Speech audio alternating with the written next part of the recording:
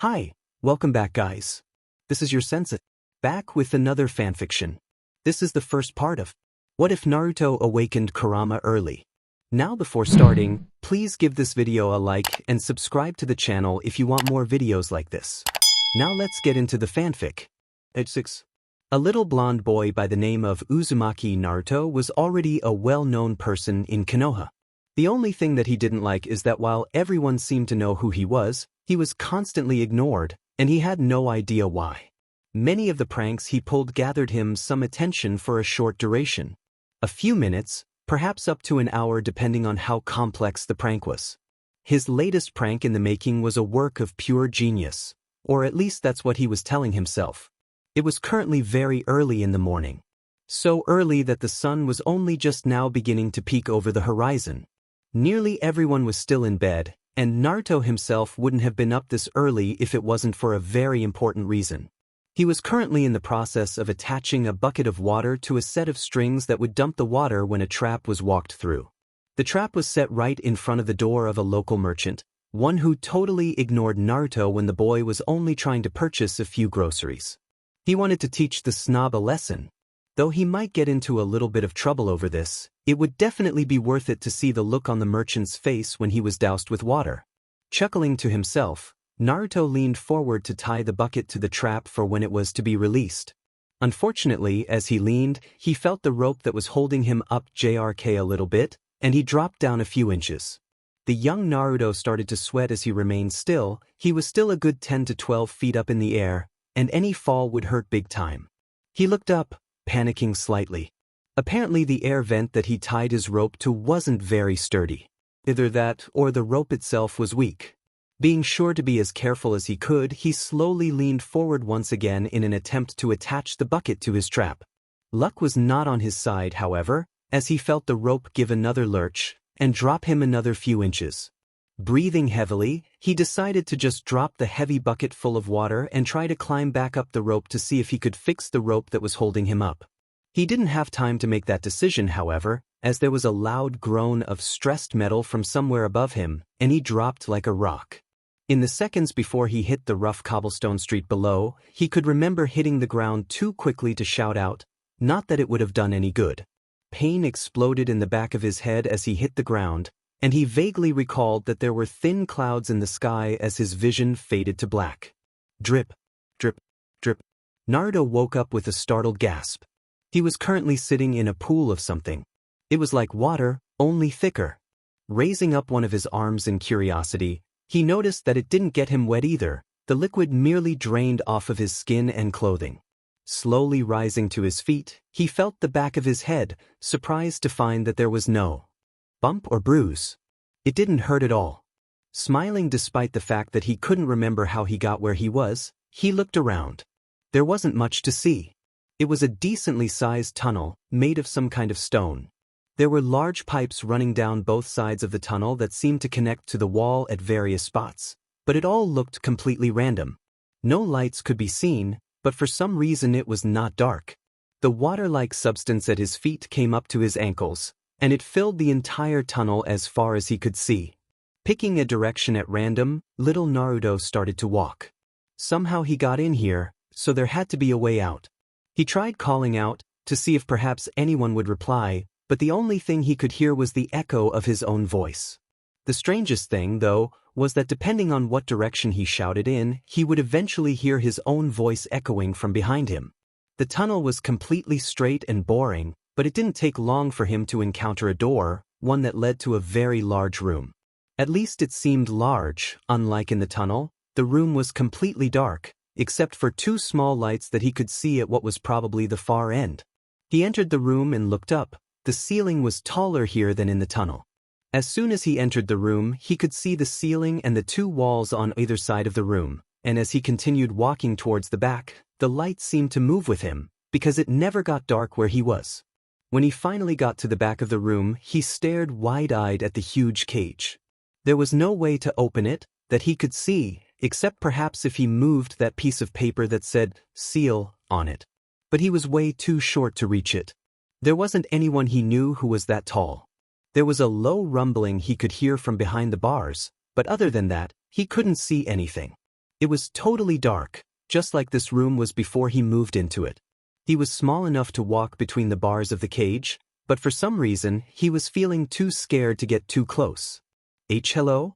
Is anyone back there? As soon as he spoke, the rumbling noise he had heard before stopped. It was completely quiet. Naruto looked around the room again, then spoke once more. Is someone there? Can you tell me how to get out of here? How did you get here? The loud voice seemed to come from all around him in the room. It was very deep and spoke slowly, but even Naruto could feel the power behind the words. He let out a little yelp and stumbled backwards a step, but did not fall. The voice said nothing else, so he answered it. I don't know. I was going to play a pee prank on a mean man, but my rope snapped and I fell. I closed my eyes and woke up here. Naruto's hands fidgeted nervously. He wasn't sure if this voice would tell the old man that he was going to play another prank. Getting in trouble, though the old man was always nicer about it than. Whoever caught him. How old are you now? I'm 6. There was silence for a moment, until he heard a louder rumble than before. Too young. Close your eyes and think about waking up. You will return. Naruto blinked several times. The voice was strange. It wasn't going to tell on him, and told him he could get back just by closing his eyes? What did it mean he was too young? For what? Hey, what am I too young for? I'm old enough for lots of things, and the old man just got me my own apartment. I'm better than lots of other kids my age. Naruto waited for the voice to return and say something, but it did not. Hello? Are you still there? Hello? Go away. Naruto was about to retort, but all of a sudden a huge eye appeared from behind the cage.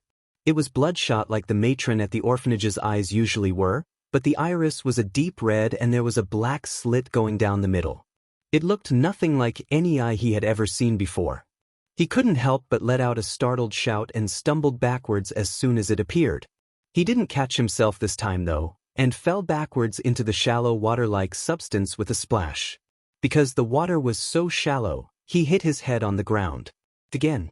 Waking, Naruto sat up quickly, feeling the back of his head immediately. It hurt this time, and he could feel a bump starting to grow. Looking around, he recognized immediately where he was, the bucket on the ground right next to where he was sitting. Thinking back, Naruto remembered the strange place he just was, and wondered how he got there in the first place. That unique voice and the eye behind the cage too. Just thinking about it made him shiver. Hopefully it was just all a really odd dream. Looking around once more, he noticed that it didn't seem like much time had passed, if any. Grabbing the bucket, Naruto set out to refill it quickly. He just dumped the water on the merchant's head if he couldn't find another secure place to tie a new rope. He set out to refill the bucket, the voice and the eye soon forgotten. No. You need to feel the object you're trying to substitute with. We start you off being able to look at the object, so this way you can learn what it feels like. I don't understand why you're having such a hard time with this. Everyone else in class got it right away. Naruto squinted and concentrated hard, the tip of his tongue sticking out of his mouth. He was listening to his sensei, but also trying to use the kawarimi technique that they had learned in class earlier. Everyone else in his class was already done, and back inside. Naruto was stuck outside with one of the teachers from class, trying to figure out why he couldn't perform the easiest technique in all the elemental nations. After a few more moments of staring at the log in front of him, Naruto sighed, then made the hand sign again. Since the technique was so easy to do, one of his teachers had shown the class that it could be done. Without hand signs, but that they would need to use them to learn the technique. He grumbled as he thought about some of the other kids in his class, and how so many of them performed the technique correctly on the first try. I understand that you must be frustrated, Naruto, but I really don't know what else I can do to help you. This is the most basic technique that there is. If you can't do this, then you probably just aren't cut out to be a ninja. I'll go talk to Hokage-sama and see if No, I'll do it, I really will. But can I take this log home to practice? Please? He recalled his other sensei mentioning that these logs were special, that they were laced with a special kind of chakra so that they would be easy to sense. But he didn't know how to sense it. When he asked about it, both of his teachers just said that he should just be able to feel something different about the log. Try as he might, he couldn't do it. The log didn't feel special to him at all. In fact, he couldn't even feel the log. Or anything else for that matter. He had no idea what they were talking about. Fine. It should be okay for a day or two. But if you still can't do it by the end of the week, I will be talking to Hokage-sama. Understood? Naruto nodded his head rapidly, scrambling forward to pick up the supposedly special piece of wood. You might as well head on home now and get started. There's only 15 minutes left in class anyway, so I give you permission. But you still have to come to school tomorrow, no skipping out to work on the Kawarimi. Got it? Nodding once again, Naruto quickly scampered towards the school exit, eager to get home and figure out what exactly it was that he was doing wrong. I don't get it. Naruto smacked both hands down on the floor in front of him, frustrated with his inability to swap positions with the log, just sitting on the floor barely over a meter in front of him. Supposedly, you only needed a small amount of chakra for the technique to work, and his teachers had confirmed that he had quite a lot for a boy his age after he managed to unlock it. But knowing that there was something all the other kids in the class were able to do but he wasn't. Even if he was the youngest kid in class. It stung. The blonde briefly considered going to the old man to ask for help, but he didn't want to disturb him. While the old man made a point to stop and visit a couple times a month, and was around to watch after him on his birthday, he knew that many other important people were agitated whenever the Hokage spent too much time around him. He didn't really understand why, other than the fact that the Hokage was an important person in the village. Everyone needed the Hokage in one way or another, and maybe they felt the old man had more important things to do than visit an orphan like him. Shaking his head, Naruto sighed and glanced at the clock, noting the time. It had already been 2 hours, and he had nothing to show for progress. Bringing his hands together in the now too familiar hand sign, he closed his eyes this time and concentrated. Maybe he needed to find his own chakra again before he could perform the technique. It was worth a shot, anyway. So far nothing else had worked. So the young boy concentrated, doing the same thing he did when he unlocked his ability to use his chakra. Turning his senses inward, he tried to think of things that made him happy, things that made him who he was. His blonde hair, his mastery of pranks, even his excellent getaway and stealth skills. It didn't take long for him to feel completely calm, until his skin began to tingle slightly, and a slow dripping noise forced him to open his eyes. Drip, drip, drip. Peeking with one eye first, his shoulders slumped for a moment, until old forgotten memories clicked back into place. He remembered being in this sewer before, with the light that followed him wherever he was, the big room with the cage, that voice. And the eye. Opening both eyes and quickly jumping up, Naruto started breathing heavily when he remembered that bloodshot eye, and how it seemed to look through him. It was a memory, but it had quickly faded. Looking around nervously, he scanned the tunnel, only to notice that the entrance to the big room from before was only a few footsteps away. Carefully easing forward, he leaned towards the opening to peer inside. Nothing had changed from before. The cage at the back end of the room was still rather far away, 2 torches barely illuminating it. Gathering his courage, he moved inside the doorway, once again noticing how the walls inside the room became visible, and how the light moved with him. So, the young one returns.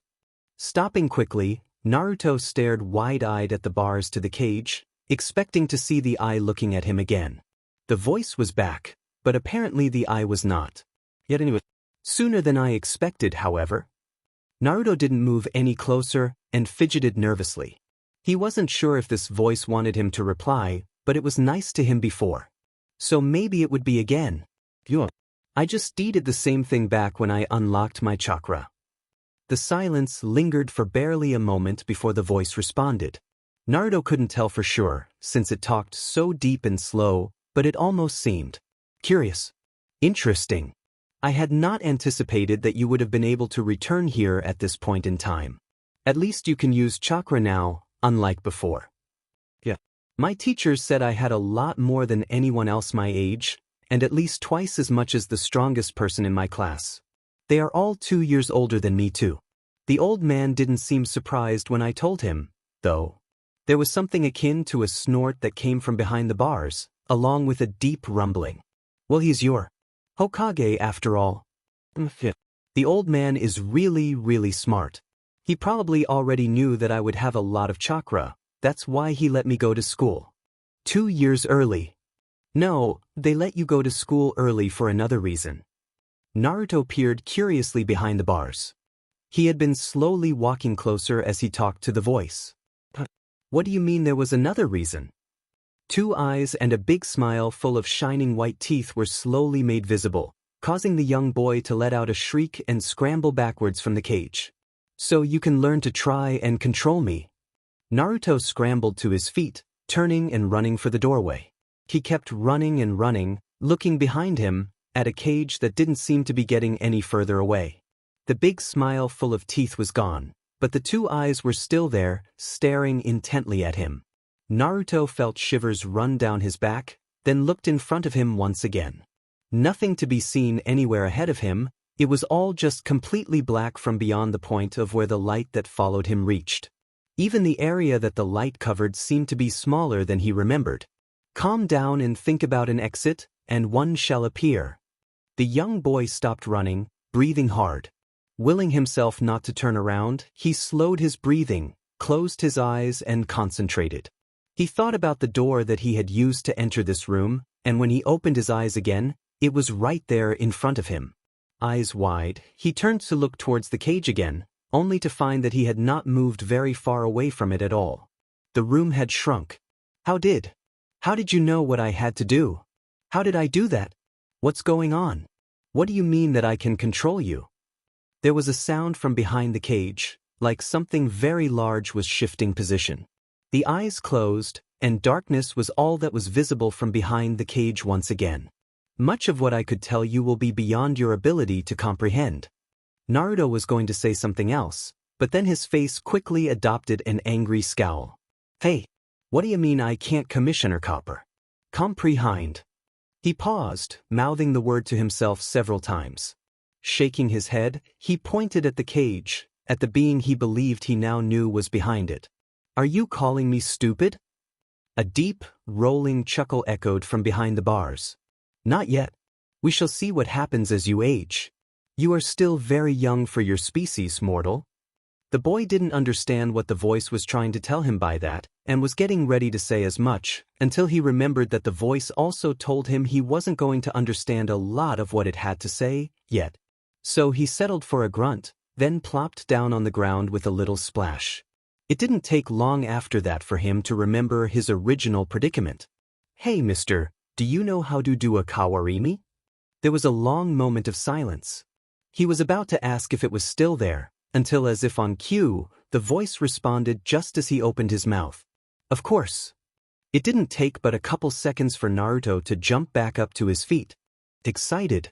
Really? Can you tell me how?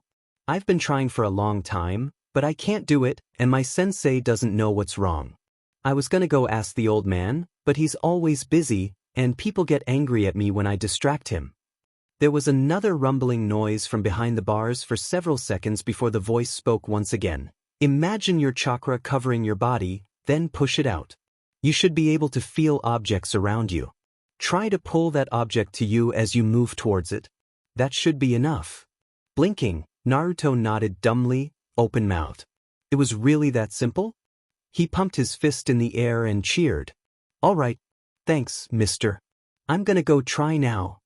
Naruto quickly ran through the doorway, exiting the room. Barely a minute later, he returned, panting.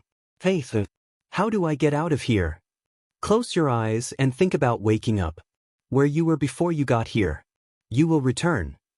Following the instructions, Naruto closed his eyes. And immediately disappeared, taking the light with him. Now all that remained was a cage, 2 torches, and the voice. This could prove interesting. The next day at school, Naruto returned the log to the teachers, and displayed to them that he could now perform kawarimi. After that, he spent the rest of the day using the technique on the chalkboard erasers, annoying his 2 teachers to no small extent. It wasn't until they threatened to tell the Hokage that he was misbehaving using shinobi techniques that he settled down. A small part of him wondered if the voice would have been proud of what he could do now. Age 10. Hey old man. Can I have your job yet? Sarutobi Hiruzen blinked, then barked out a quick laugh as he quickly stuffed his old student's latest work into the nearest desk drawer. Why Naruto, what brings you here? You didn't get in trouble again, did you? No. I've been good today. I even made an appointment to see you this time.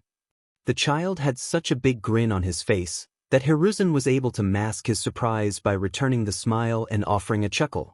He knew that he had several small appointments lined up today, but he did not know that Naruto was one of them. He was not aware that Naruto knew how to do such a thing, but he assumed his secretary must have set this up. Only if he could have borne witness to that conversation.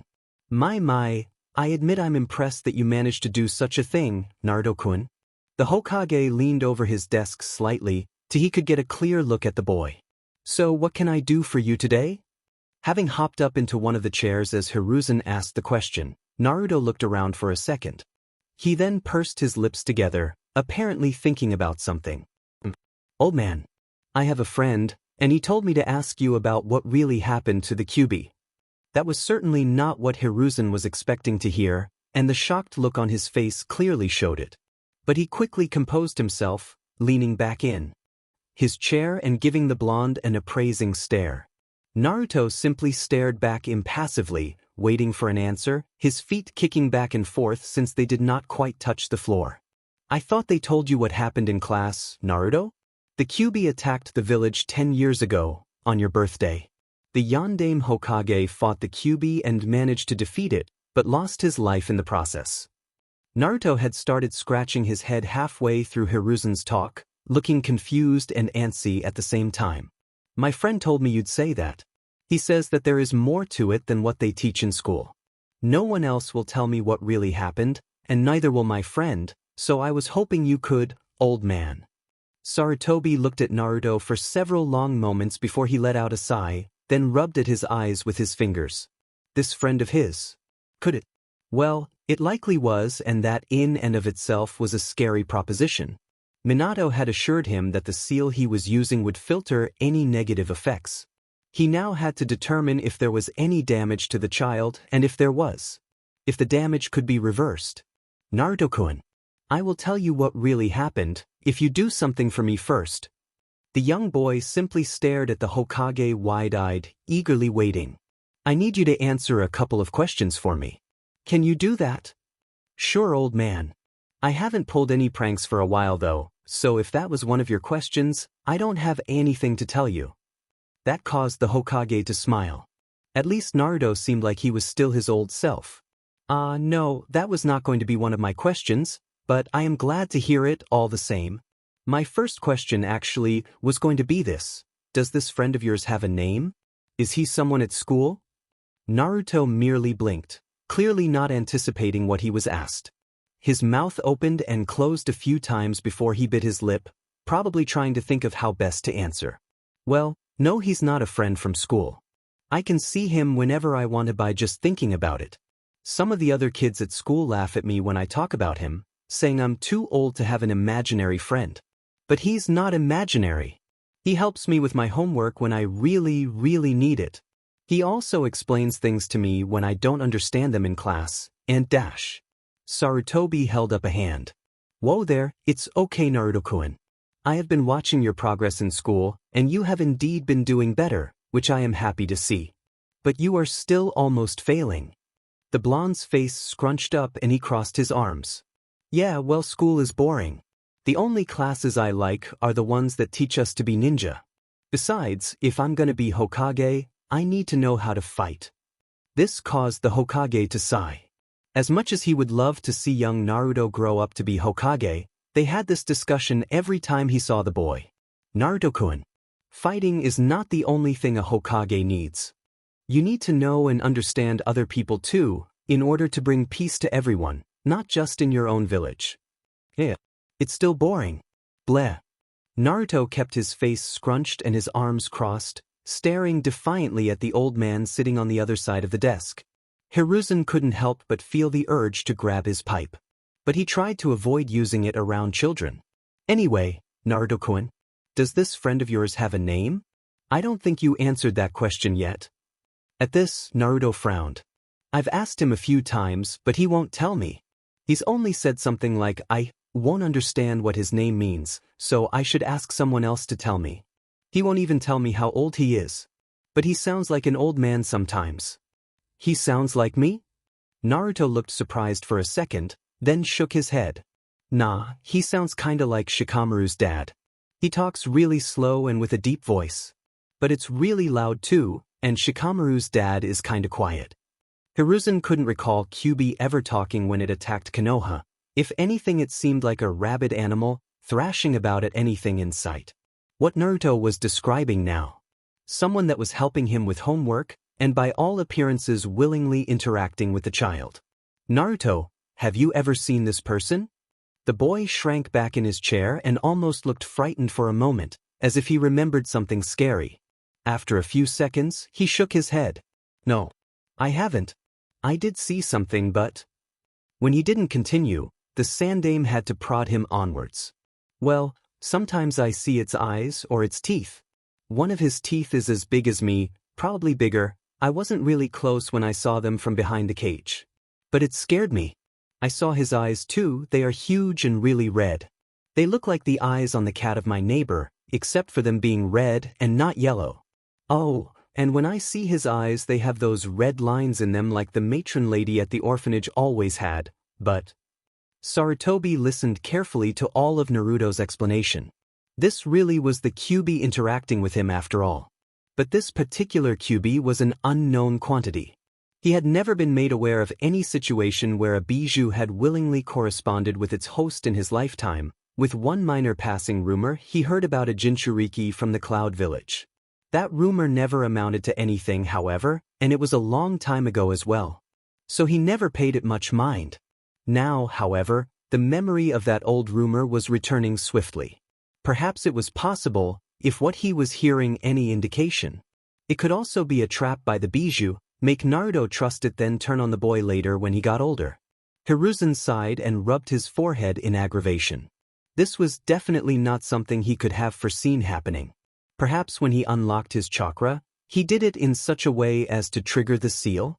But Minato had assured him before he sealed Kyuubi that they likely wouldn't interact until after Naruto had become a ninja and needed to draw upon a large amount of chakra all at once.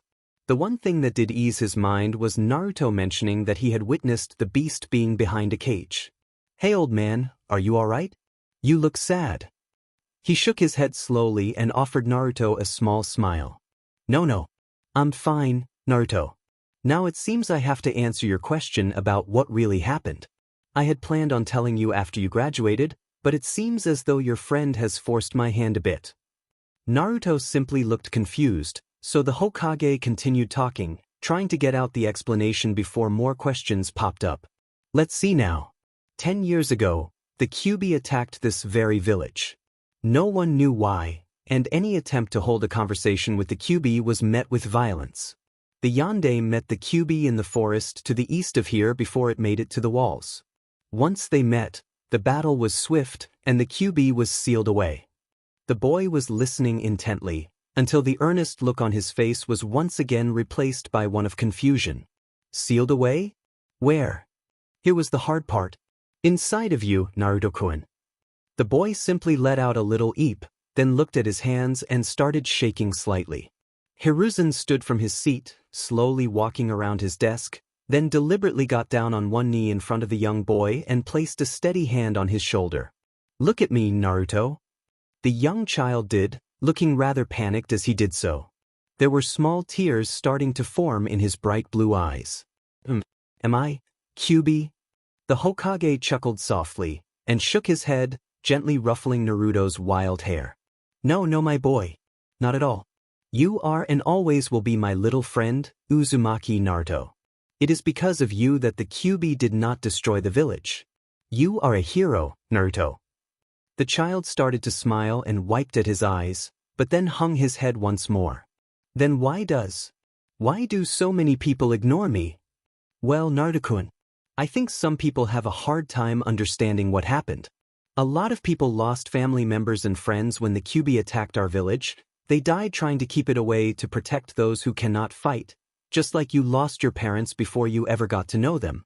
Their sacrifice gave the Yondaime enough time to do what he needed to do, and you, Naruto, are what saved us all.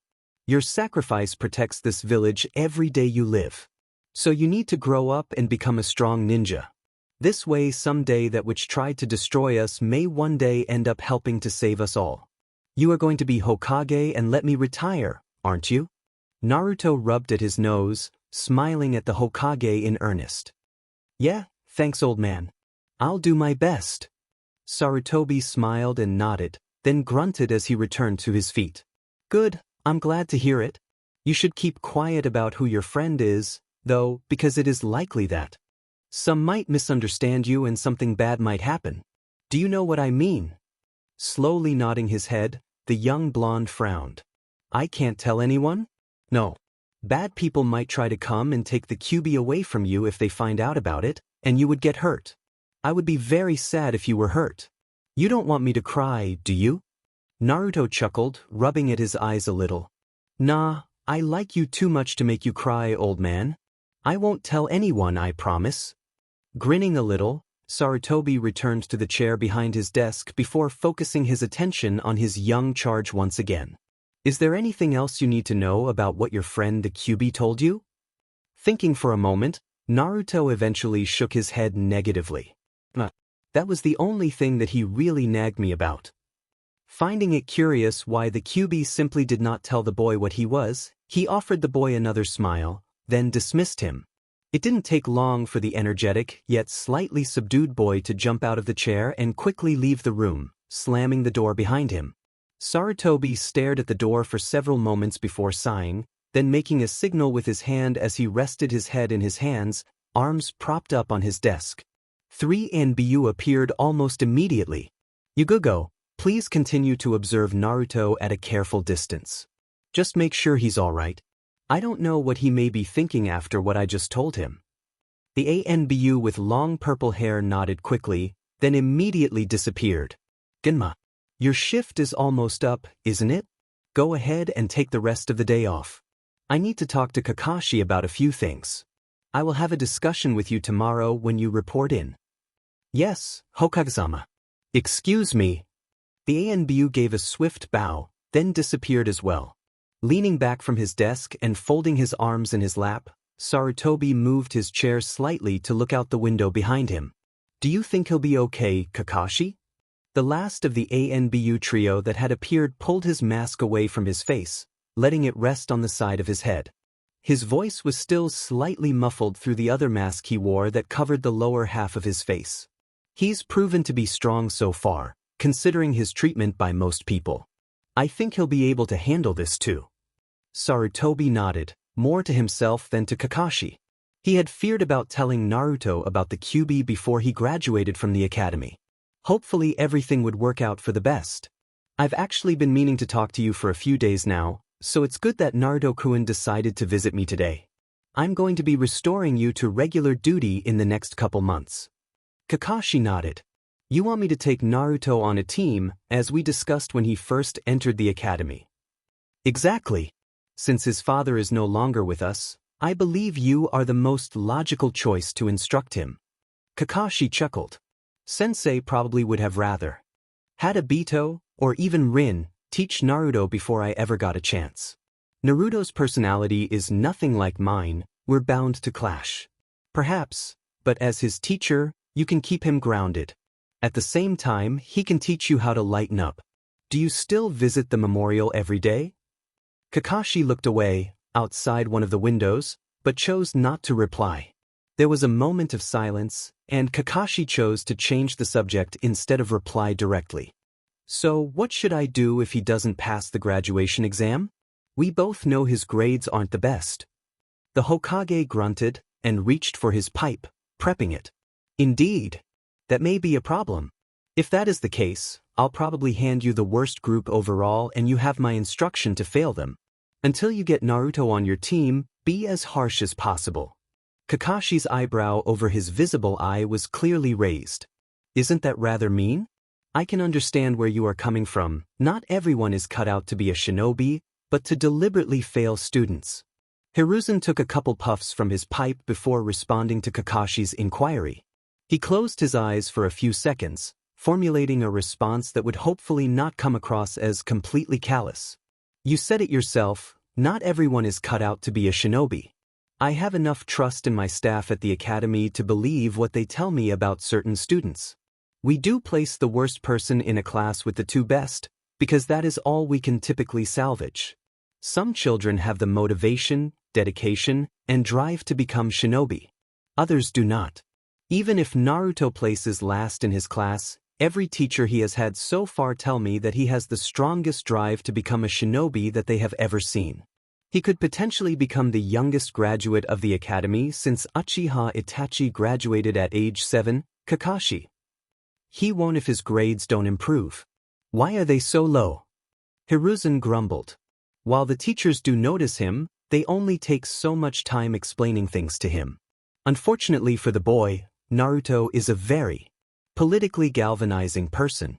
Any one teacher gives him more attention than someone else who may be the child of a council member, a wealthy merchant, the list goes on, and I'll have inquiries coming from where the sun doesn't shine. Everyone will want to know why the Kyuubi child is getting more attention and help than their child. It only takes one. Nodding as the Hokage's voice drifted off, Kakashi sat down in the chair Naruto had since vacated. So keep failing my teams until Naruto graduates, then? Sighing yet again, the Sandame set his pipe on its holder. I've been thinking about something else, too. Even if it is rather uncouth of me, regardless as to if the boy passes his exams or not, I may force Naruto-kun to graduate when he turns 12, along with others his age. The extra training may help, and I also believe that would place him at about on par to graduate with the last Uchiha. Correct? Some have requested that I move that boy onto the fast track for graduation, but I do not feel it would be wise to cater to him too much. Thinking for a moment, Kakashi scratched at his cheek. Uchiha. Sasuke? I think so. I honestly don't know much about the kid, other than his circumstances. Reminds me a little of myself. There was a moment of sadness in Hiruzen's eyes before he shook his head, getting back on track. It may work out best if both of them graduate in the same year. This way you can have Naruto on your team, and Sasuke as well. He'll need a teacher who knows how to use the Sharingan. You're the last one left. Are you sure? Won't that distract me from teaching Naruto? Sarutobi gave Kakashi a hard look. No, you will be teaching your entire team. I know you haven't had to teach Genin before, but they will all need your attention. You must avoid favoring any student over the other. My apologies, I didn't mean dash. Sarutobi held up a hand. I know. It's fine, just remember what I said. I need to explain what's going to happen to your current ANBU team. Why didn't you just tell me what you were? Naruto stared pointedly at the darkness behind the cage. He knew what was back there now, even if he could never see it. He was actually surprised at his own boldness. He was only 10 and angry at the creature that nearly killed his entire village if the Yondaime hadn't stopped it. He supposed that the only reason he could act like this was that it hadn't hurt him so far, and had actually helped him more than anyone else in Konoha, including the old man. Would you have believed me if I told you what I was, without the explanation coming from someone with authority? Naruto opened his mouth as if to speak, but quickly shutting it, realizing Kyuubi was right. Even if it had been helping him for the past 2 years, he still would have found it hard to believe that the monster described in the history books was helping him. The one who was constantly ignored. But it did explain why he was ignored. He might only have been 10, but having to fend for yourself made you grow up fast. He was smart enough to put the pieces together. The old man was right, he was Uzumaki Naruto, but many people chose to see him as what was inside him. Exactly how that worked, he didn't know, but he did suppose that it had something to do with the piece of paper on the cage, marked as a seal. So why did you attack the village then? The silence dragged on for nearly a minute before Naruto realized he probably wasn't going to get a response. This was a typical tactic of the Kyuubi, to just ignore anything it didn't want to respond to. No amount of wheedling on Naruto's part had so far been able to pry anything out of the Kyuubi that it did not want to offer. While he could understand the need for a person's, or being's, privacy, this was really important to him. Gathering up his nerve, he moved closer to the cage and started banging on one of the cage bars with an open palm. Hey Kyuubi, this is really important to me because it's about my home. I need you to tell me why you attacked it. There was no warning as something behind the bars moved swiftly, banging hard against the inside of the cage. The concussive force of that impact was enough to knock Naruto off his feet and send him flying backwards several meters. After lying on his back and staring up at the ceiling for a moment, registering what just happened, he grunted slightly as he propped himself up on his elbows. Looking towards the cage, he noticed that the eyes were visible and looking at him for the first time in a very long time, and a thin row of teeth were visible. Insolent whelp. I will decide when you need to know something. Not before. Telling you what happened now would be of no benefit to either one of us. The QB's voice rang throughout the room, and in his head, it was the loudest he had ever heard it before. Wincing slightly, Naruto pulled his knees to his chest and hugged his legs, sufficiently cowed. When the QB understood that it would not get any further lip service from the boy, the eyes closed and the teeth disappeared once again. Naruto sat there, staring ahead blankly at the cage for several long moments, listening to the steady dripping noise coming from the hallway behind him. He argued with himself for a little while, wondering if he should press the issue about the attack, but realization set in when he questioned if QB had ever misled him before. It was true that there were many things it would not tell him, but it also explained things to him that he never would have expected. In ways his teachers in school never thought to. If it wasn't for QB, he might not even still be in school. I'm sorry.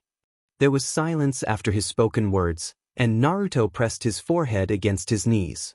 He felt tears approach his eyes when he realized that he might have somehow insulted one of the first friends he ever had, and it wasn't going to forgive him.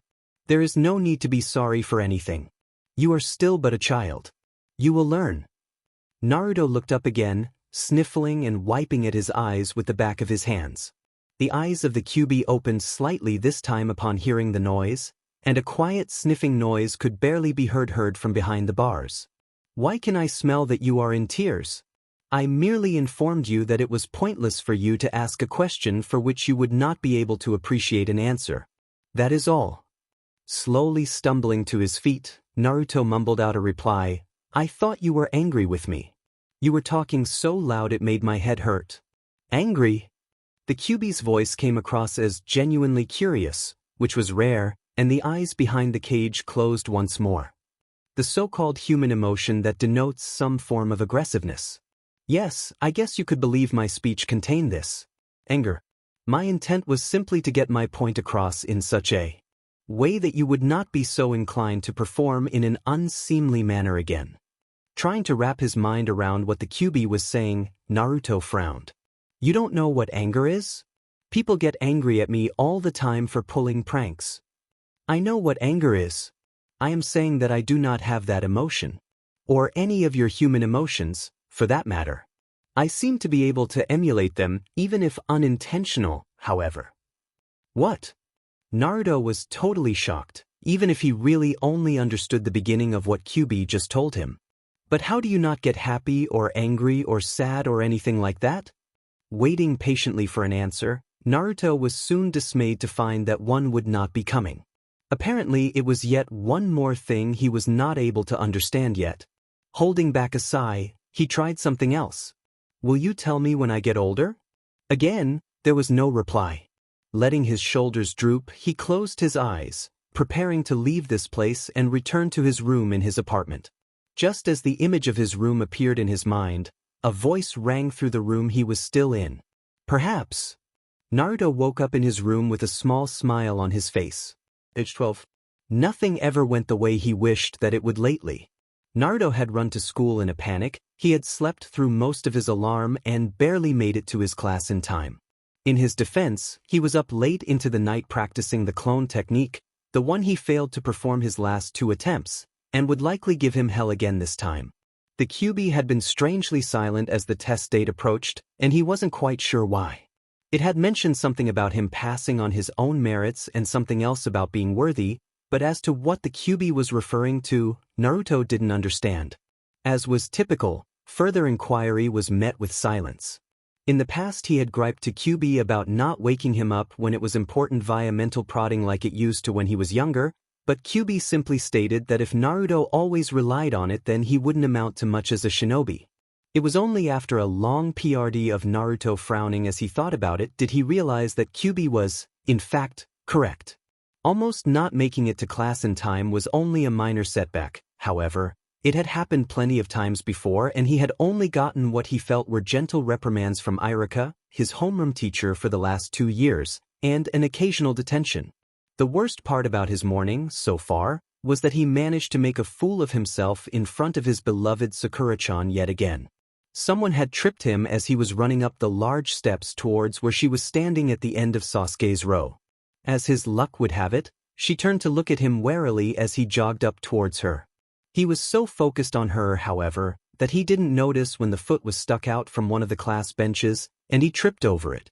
He would never forget the look of shock on her face as his own crashed directly into her chest, and the force of his movement knocking them both to the ground, with him on top. He had immediately panicked and jumped off of her, reaching down to offer her his hand. It was to no avail, however, as she continued to lie there on the ground, arms covering her chest, an expression of rage on her face that he had never seen before. The next several seconds were a blur as she started yelling at him with words strung together so quickly that he could only pick up bits and pieces, mostly revolving around idiot, insulting, and Sasuke-kun. She got in a few good hits too, some of which he was unable to protect against completely, one of them that still ached on the side of his head. He had managed to back away far enough from her to where she wouldn't follow. If one thing was predictable about Sasuke's fangirls, it's that none of them would wander too far, lest another one find an opening. Huffing angrily, she twirled back around and began apologizing to Sasuke, claiming that Naruto hadn't stained her, or something like that, going so far as to state that she was still pure for him. Naruto had tuned out her ramblings, as well as the laughter that still circulated the classroom. Finding a still empty row, he sat down in the first chair at the end near the aisle, and rubbed at his sore head. It wasn't until Irika-sensei entered the classroom that he decided to smile again. I fail to understand why you continue to fawn over that pink-haired harpy in your class. She has nothing of value to offer you as a potential mate that I can discern. Naruto looked up at the glowing red eyes that were peering at him from behind the bars of the prison. He let his hands fall to his sides from the position that they were in previously. He had been channeling his chakra through a hand sign in his mind as Irika reviewed some boring stuff in class, testing the limits of his chakra control, as Kyuubi had suggested he do a long time ago whenever he was bored or had free time. It wasn't as efficient as real-world practice, but it helped him concentrate, if nothing else. Sakura-chan? What about her? I just think she's pretty, that's all. There was a large exhalation of breath, followed by a low rumbling. Listening to her shrieking voice is a nuisance, and she only pays attention to that Uchiha scum regardless of whatever childish antics you perform to gain her fleeting attentions. Naruto scrunched up his face in confusion for a moment, thinking about what the Kyuubi said. Sometimes it used words that he didn't know, but since they had been talking so often now, he was able to understand what Kyuubi was saying if he thought about it long enough. Sometimes Kyuubi would explain the meaning of a word, but then moments like those would only last so long before it got irritated and went silent. After he finally grasped what Kyuubi was getting at, Naruto began to stutter something about Sakura, until it clicked that it had insulted Sasuke. Naruto pointed up at the Kyuubi's cage. Hey, Sasuke may be annoying at times, but he's not scum. Take that back. A deep chuckle filled the room. I refuse. He is still young, much like yourself. I will be watching closely to see if he succumbs to the same curse of darkness that has befallen many of his ancestors, those with the demed eyes. Demed eyes? What are you talking about? Silence met him, which was not unusual in the least. While Kyuubi had become much more talkative over the past years since they first met, there was still a multitude of things that it refused to comment on further or explain. Hey, you've been around for a long time like you said, right? Do you have any ideas that might help me get Sakura-chan to go on a date? Kyuubi simply stared down at Naruto for several long moments. Naruto turned away, pouting after a little while, figuring that Kyuubi wouldn't answer this one either. Are you seriously asking me that? Naruto whirled back around, surprised. The Kyuubi's voice was filled with incredulity, though Naruto simply believed that the Kyuubi was surprised at the question. Or at least it seemed to be. Naruto didn't believe that Kyuubi didn't have human emotions, and he didn't understand what that emulation thing that Kyuubi kept talking about either. Of course. It was silent for another few seconds, as if contemplating whether or not to continue with the conversation. I will give you advice if you agree to make a bet with me. Naruto's eyes narrowed slightly. This was new. Kyuubi never offered to make bets, and he always had to beg and plead for any kind of information that it didn't want to give out. Even then, the begging and pleading rarely worked, and he just had to wait for whenever Kyuubi felt like parting with the information he desired. Are you going to try to trick me? No. You wanted information, I will give it. However, it will come at a price, namely making this bet with me. Thinking about it for a second, Naruto slowly nodded. Okay, what's the bet? You actually thought about it for a moment without jumping in regardless of the consequences. Good, you're making progress. Naruto preened slightly as Kyuubi continued. The bet is as follows. After I give you advice, if she accepts this date of yours, you win, and I will teach you something new that you didn't learn in school.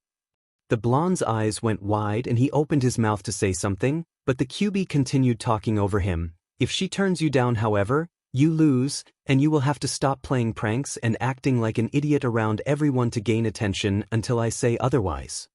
Naruto's mood instantly settled. So that was the catch. But if I don't, I'll just keep being ignored. Why do you insist on needing attention?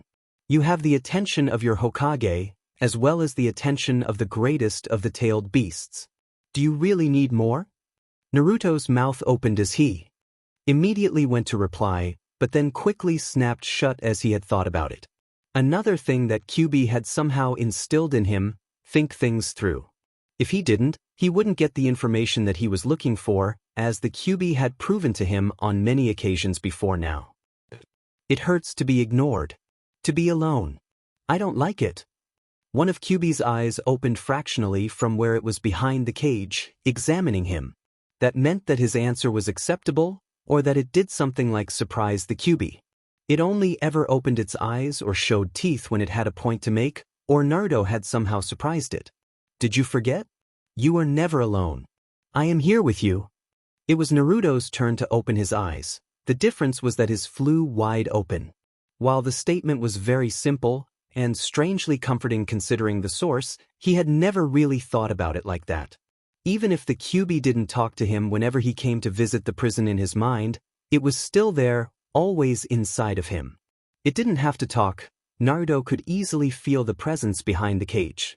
While Naruto felt that Kyuubi was a friend, even if a rather strange one, Kyuubi itself had never given Naruto any impression that it felt a connection with him.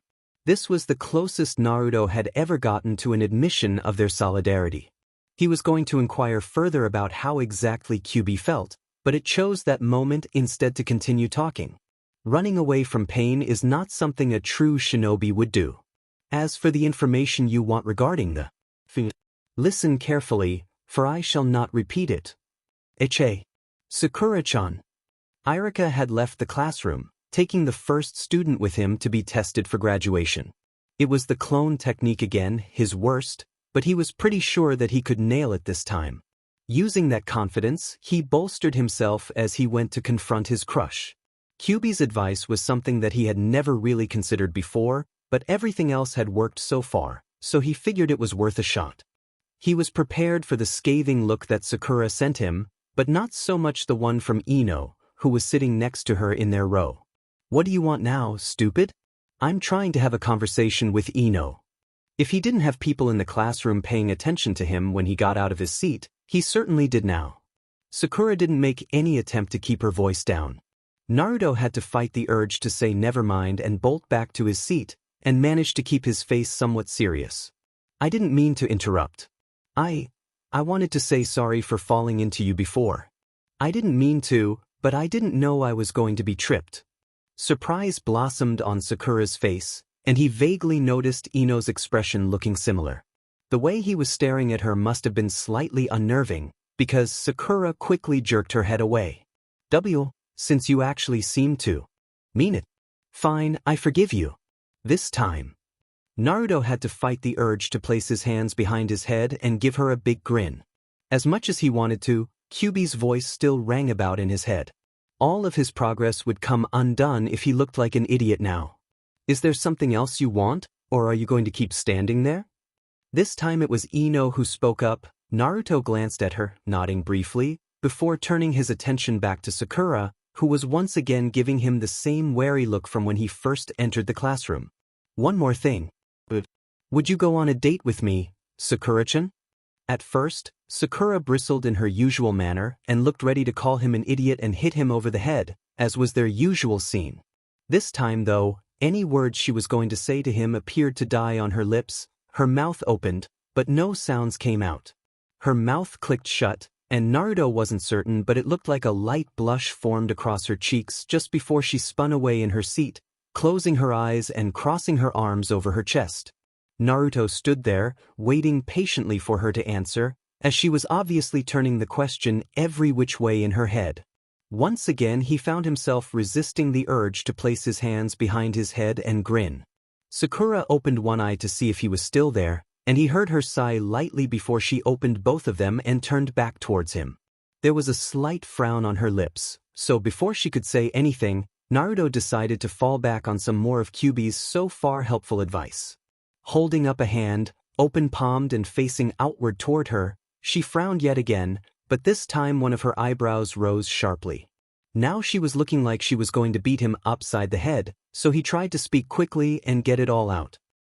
Sakura-chan, I know you say you like Sasuke all the time, that's fine, but he turns down everyone who asks him on dates. I'm just asking for one, that's all. I'm hoping you'll like it, but if you don't. Naruto let out a little sigh, shaking his head as he thought back on his conversation with QB. If you don't like it, then I promise I'll never ask you again. He dropped his hand and watched as Sakura's face went through a quick series of emotions. It started out as shock and surprise as an intense blush worked across her face, followed by a quick glance at where Naruto briefly remembered Sasuke was sitting. The brooding teen must have been looking at them, because she visibly panicked and quickly whirled around in her seat, her back almost completely to Naruto now as she pleaded with Ino. Ino, what should I do? I don't know. Ino was only partially paying attention to Sakura, as she was still looking at Naruto, surprise etched on every corner of her face. It wasn't until Sakura grabbed the girl's shoulder that she completely focused on what her rival was asking. What do I think? You should, probably do it. Ino sounded as if she didn't really believe herself when she was talking, which just seemed to aggravate Sakura. Naruto simply stood there, waiting, his fists clenching and releasing rapidly. It was getting to the point where he was about to shrug the whole situation off.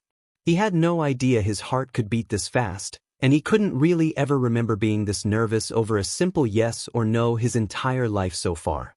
He focused on Sakura once again when he could no longer hear her talking, only for him to notice that she was looking at him over her shoulder with her eyes half closed as if she was sizing him up. Naruto tried to give her a small sincere smile, but as soon as he did, Sakura's eyes opened and her eyebrows shot sky-high, followed by her head jerking around to face Ino once again. I'm on to you now, Ino pig. Ino simply stared at Sakura, blinking owlishly. What? Sakura faced forward in her seat, arms crossed over her chest again, eyes closed, and a smug grin on her face as she spoke. I bet you talked to Naruto some time before class and asked him to do this, and then told me to say yes to him so I'd no longer be competing for Sasuke-kun. It seems that your plan has backfired. Still blinking, Ino began to slowly shake her head. I don't talk to Naruto. I'm just as surprised as you. Of course you're going to deny it. It all makes sense now. What are you talking about, forehead? I will win Sasuke-kun on my own. There is no reason for me to resort to such dirty tricks. Naruto let out the breath he didn't remember holding as the two constantly competing rivals fell into another one of their arguments. With a sinking feeling in his stomach, Naruto realized that he didn't even get a yes or no. He was simply ignored, which is exactly what he was afraid of. It would have been easier if she had simply said no. Sakura had seemed to consider his offer for a while, which raised his hopes. But deep down he had a feeling it would end this way. QB had sort of prepared him for this outcome, in its own way.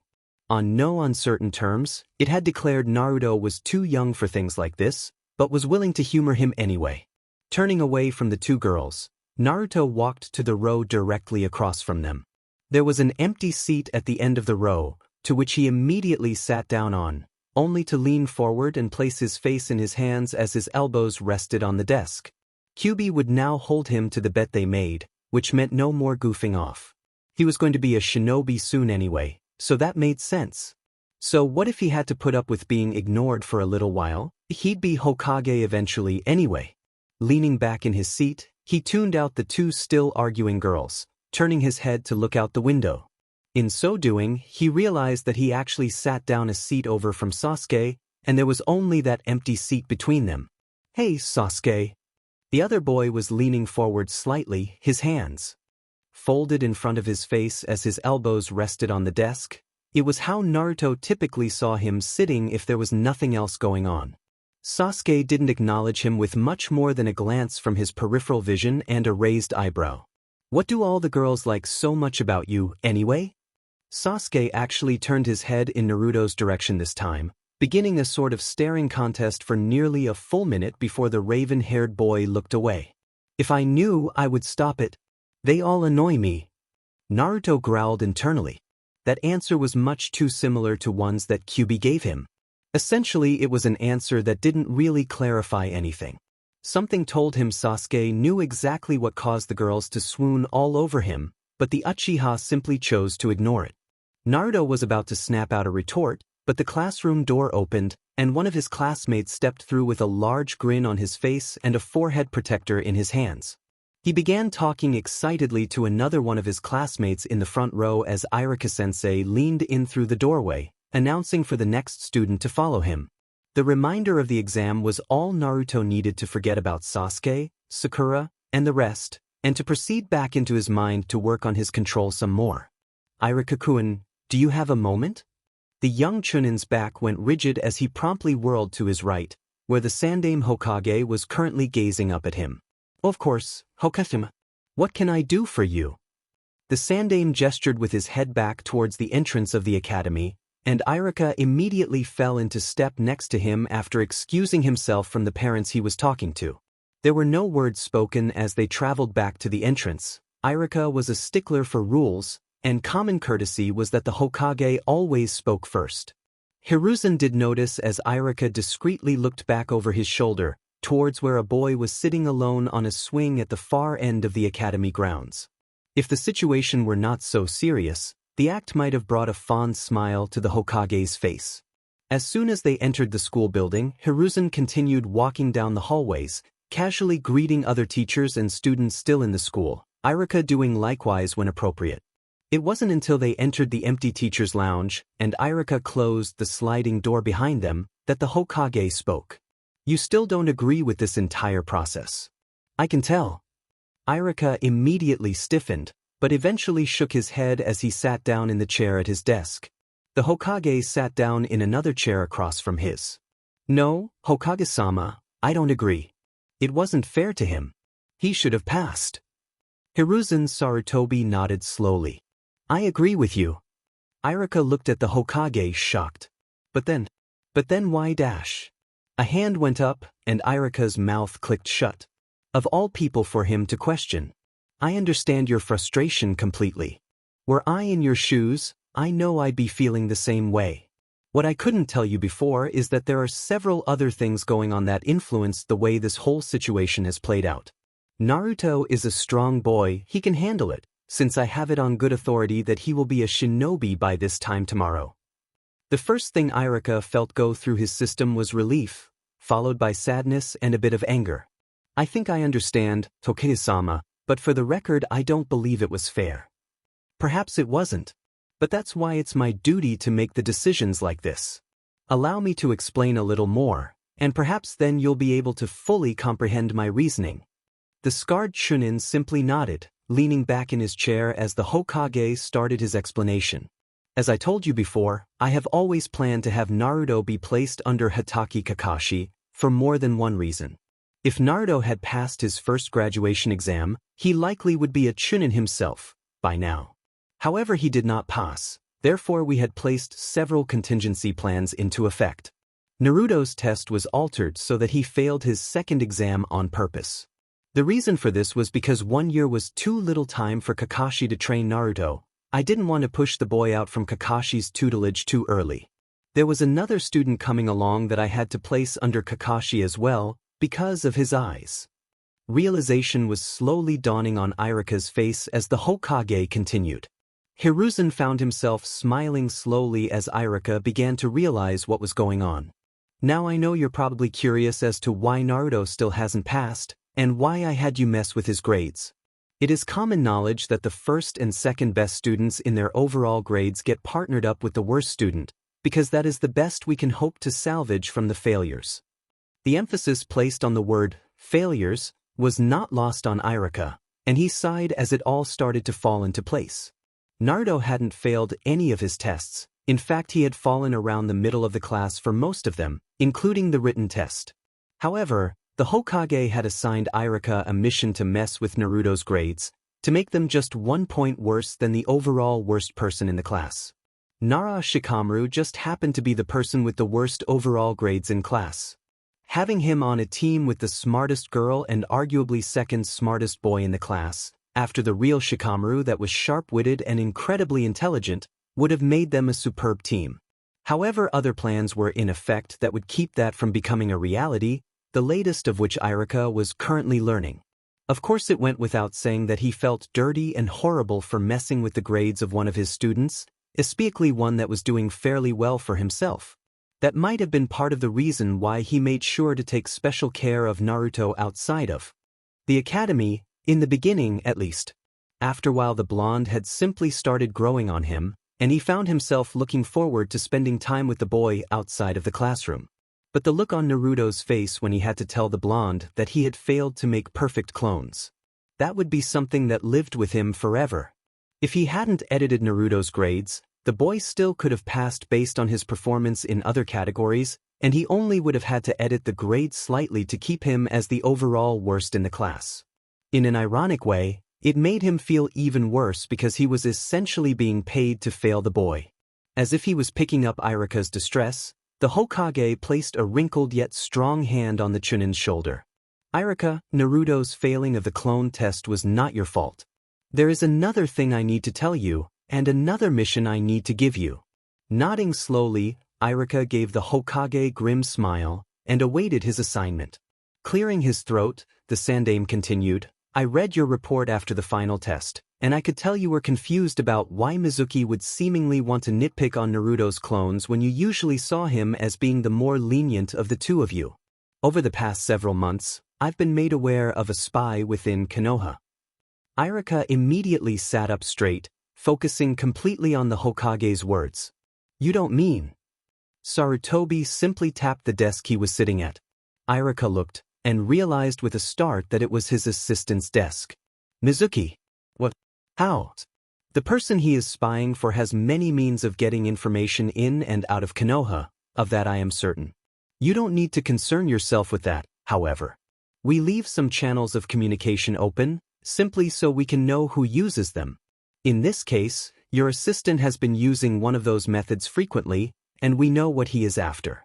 Konoha's Forbidden Scroll. Iruka paled at the implications behind what the Hokage was saying. Granted, the Forbidden Scroll wasn't in the most difficult of places to access, but since it was located just outside the Hokage's office, any attempt at stealing it was like trying to commit suicide. Between the Hokage and Anbu that guarded him at all times, there was a lot to deal with before even attempting to take it. But he couldn't possibly. Wait. Iruka worked it through his head for several moments as the Hokage simply watched him, waiting for the Chunin to piece it together in his head. It wasn't long before Iruka had his head in his hands, shaking it back and forth slowly. So that's why he wanted to fail Naruto. It's his plan to get the scroll. If Naruto can't get it, he should prove to be enough of a distraction to allow Mizuki to get by and take it himself. Nearly everyone in the village, especially the shinobi, know that you and Naruto are fairly close, and he plans to use that to his advantage. Hiruzen smiled at the teacher, nodding. Very good. We anticipate that Mizuki will have a meeting location set up, should Naruto somehow manage to get the scroll. I've told my Anbu to stand down and shadow Naruto, should he get by me. I'm actually excited and curious to see how he would do it. Don't mind if he gets the scroll? The Hokage actually laughed at that. I've actually already noted a section of the scroll that I'm certain he'll focus on as soon as he sees what I've written. It should help him out with his clone creation problem. But the only thing I can think of that would be similar and in that scroll is the shadow clone technique, isn't it? But the rank of that technique dash. It is S-ranked and forbidden, yes. However, the main reason it is forbidden is because of the chakra drain. To someone like Naruto, it will likely barely tap his reserves. If he learns of its secondary function, he could literally be unstoppable by the time he's 20 years old. But what could make someone that strong in so little time? Irika's voice was dripping with incredulity. Even the Densetsu no Sannin weren't recognized as such until they were in their early 20s, and powerful though they weren't exactly unstoppable. The Hokage grinned and wagged a finger back and forth. It's forbidden for another reason too. I'm afraid that's all I can say. Chuckling as he shook his head, Irika couldn't help but let out a sigh. So, when does my mission start? Yes, while you were thinking, one of my Anbu motioned to me through the window that Mizuki has made contact. They will shadow Naruto for the rest of the day. As soon as you leave the school, one of them will hand you a communicator so that you may listen in and follow what is happening. As you wish, Hokage-sama. Hiruzen chuckled as he stood up, stretching slightly. I hope you're a good actor, Irika-kun. You'll need to make it look like you have no idea what's going on in front of everyone, myself included. Irika couldn't help but grin. It's been a while since I've been able to do any pranks, but I think I can manage. Naruto? What are you doing here? Only those who graduated are supposed to be here today. Naruto simply grinned at the classmate who asked him, and jerked a thumb at his forehead protector, the exact same one that all the other graduates were wearing. What do you think this is? I completed a mission Mizuki-sensei gave me, and they made me a shinobi. A mission? What did you have to do? Another classmate asked this question, and Naruto noticed that several people were now paying attention to him, likely interested in what he had done. Even Sasuke had turned to look at him. You see, Mizuki-sensei had asked me to get him a scroll. Naruto proceeded to regale the few classmates of his that were listening in about how Mizuki wanted him to take a scroll from the guarded section of the shinobi archives. If he could do it, then they would acknowledge he was shinobi material. Of course, it was a greatly edited version to downplay what he actually did, since several things needed to be kept secret. They couldn't know about Kyuubi, obviously, nor about the Forbidden Scroll and how Mizuki-sensei was actually a traitor after the Forbidden Scroll. Of course, every time Naruto thought about Mizuki, he had to hold back laughter at the look of surprise on the Chunin's face when he tried to tell Naruto that he was the Kyuubi. Naruto simply scoffed at him, said he knew the Kyuubi was sealed in him, and proceeded to use his newly learned shadow clone technique to beat Mizuki's face in, since his sensei had broken the no-telling rule. The fact that Mizuki was threatening him and had injured Irika-sensei, who had come to investigate and tell Naruto what was really going on, didn't give him any reason to hold back either. His story told, most of his classmates that were listening in seemed to accept it, with a few tossing him skeptical glances, though no one challenged him outright. Even Sasuke seemed to accept it, and appeared to be giving Naruto a more critical appraisal than he ever had before. Naruto! That was his name, being called by a voice he clearly recognized. Turning to look, his eyes widened slightly as Sakura stood before him. Briefly recalling the scene from yesterday, his heart started beating faster. After hearing of his mission, perhaps she had. Can you move? I want to sit on the other side of you, next to Sasuke-kun. His fragile hopes dashed once again. Naruto turned his head the other way to see Sasuke simply scoff and shake his head. Remembering that he had been ignored yesterday, he pretty much classified that as the no answer, and he was going to follow up on his promise to not ask her again. Shrugging his shoulders, the blonde pivoted his lower body from where he was sitting. This effectively moved his legs into the main aisle, allowing Sakura to easily shift past him and over to the middle seat of their row. When she didn't move to go past him immediately as he would have expected, he looked up at her curiously. For some reason she was hesitating, but as soon as his eyes met hers, she broke contact and quickly moved past him with a murmured thanks. Shifting back properly into his seat, Naruto did his best to not look in the direction where he could hear Sakura's monologue of love coming from. He didn't have to ignore it for long, however, as Iruka-sensei walked through the door shortly after, effectively stopping most of the conversations currently taking place. Naruto closed his eyes as he leaned back in his seat, listening to Iruka drone on about congratulations and what it meant to be a shinobi. He found himself nodding his head on occasion, to show that he was listening, even just barely. The blonde figured it was probably a good time to go speak to the Kyuubi about their bet. The time spent in his mind was only a fraction of the time spent out in the real world, and he had been too tired to concentrate last night. I was expecting you sooner. Opening his eyes, Naruto saw that he was standing in front of the Kyuubi's prison as usual. He had gotten better in the last few months of appearing exactly where he wanted to in his own mind, instead of having to travel through tunnels to get here. Kyuubi had attributed it to both his growing concentration and chakra control. Sorry. I was too tired last night after everything that happened. I couldn't concentrate and fell asleep. I am aware. I meant I was expecting you earlier today. Oh. Naruto scratched the back of his head and chuckled nervously. I didn't think about it before now, honestly. Kyuubi grumbled slightly from behind the bars, but otherwise said nothing. Hey, you won the bet from yesterday, remember? I won't goof off for attention anymore, okay? He was expecting Kyuubi to open an eye and look at him, but it didn't.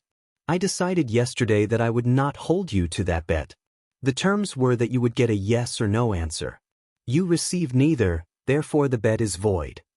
Naruto had to brace himself slightly as a wave of hot air, the Kyuubi's breath. It didn't stink at all like he thought it would, washed over him, blowing at his hair and clothes. However, I think it would be in your best interests to act more seriously from now on. You are recognized as a shinobi of your village, and while you are still but a child, people will look at you differently from someone who is your age and not a shinobi. Naruto pondered this for a few moments. If nothing else, it was worth a shot. The Kyuubi said it wasn't holding him to the bet, so if things didn't work out, a prank or three wouldn't hurt. Nodding to himself, Naruto closed his eyes and imagined himself back outside of his body. When he became aware again, Iruka was preparing to read off the team lists.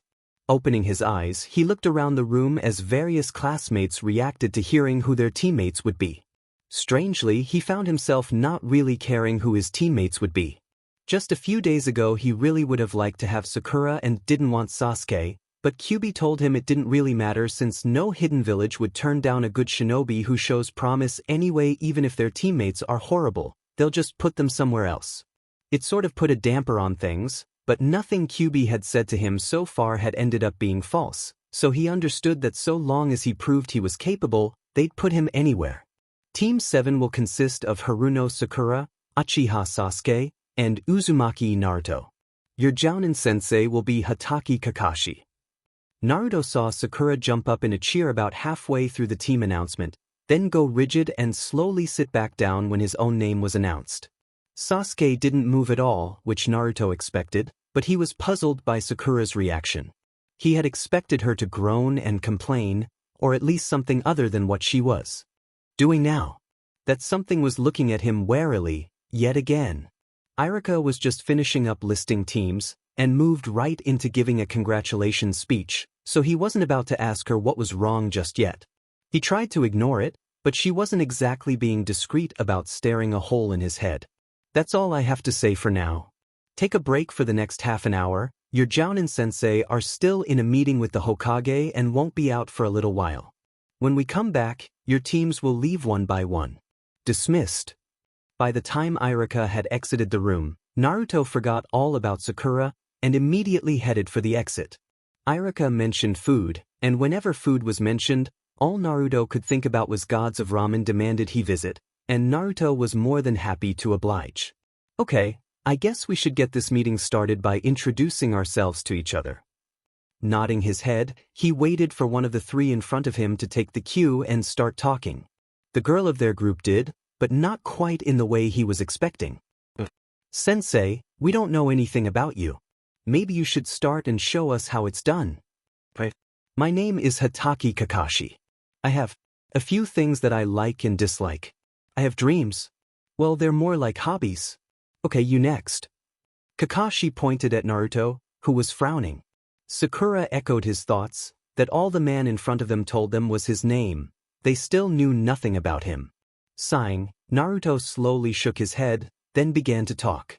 My name is Uzumaki Naruto. I like ramen, gardening, and training.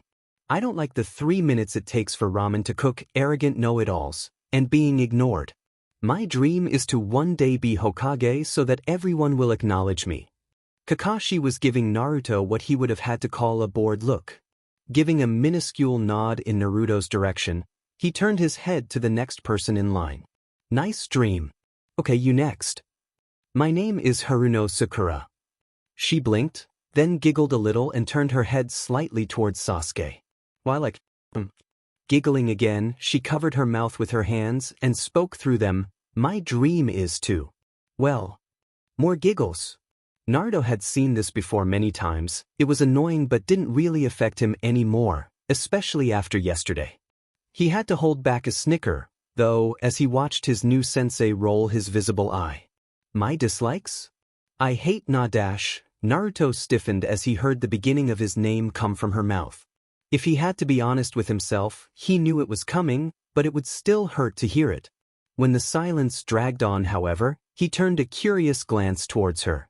For some reason she flinched as he looked over, but then she quickly looked away and muttered never mind, and didn't appear inclined to say anything further. How thoroughly interesting. Next. Sasuke grunted, let out an extended sigh, then began talking. I'm Uchiha Sasuke. I like training and learning new techniques. I don't like sweets, and I hate idiots with big mouths. My dream. No, my ambition is to kill a certain man, and then restore my clan. Naruto and Sakura both looked over towards Sasuke in surprise. It was the longest either of them had ever heard him speak and not say something condescending at the same time. That's nice. All right, you three, each of you take one of these memos. It has the information on it that you need to prepare for your survival training tomorrow. Survival? Training? Sakura looked up at Kakashi with a puzzled expression as she received the memo. But didn't we already pass the academy? We did survival training there. Kakashi nodded slowly. That's true, you did. But this is different. The training from the academy was testing you to make sure you have the ability to become genin. If you pass this training tomorrow, then you become official genin and can start taking missions. So what's the catch? The other three turned to Naruto and stared at him with varying degrees of surprise. Sakura was wide-eyed once again, Sasuke was squinting at him, and Kakashi simply seemed to have honest curiosity on his visible features. What do you mean? Naruto briefly scratched the back of his head, offering his new sensei a puzzled look. Well, they always tell us far in advance if we had a test coming up in the academy. But if they didn't tell us about this, that must mean it's really hard, right? Why else wouldn't they warn us? Kakashi chuckled lightly as he gave Naruto a somewhat appraising stare. It was still hard to tell, as most of the man's face was covered by his headband and a mask. Well, you're pretty sharp after all. That's a good sign. The catch is that of the 27 graduates, it's likely that only 3 teams will pass this test. That's 9 people. It has a 66% failure rate consistently, pretty much every time this test is given. So I suggest you all get plenty of rest and don't eat breakfast, otherwise you might puke. That said, Kakashi promptly disappeared in a puff of smoke. Sakura sat there staring agape at where their new sensei was a moment ago, but both Sasuke and Naruto rose to their feet at the same time. Well, see you guys tomorrow morning. Later. Naruto waved a hand, catching the attention of the other two, then promptly began jogging towards the stairs that they arrived from. Ichen. Sasuke didn't linger around either, walking in the same direction as Naruto, but at a slower pace. Wait for me, Sasuke-kun. Naruto. Hey, Naruto. The blonde stopped walking, turning around for the familiar voice. He had just left Ichiraku after a nice big celebratory meal because his team passed the second graduation test, and he couldn't help but be in high spirits. Placing his hands behind his head and offering a big smile, he greeted the girl who ran up next to him. "Hey, Sakura-chan. What's up?" The pink-haired girl was panting slightly and leaning over, with her hands on her knees. After a few seconds, she straightened, then gave him a slightly puzzled look. "I'm sorry about earlier. When we were all leaving, I was so busy listening to Kakashi-sensei that I forgot we left you tied to the pole. How did you get out? I've been all over the village looking for you."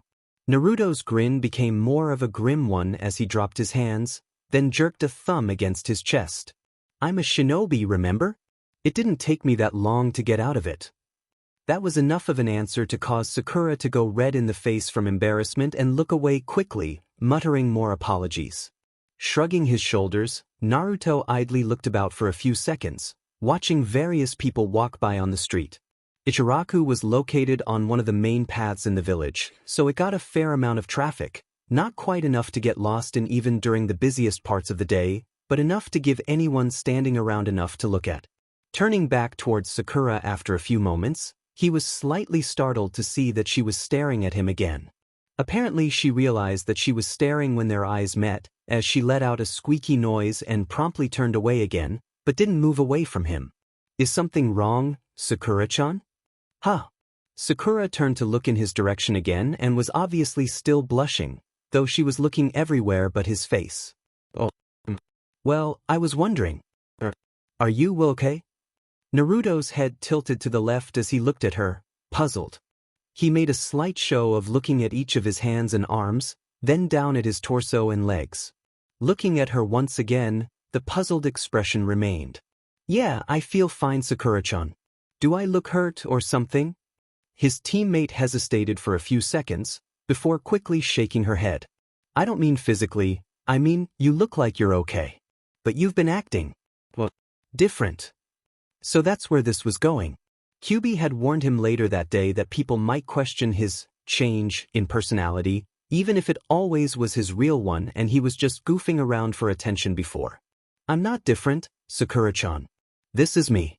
I was just playing around before because it was fun. But I'm a shinobi now.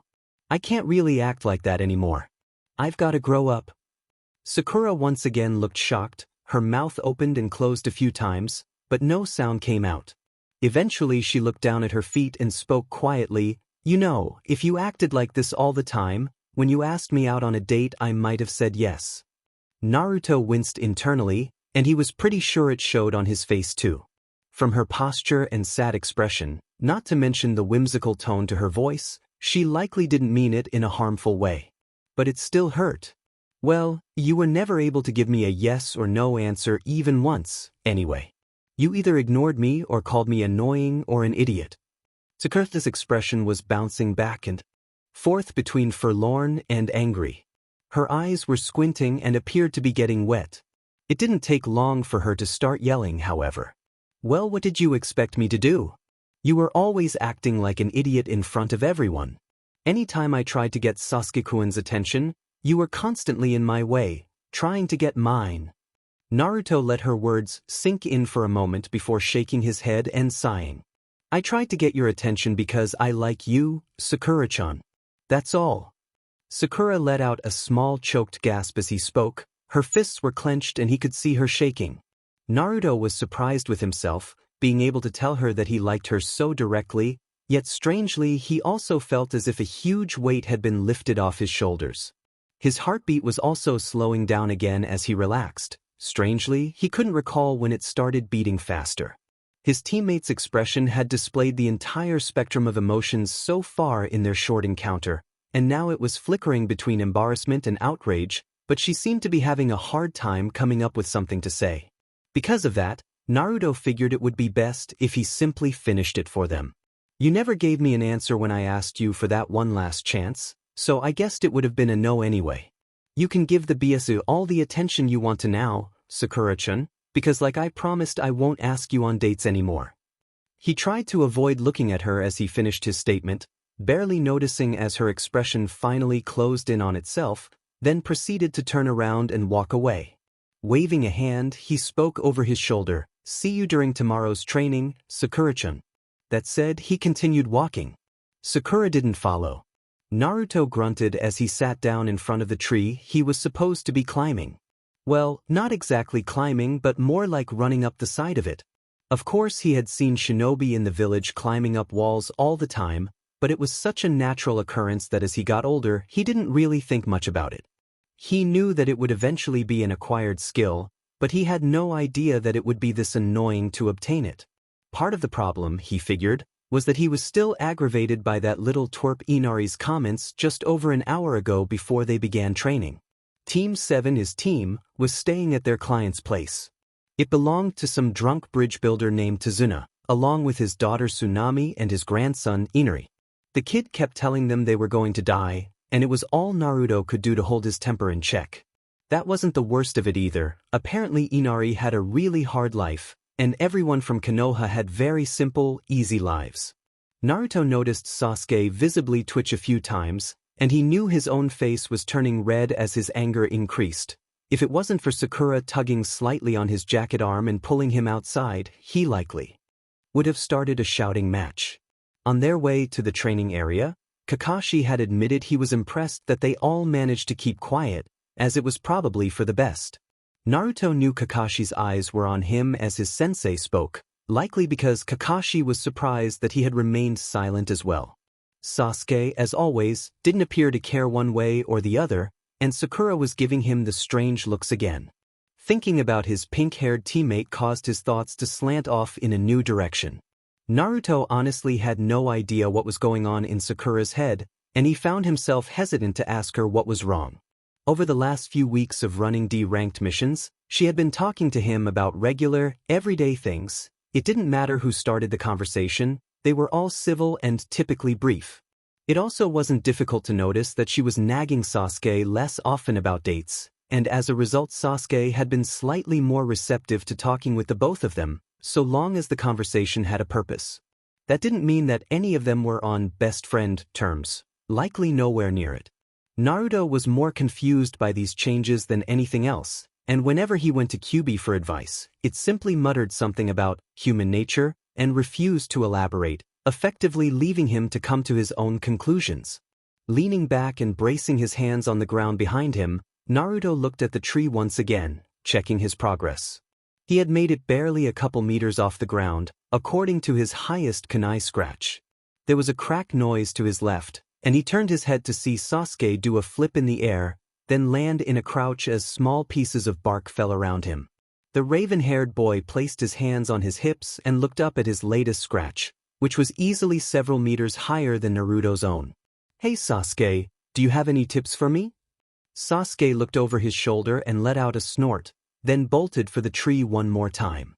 Shaking his head, Naruto turned slightly to look over at Sakura, who had finished climbing her tree a while ago. He noticed her head jerk away as he spotted her in his vision, purposefully making it seem like she wasn't looking over at him. It was yet one more thing that made him wonder what was going on. Many times when he had looked in Sakura's direction, he could notice her head shift away from him.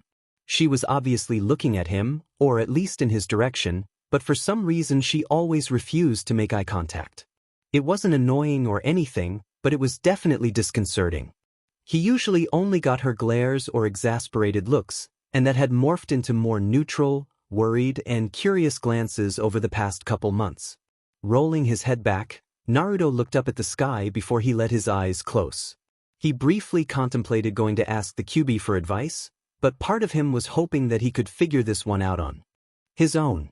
The Kyuubi had often given him advice regarding new techniques he was learning from school, and even when he learned the shadow clone technique, but it had never taught him anything original. Supposedly there was a chance he might have been taught one if he had won that bet. But since he didn't win, he'd never know now. "Naruto." The blonde's eyes shot open and he sat upright, looking to his right where he heard the feminine voice. Sakura was sitting there next to him on her knees, a careful distance away but still close enough to where she could talk quietly and he would be able to hear. "What's up, Sakuran?" Sakura immediately looked away for a second, in the direction of Sasuke, who was currently sitting on a low tree branch and staring at his latest marking. Naruto followed her gaze, only to snap back towards her when he heard her inhale, then ask a question. Do you want me to give you some pointers?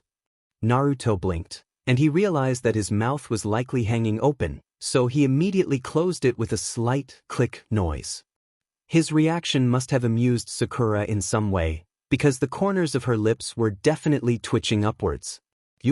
Sure, Sakura-chan. Anything you can tell me would be great. He was sorely tempted to give her a big grin as a form of thanks, but decided against it as she had been more receptive to him when he didn't do that. It was likely the better choice, as she immediately started rattling off a list of things he needed to do in his mind to prepare. She even recognized that it was likely easier for her since she had a small amount of chakra compared to him and Sasuke, something that he hadn't even thought of. The two of them went over some brief exercises of Sakura's that she claimed always helped her focus. Naruto wasn't sure how well they would work since he simply had so much chakra, but at this point he was willing to take any pointers he could get. As soon as the little impromptu study session was concluded, Naruto hopped up to his feet and simply focused. Calming his mind, he first imagined his chakra flowing through his body, then began to gradually pay more attention to the chakra running through the coils in his feet. As Sakura said, when first learning things, it was best to take it slow and steady. Eventually, with enough practice, things like this would become second nature. Imagining his chakra reaching like a hand and grabbing hold of the ground underneath him, Naruto then focused on releasing the grip just enough so that it could be firmly re-established as soon as he put the foot down again. He could feel both of his teammates' eyes on him as he walked around in a slow circle on the ground, getting a feel for his chakra grabbing and releasing. Slowly he walked faster and faster, until he got up to a small jog. After getting enough of a feel for it, he stopped in front of the tree, and looked up it one more time. Sakura started to say something, but he didn't hear her as he took off at a sprint towards the tree looming ahead of him. As he approached the base, he promptly leaned backwards, letting his first foot release from the rough dirt below and latch onto the rough bark of the tree. At nearly a 90-degree angle, it was quite the momentum shift, but after a tiny stumble, Naruto focused on the grab and release of chakra under his feet. Left, right, left, right, left, right. He kept going and going, still running full speed. The pull of gravity was grabbing for his head, shoulders, and back, willing him back down towards the ground, but the blonde managed to find enough concentration to reinforce his legs and hips, and continued running up, higher and higher. After dodging 2 branches, he finally noticed that he was running out of room to place his feet. The trunk of the tree was getting smaller the closer he got to the top, and eventually there was nothing left for him to step on. His momentum kept him going up into the air for a brief moment, and he hung comically suspended in the air for a handful of seconds before landing on the top of the tree, where the trunk split off into 2 small horizontal branches, leaving a spot to stand in the middle. Naruto inhaled deeply, shocked that he made it all the way to the top after a few small pointers from Sakura. Thanks to her, this was one thing he wouldn't need to bother the Kyuubi about. He was pretty sure that he heard her shouting congratulations from down below, but a nice breeze rustled through the leaves, drowning out most other sounds. After taking in the sights from the top of the canopy for a minute, he began looking for a clear way down. Seeing what looked to be a good spot, Naruto jumped a bit, falling down through the canopy below. As he burst through several bunches of leaves, they were obscuring a rather large branch almost directly under him. His original plan was to use the branch to slow his descent as he approached the ground, but the snap judgment proved to be his downfall. There was a resounding crack noise as the combination of his weight from the freefall and his chakra grabbing the branch simply ripped a chunk of wood right out of it. It slowed his descent, certainly, but it twisted him about at the same time. As a result, he landed on his back, knocking the wind out of him and leaving a distinct ringing noise in his ears as the back of his head hit the ground too. Naruto just lay there for a moment, staring up at the sky through the canopy, and didn't really focus on the voice he was hearing until a panicked face and a mop of pink hair obscured his vision. No, cuz. His vision gradually cleared, and he began to inhale big gasps while trying not to cough at the same time. Sakura was waving a hand in front of his face, so he reached up to grab it as proof that he was coherent enough now. The ringing continued, but he could clearly focus on Sakura's words now, so it didn't bother him that much. Thank goodness. What happened? You did so good going up, but you messed up coming back down? The blonde nodded, still inhaling deeply and coughing. In the middle of one of his coughing fits, a funny thought struck him, causing him to laugh and cough even harder. Sakura started to fuss over him, but he simply waved her off and tried to smile through the coughing and watery eyes. I just thought it was pretty funny. Sakura seemed puzzled, but worry was still the most visible emotion on her face. What was funny about you crashing to the ground? Naruto chuckled and coughed again, shaking his head as his breathing finally starting to settle down. I just thought that I was so cool getting up there in one run. Only to make an idiot of myself on the way down. The worst part is that this time I didn't want to. Naruto rubbed his chest as he laughed, finally sitting up a little. He absently noticed that Sakura had gotten down on her knees next to him at some point, as she was now climbing back to her feet. The worry that was on her face before had vanished, and her relief was obvious. He was cracking jokes now, and she apparently couldn't help the small grin that worked its way onto her face. Shaking her head, she offered him a hand, which he graciously accepted. Silly. Maybe you should just run down it next time, instead of jumping. Hey, that's a good idea. Wish I'd thought of it. Sakura snorted and rolled her eyes but was grinning even more, but before either of them could say anything else, a colder voice interrupted them. Naruto, how did you do that? The two teammates looked at their third member briefly before both looking at each other again. Naruto couldn't help but frown. Sure, Sasuke was a frigid BS dude, though he was sure that the Uchiha had been warming up to them a little over the past couple months. The name-calling had pretty much stopped between the two of them unless one of them did something really stupid and deserved it, which was still progress. But he couldn't understand why Sasuke had to act like he did. First he would refuse to help anyone, then when someone did things better than him, he expected help or answers automatically. Shaking his head, Naruto's frown grew deeper as he saw Sasuke scowl before he had even said anything. I can't tell you. Before Sasuke could blurt out an angry comment, Naruto placed a hand on Sakura's shoulder and spoke up quickly. But Sakura-chan can explain it. If it wasn't for her, I wouldn't have been able to do it. I'd probably just mess something up and make you angry at me anyway. The Uchiha's scowl immediately faded, and he gave a grunt and a barely perceptible nod, his way of saying that the explanation was acceptable. Naruto got a few private chuckles at his knowledge of Sasuke's facial expressions and grunts. He had developed a sort of grunt sense that let him know Sasuke's intent merely by the look on his face and the noises he made. The blonde gently pushed Sakura's shoulder forward, towards Sasuke. She took a few steps before turning and looking back towards him. Do you really think I can explain it? Naruto chuckled, then jerked his thumb up against his chest. Sakura-chan, if you can teach me how to do something, then all you have to do is breathe and the prodigy can probably figure it out. So don't worry. If he gives you a hard time, come tell me and I'll kick his butt. Sasuke's expression quickly soured once again, but for a change he decided against making any guttural noises. Sakura, on the other hand, she was actually smiling at Naruto for the first time in whatever. It wasn't just any smile either. It was the same smile he had seen her gazing at Sasuke with. Only this time, she was looking at the blonde directly into his eyes. Thank you, Naruto. I will. The blonde struggled to remain coherent as he pitched forward slightly, sluggishly moving one leg forward to balance himself. Wobbling on his feet, he looked around, having to spend more energy on movement than he would have liked. Unfortunately, his peripheral vision had started going dark, and he could only see a small area directly in front of where he was. He heard Sasuke's heavy breathing as well, and still failed to understand why his teammate had entered this ice prison.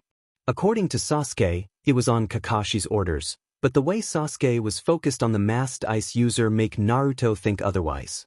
Sasuke had mumbled something about the masked shinobi in front of them having a familiar chakra signature, but he couldn't really place it. He had an idea, but needed to see who was behind the mask to confirm it. Something about it being similar to someone he met in the forest when he had passed out from exertion due to the tree exercise. Apparently he had been out in the forest all night last night, continuing the exercise even after he had managed to climb the tree. According to the very brief explanation given, he met someone out there who seemed to be very similar to the person facing them now, though he wanted to confirm it. Unfortunately, he was already running lower on chakra than he would have liked. There was an attempt on the lives of Tsunami and Inari, and then he had to expend more just getting to the bridge they were supposed to be protecting in a decent amount of time. A whistling noise sounded from within the dome, and before Naruto could really think about what he was doing, he simply acted. Moving as fast as his legs could get him, he stood in front of Sasuke, taking in the multitudes of needles that were meant for his teammate. He grunted and hunched forward, spikes of brief pain followed by numbness overtook most of his extremities. He was having a hard time standing on his feet. Trying to pump chakra into various places on his body wasn't working either. He was simply going numb all over. Naruto? You idiot! Why did you take those from me? You're already weakened. Naruto snorted, turning his head completely to look at Sasuke's spinning Sharingan via what little vision he had left. I don't know. You're my friend. My teammate. I have to. I'm stronger when I have something to protect. Naruto barely finished speaking before falling to his knees, thin Senbon needles stuck in his legs snapping like twigs, but he didn't feel any more pain since they were already numb. He was barely aware of falling forward onto his chest as his vision had faded out to nothingness. He swore he heard someone calling his name, but it sounded muffled, as if he was underwater. No matter. For some reason he felt really tired. Drip, drip, drip. Did someone leave the water running? Drip, drip, drip. Naruto slowly opened his eyes, only to see a ceiling made out of something that resembled brick. Drip, drip, drip. Shooting upright with a large gasp, the blonde shinobi placed his hand over his heart as he felt it begin beating a mile a minute. Taking several deep breaths in a row, he took a moment to get his bearings as he looked around where he was. There was the Kyuubi's cage. It was still sealed, and he didn't really feel the Kyuubi's chakra any more than normal. So he wasn't dead, but somehow was forced into his subconscious. Looking around the room for more potential hints, the only thing of note was that the water-like substance that was usually about ankle-high was only about a centimeter in depth. What could that mean? Kyuubi? Are you awake? Yes. The deep, grating voice of the Kyuubi pressed down on his senses a little more than he was used to, but that was only a minor inconvenience right now. I know I'm not dead, but do you have any idea what's going on? There was a low growl from behind the bars, and the noise of something very large shifting position. That could mean that the explanation might be a long one, and he might not understand all of it. Your opponent used Senbon needles to strike at various pressure points and tenketsu on your body. This did two things. It made you numb and severely restricted your chakra flow. Right now, if anyone was to check on you, they would believe you were dead. Your chakra is flowing just enough to keep you from true death. Nothing more. Naruto blinked rapidly as he began to process exactly what Kyuubi was saying. So he was dead. But he wasn't at the same time. Naturally, his thoughts wandered towards what Sasuke must be thinking, and then what would happen with Sakura-chan, Kakashi-sensei, the old man. But if I'm here, then I'm not dead. How can I wake up again? There was a loud snort, and Naruto's clothes and hair blew about as the hot air washed over him. You cannot. I've always been able to wake up before. Naruto closed his eyes and focused on waking up outside his body. But nothing was happening. He remained in his subconscious. What the hell is going on? To any medic, you would be dead. Only an exceptional medic would be able to find the subtle traces of your chakra and recognize that you were in a deep, induced coma. Do not worry, your tenketsu will fix themselves gradually. You'll likely wake up in an hour or two and be at full strength again by tomorrow. I don't have that long. Naruto slammed his fist against one of the large metal bars of the cage in aggravation. My teammates are in danger out there and could die. I can't let it end like this. An hour is too long to wait. Frustrated, Naruto immediately spun away from the cage and began pacing back and forth, a look of intense concentration on his face. After several minutes of this, he let out a grunt, then sat down on the ground, his head in his hands. I can't fail them, I need to think of a way. Ugh, I'll never be Hokage at this rate. There is a way. Naruto was immediately back on his feet, up at the cage bars once again. What? How? You would need someone to open your tenketsu that would awaken you. Since I am a separate chakra source, I can do this. What are you waiting for? Do it. The QB made a rumbling noise before answering. It will hurt. That simple statement was enough to make Naruto take a step backward, eyes wide. In all the time he had known QB, it had never warned him about something hurting before. Plenty of things he had done in the past had injured him, some of them were rather bad too. But the QB had never, ever warned him about pain before. Until now. That alone made him consider the offer for several moments. Thanks for the warning, but do whatever you have to do. I refuse to wait here until I wake up normally. Besides, if it's your power, I'm going to have to get used to it eventually, right? Naruto was grinning up into the blackness of the cage, hoping the QB would appreciate that response. Of course, he wasn't exactly looking forward to the pain, but it would be something that he'd have to deal with eventually. Might as well start adjusting to it now. I can respect that answer. As a special consideration, tell those whose lives you value to get out of the way, because you will not be able to control my power. Prepare yourself. Before Naruto could say anything, an itching sensation began to work its way across his body, which eventually turned into an intense burning. It suddenly flared, and he felt himself come alive again. He would have screamed at the sheer power and the malice, hatred, suffering. Naruto felt a weight and a slight dampness on his chest as his eyes opened wide and he inhaled sharply. With a startled cry, the cause of the pressure on his chest leaned up, shock on her features. Naruto, you're alive. And I swear your heart wasn't beating. The itching sensation was climbing through his limbs now. His entire body was on pins and needles as the numbness was forcefully removed from him. Blinking and glancing at his teammate, he noticed that her hair was a mess and her eyes were bloodshot, tears smeared across her cheeks. She had obviously been crying a lot. For who?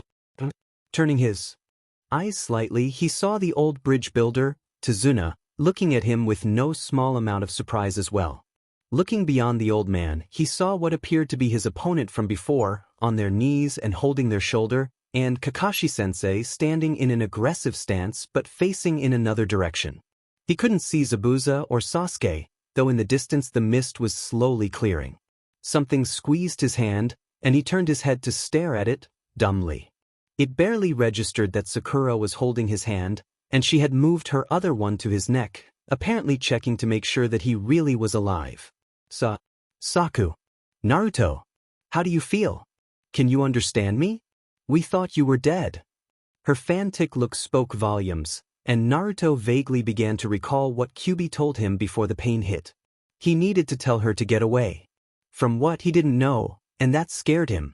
But as the numbness wore off, he felt the surging anger, the hatred for the person who had caused this pain for him, for his teammates, for the old man and his family and this entire village, and Naruto sat upright, causing Sakura to gasp, then gradually climbed to his feet as the power surged through his body. He was angry. He was sad. And this power felt so good. And Naruto. His head turned to look at his teammate, who was starting to look scared. Scared of him. Sakura was looking at him in panic, but he didn't know why.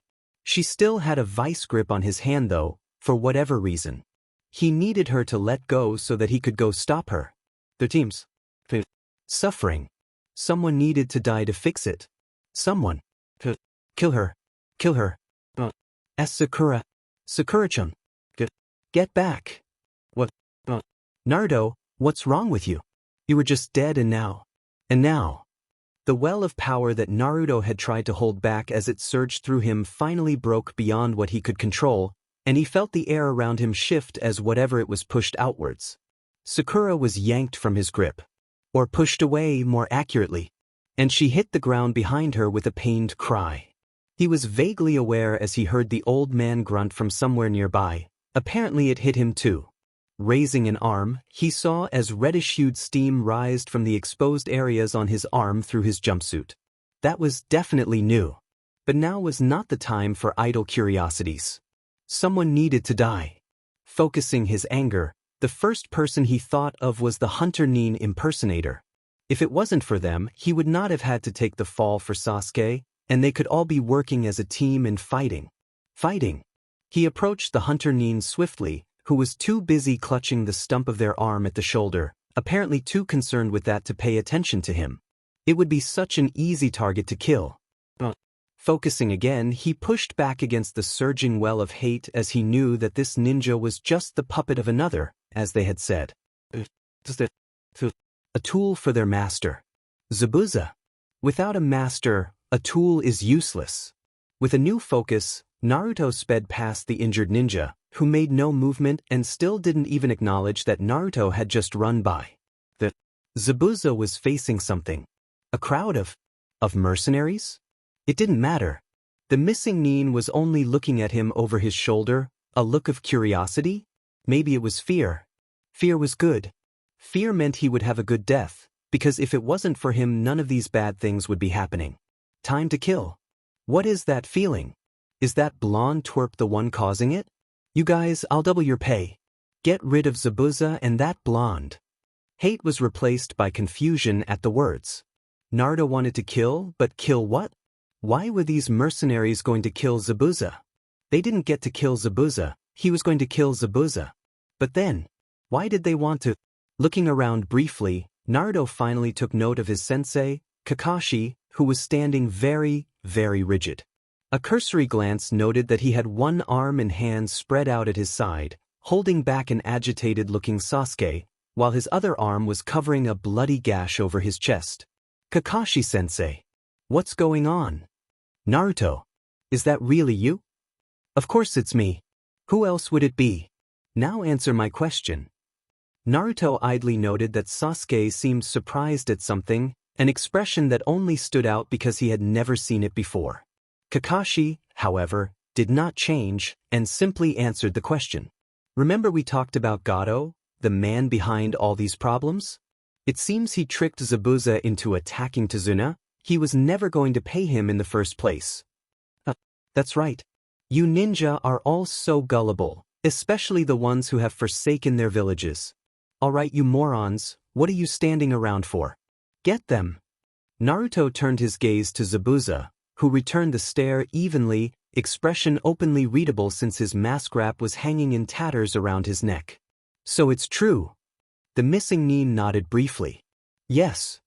Naruto smiled, and he was sure that his seemingly enhanced vision picked up on some of the hairs on the back of Zabuza's neck and head stand upright. Good. They can all die.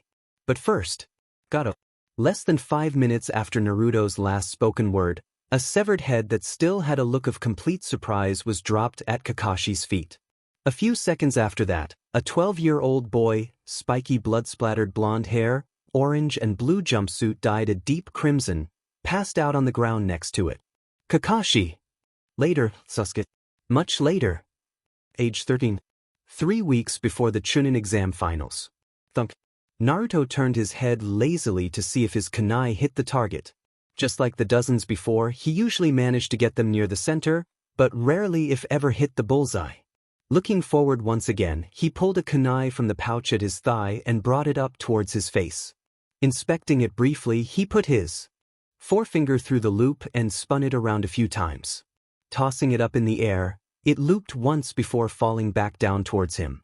He quickly shot his hand out to grab the handle, then closed his eyes and imagined his target. Focusing for a moment, he quickly brought his arm across the front of his body, flinging the kunai towards the target. Thunk.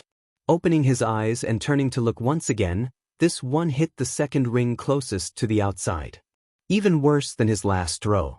Sighing to himself, Naruto reached into his pouch once again, only to find it empty.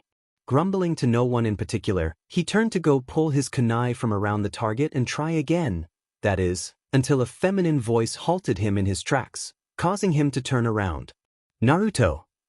Looking in the direction the voice came from, he saw the girl from Team Guy walking along the path towards where his current training area before. He didn't know her that well, but she obviously knew who he was. Everyone from the first part of the Chunin exams likely did. Hey there.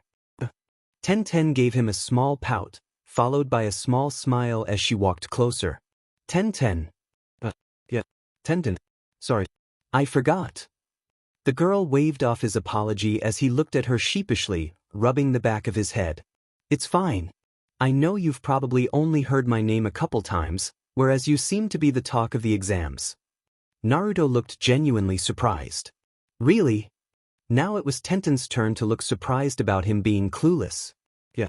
All I hear about is how your team survived an ambush by Orochimaru, how your team is probably one of the strongest Konoha has entered into the exams in a while, and stuff like that. I heard Guy-sensei grumbling about how unyouthful it is that people are placing bets already that your team will sweep the exams. While Naruto started to look pleased at first, that quickly faded when Tenten began talking about his team. That was an entirely different matter.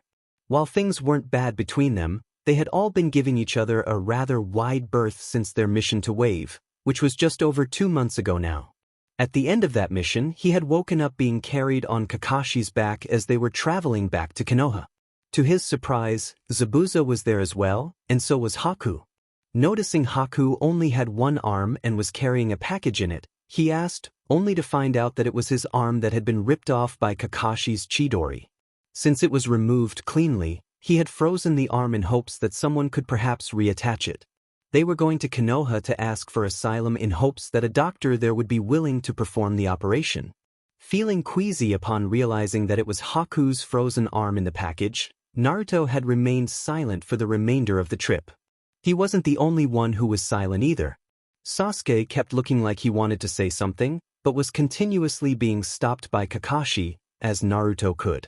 See Sasuke's eyes drift back and forth between them. Sakura on the other hand. She never looked back at him one time, at least not that he noticed. He was tempted to call out to her, to apologize for knocking her away, but figured it would be best done when they had all settled down and reported in. It came faster than he thought, as apparently he had been knocked out for longer than he believed. They arrived at Konoha within a few hours. Zabuza had immediately been taken into custody and Haku was led to the hospital by one of the Chunin sentries on watch. Their team, however, went straight to the Hokage's office. They all stood still as Kakashi explained what happened, up to the final outcome. Obviously leaving a lot out. Naruto cringed at points, vaguely remembering what happened, his memory of that time rather hazy. Sasuke kept looking back and forth once again between him and Kakashi, while Sakura visibly trembled at points. The Hokage asked Naruto if it would be alright for him to explain what was going on, and after giving a brief moment's thought to it, slowly nodded his head. The Hokage sent him on his way, saying that the rest of his team could catch up with him later, and to take the week off. The week passed without anything happening, so he managed to keep himself busy with personal training. To his surprise, Kakashi had shown up on more than one occasion to offer him some pointers before taking off, saying that he was still needed for higher-ranked missions but that he'd try to offer tips when he was in the village. Once the week passed and his team gathered again for missions, he was the first to arrive, hoping to be able to talk to at least one of his teammates about what they thought. Sasuke was there first, as he expected. But other than a nod in his direction, nothing seemed to have changed. He was about to ask until he heard Sakura's voice calling both his and Sasuke's name. She ran up, greeted them both, then promptly pulled a book out of a bag she was carrying and began reading. Upon attempting to apologize about what happened in Wave, she merely smiled at him, said it was all right, then promptly ignored him after that. Since that time, nothing further had changed. Kakashi made more than one mention about how their teamwork was incredible, but outside of their missions they had absolutely no contact. The teamwork was there, but the trust was not. Much to Naruto's surprise, Sasuke had confirmed that he was jealous about Naruto's secondary power source, that he could have used it to avenge his clan. But otherwise he didn't care. Sakura said she was just mad that Naruto hadn't trusted her or their team and tell them about it, but also confirmed that she'd get over it eventually, as she gradually accepted his reasons why he didn't. Ever since then, they had slowly been getting back into their old groove, though Sasuke was talking to them both more on a regular basis, and Sakura hadn't nagged Sasuke about dates once. As time went on, it was obvious to Naruto that Sakura was showing even a little more respect to him, as she had apparently made a conscious choice to look to him for decisions occasionally, instead of constantly expecting everything from Sasuke. Naruto. The blonde promptly snapped back into focus, realizing that he had unintentionally started daydreaming. I'm sorry, Tenten, I didn't mean to. I was just thinking about what Guy-sensei said. I guess a lot of people don't know that Sakura-chan dropped out. Tenten looked scandalized. What? Why? Naruto offered the girl a sad smile. She said she wasn't ready for the finals, but she didn't want to hold back me or Sasuke from going further. After she beat Ino, she talked to both Kakashi-sensei and the old man, asking if she could be removed from the last competition to concentrate on other things. She knew her limits. Did she say why she didn't think she was ready? Naruto shrugged, shaking his head. I didn't want to pry, and she didn't say anything to me or Sasuke. Kakashi explained to us a little of what she said. When I went to her house, her mom said that Sakura-chan had been reading a lot of medical books and was taking some courses at the hospital. So she wants to be a medic nin? Tenten was tapping her chin with her forefinger, obviously thinking about it. Sounds like it, but I haven't seen her since the end of the second part of the exams, so I don't know. That SCKS. Some teammate. Naruto frowned. Hey. Sakura-chan is a great teammate. Tenten immediately held her hands up in a surrendering gesture. Whoa. I'm sorry. I just don't think it's right for a teammate to not let you know what's going on, that's all. Naruto was about to agree with her, but frowned after a moment, shaking his head. Well, I would deserve it. What did you do? Naruto stopped, wondering if he should tell Tenten about his little secret. Shaking his head once again, he decided against it. He didn't know her well enough yet. Maybe if they became better friends. Never mind. It's a really long story, and I probably shouldn't tell someone from another team. At least not yet. I'm sorry. Tenten frowned briefly, but eventually nodded her head. I understand. It's okay. Shrugging her shoulders, she pulled the huge scroll off of her back, then set it on the ground in front of her with a dull thud. What's that?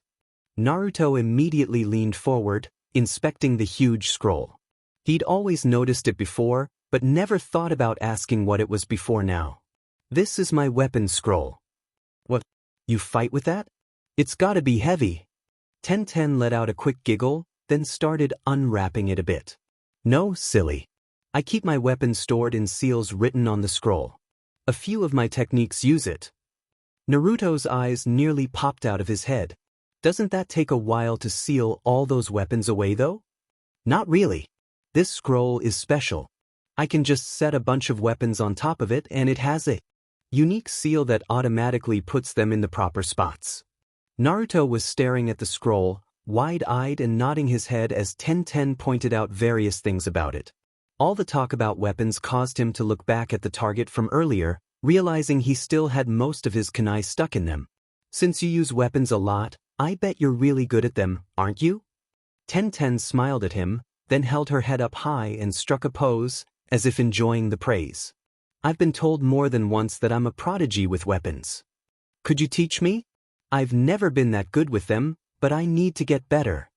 At first glance, the girl looked incredibly enthused about teaching someone else how to use weapons properly.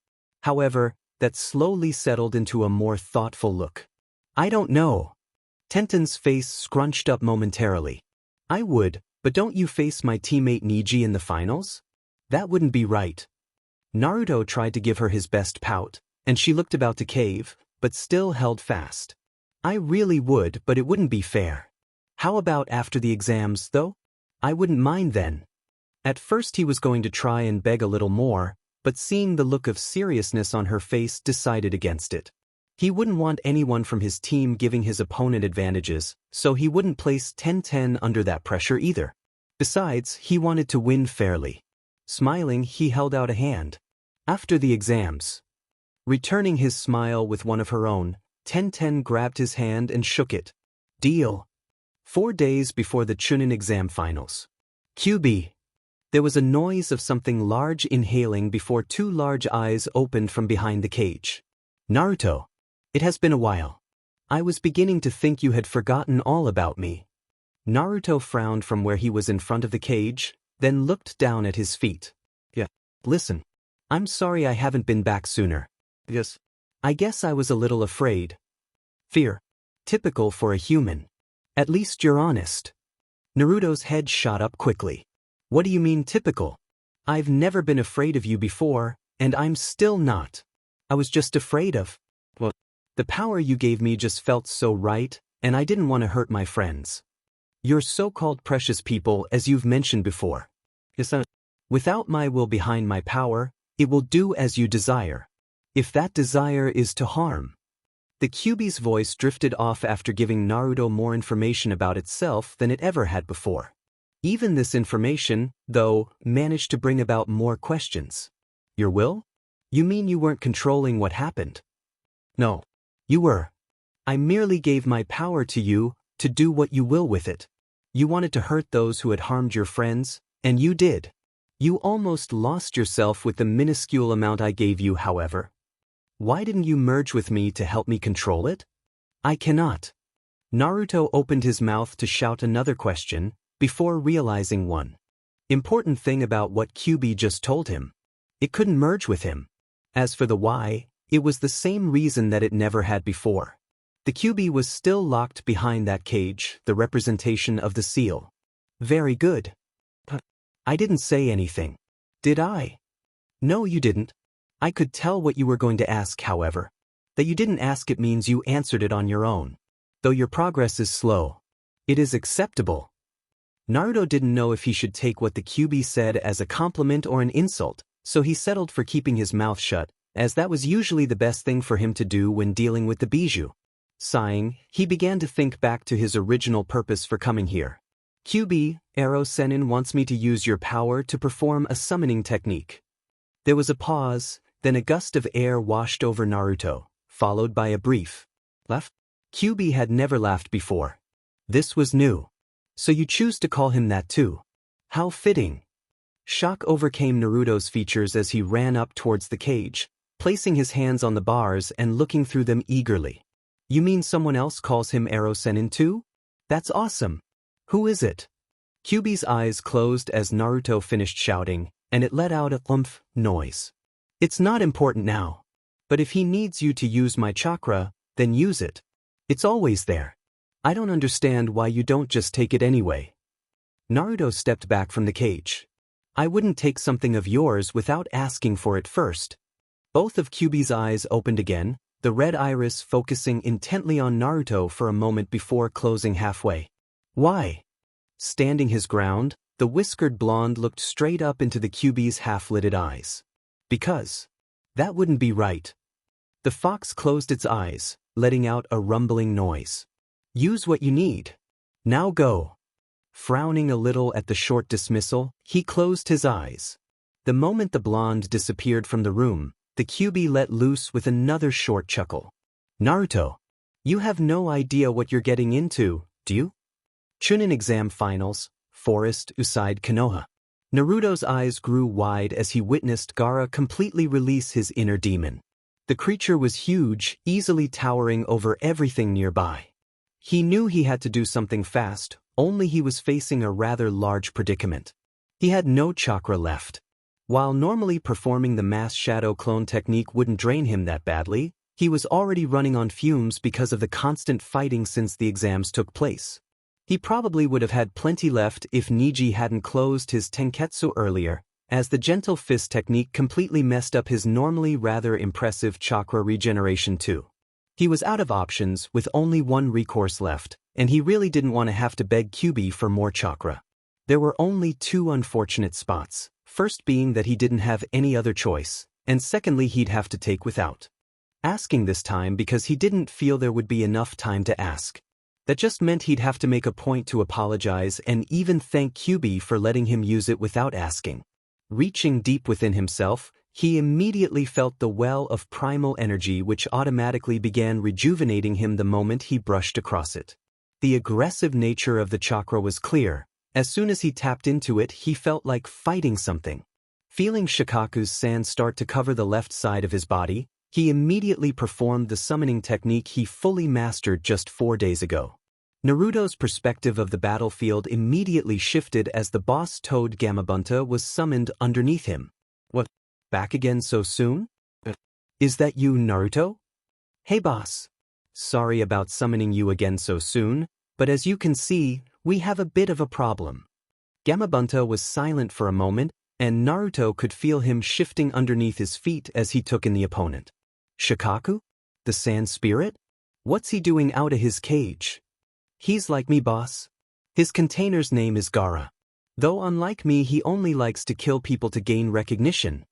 I see. But I really don't want to fight this guy. You see, my leg has been sore for the past couple days. What? Boss, come on. If I don't stop this guy, I don't want to know what he'll do to Konoha. Gamabunta shifted again, facing Shikaku now. Naruto was actually rather surprised that Shikaku hadn't attacked them already, but he attributed that to the fact that Gaara was likely still in control and having fun watching what Naruto was willing to do to help him prove his existence. Please, boss. I don't want to have to summon Kyuubi. Summon Kyuubi? How can you?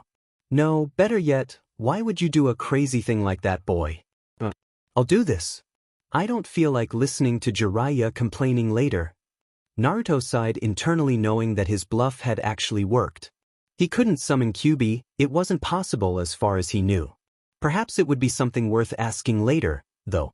He didn't get very far on that train of thought, however, as Gamabunta told him to hold on tight and charged right towards the sand spirit. Having plenty of time to prepare, Gaara used Shikaku to start shooting bullets of air at the boss toad. Naruto held on for dear life as Gamabunta tried evading them or using water bullets to knock them out of the way. At the same time, he was silently hoping that Sasuke and the others were far enough away from this fight, as the amount of forest that was being torn up was massive. Things only got worse, however, as realizing there was a stalemate, Gaara decided to forcefully put himself to sleep, allowing Shikaku to take full control. The demon was obviously insane, as it began destroying everything in sight and throwing whatever it could at the boss toad. Knowing it was only a matter of time before he would run out of chakra, Gamabunta knew they had to get in close. Naruto. Yeah, boss. I'm going to get in close so you can wake up that kid and make Shikaku lose control. However, I won't be able to hold on like I am now, so you're going to have to transform me into something that can grapple. Got it? Just grapple? What the hell am I supposed to turn you into? Unfortunately, Gamabunta didn't hear him as there were several large explosions nearby. Quickly launching towards Shikaku, Naruto thought once again of the Kyuubi, the only thing large enough that had sharp teeth and claws which would be able to grapple well. There was a large burst of smoke around them as the transformation took hold, and Naruto could have sworn he saw the eyes of the tanuki go wide as they emerged from the cloud. In no time at all, the shape-shifted Gamabunta got in close with Shikaku, grabbing on tightly. The moment they made contact, Naruto leapt off Gamabunta's head, straight towards the slumbering form of Gaara. Pulling his fist back, the moment he got close enough, he launched it forward, straight into the slumbering boy's cheek. Gaara woke immediately just as the wails of Shikaku filled the air around them.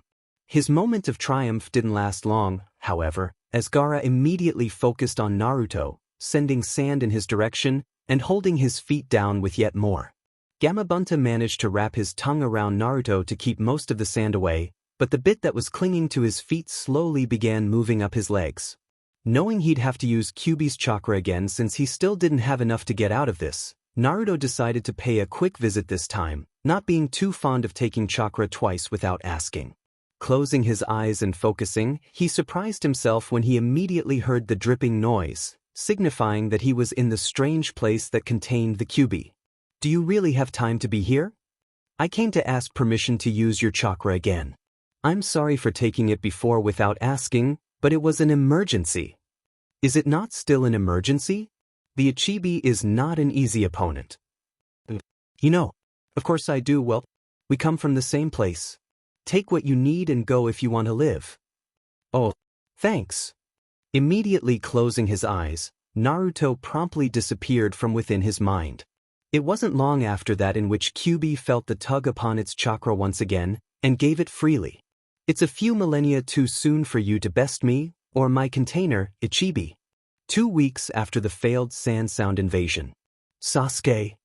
The raven-haired youth stopped in his tracks, turning his head to the side slightly.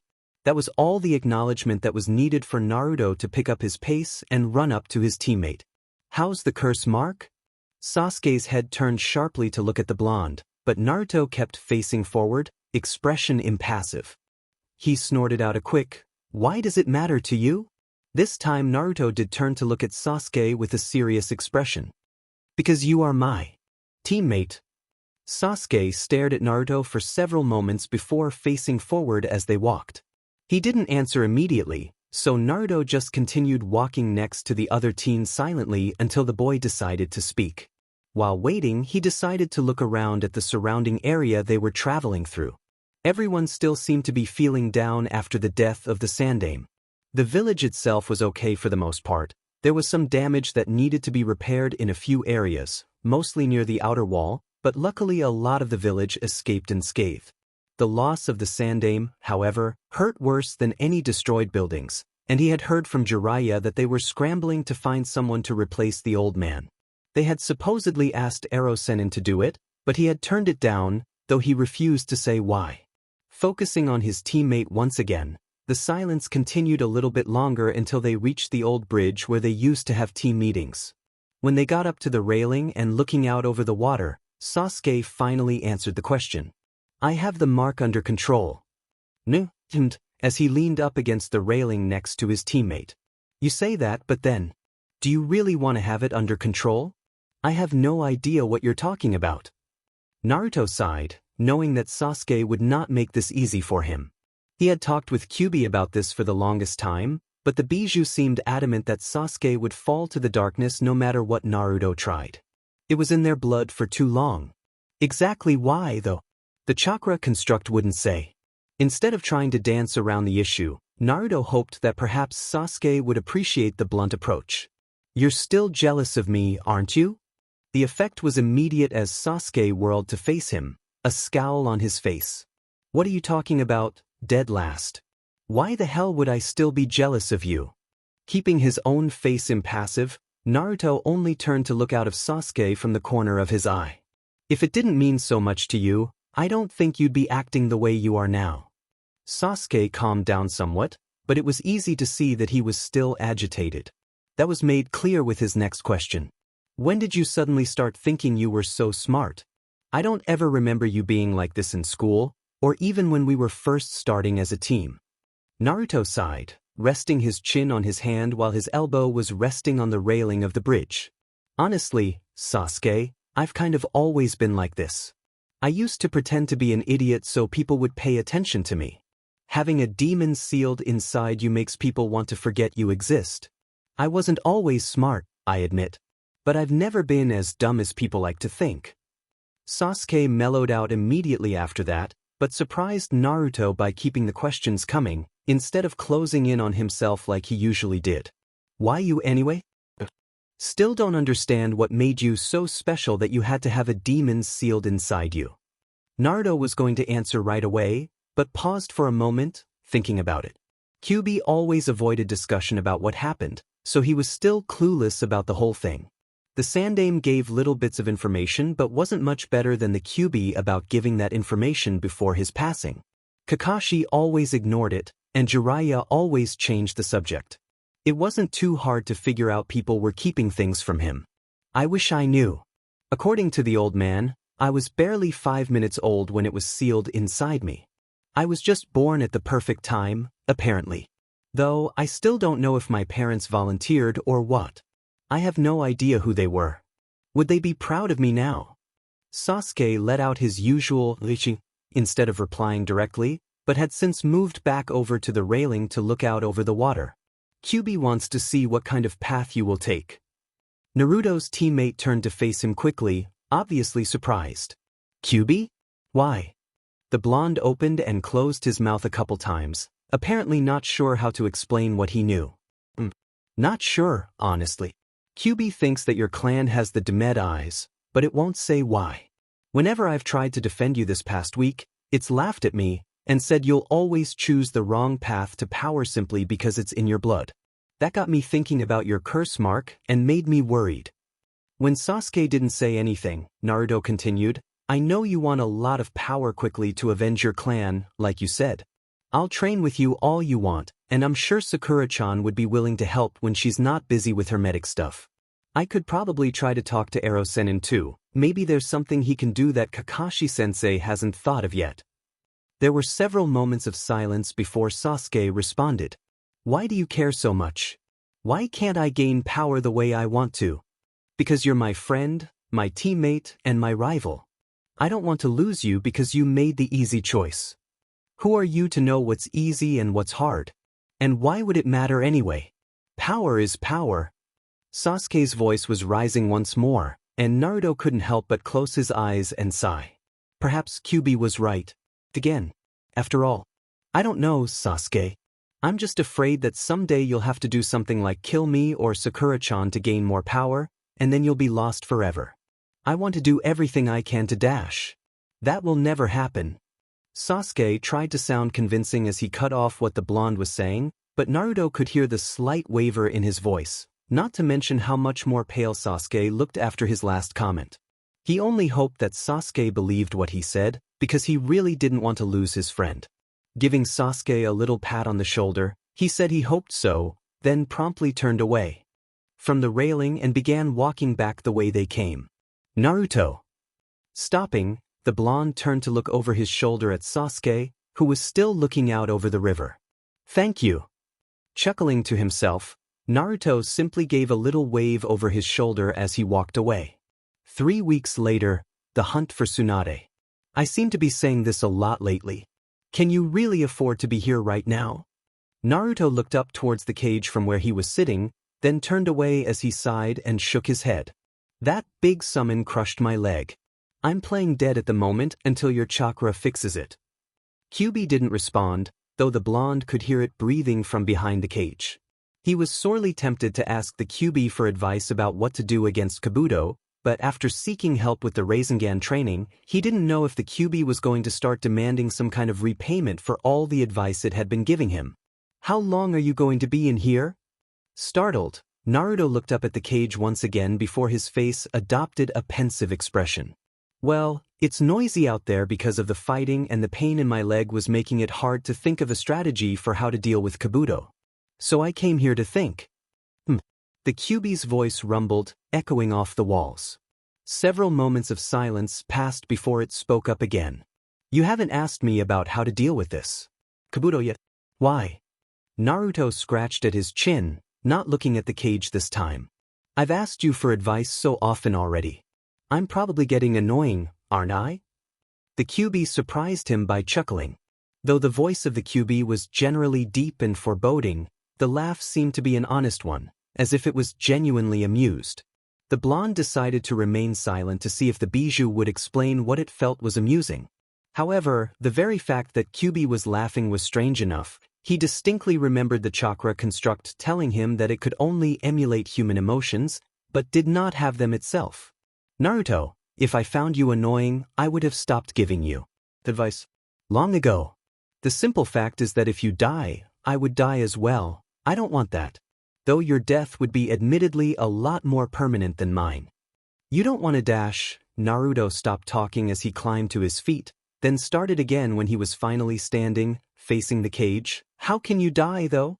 Aren't you just made of chakra? The Kyuubi chuckled again, though it didn't last nearly as long as the first time. That is something we can discuss at a later time. For now, you simply need to immobilize that Kabuto to hit him with a Rasengan. I suggest you hurry, otherwise someone important to you will suffer. Naruto's eyes went wide at this before he exclaimed, Who? Ero-senin? Even if he was poisoned by that old lady, he said he'd be fine. Know that woman. Tsunade. Kabuto will kill her if you don't act.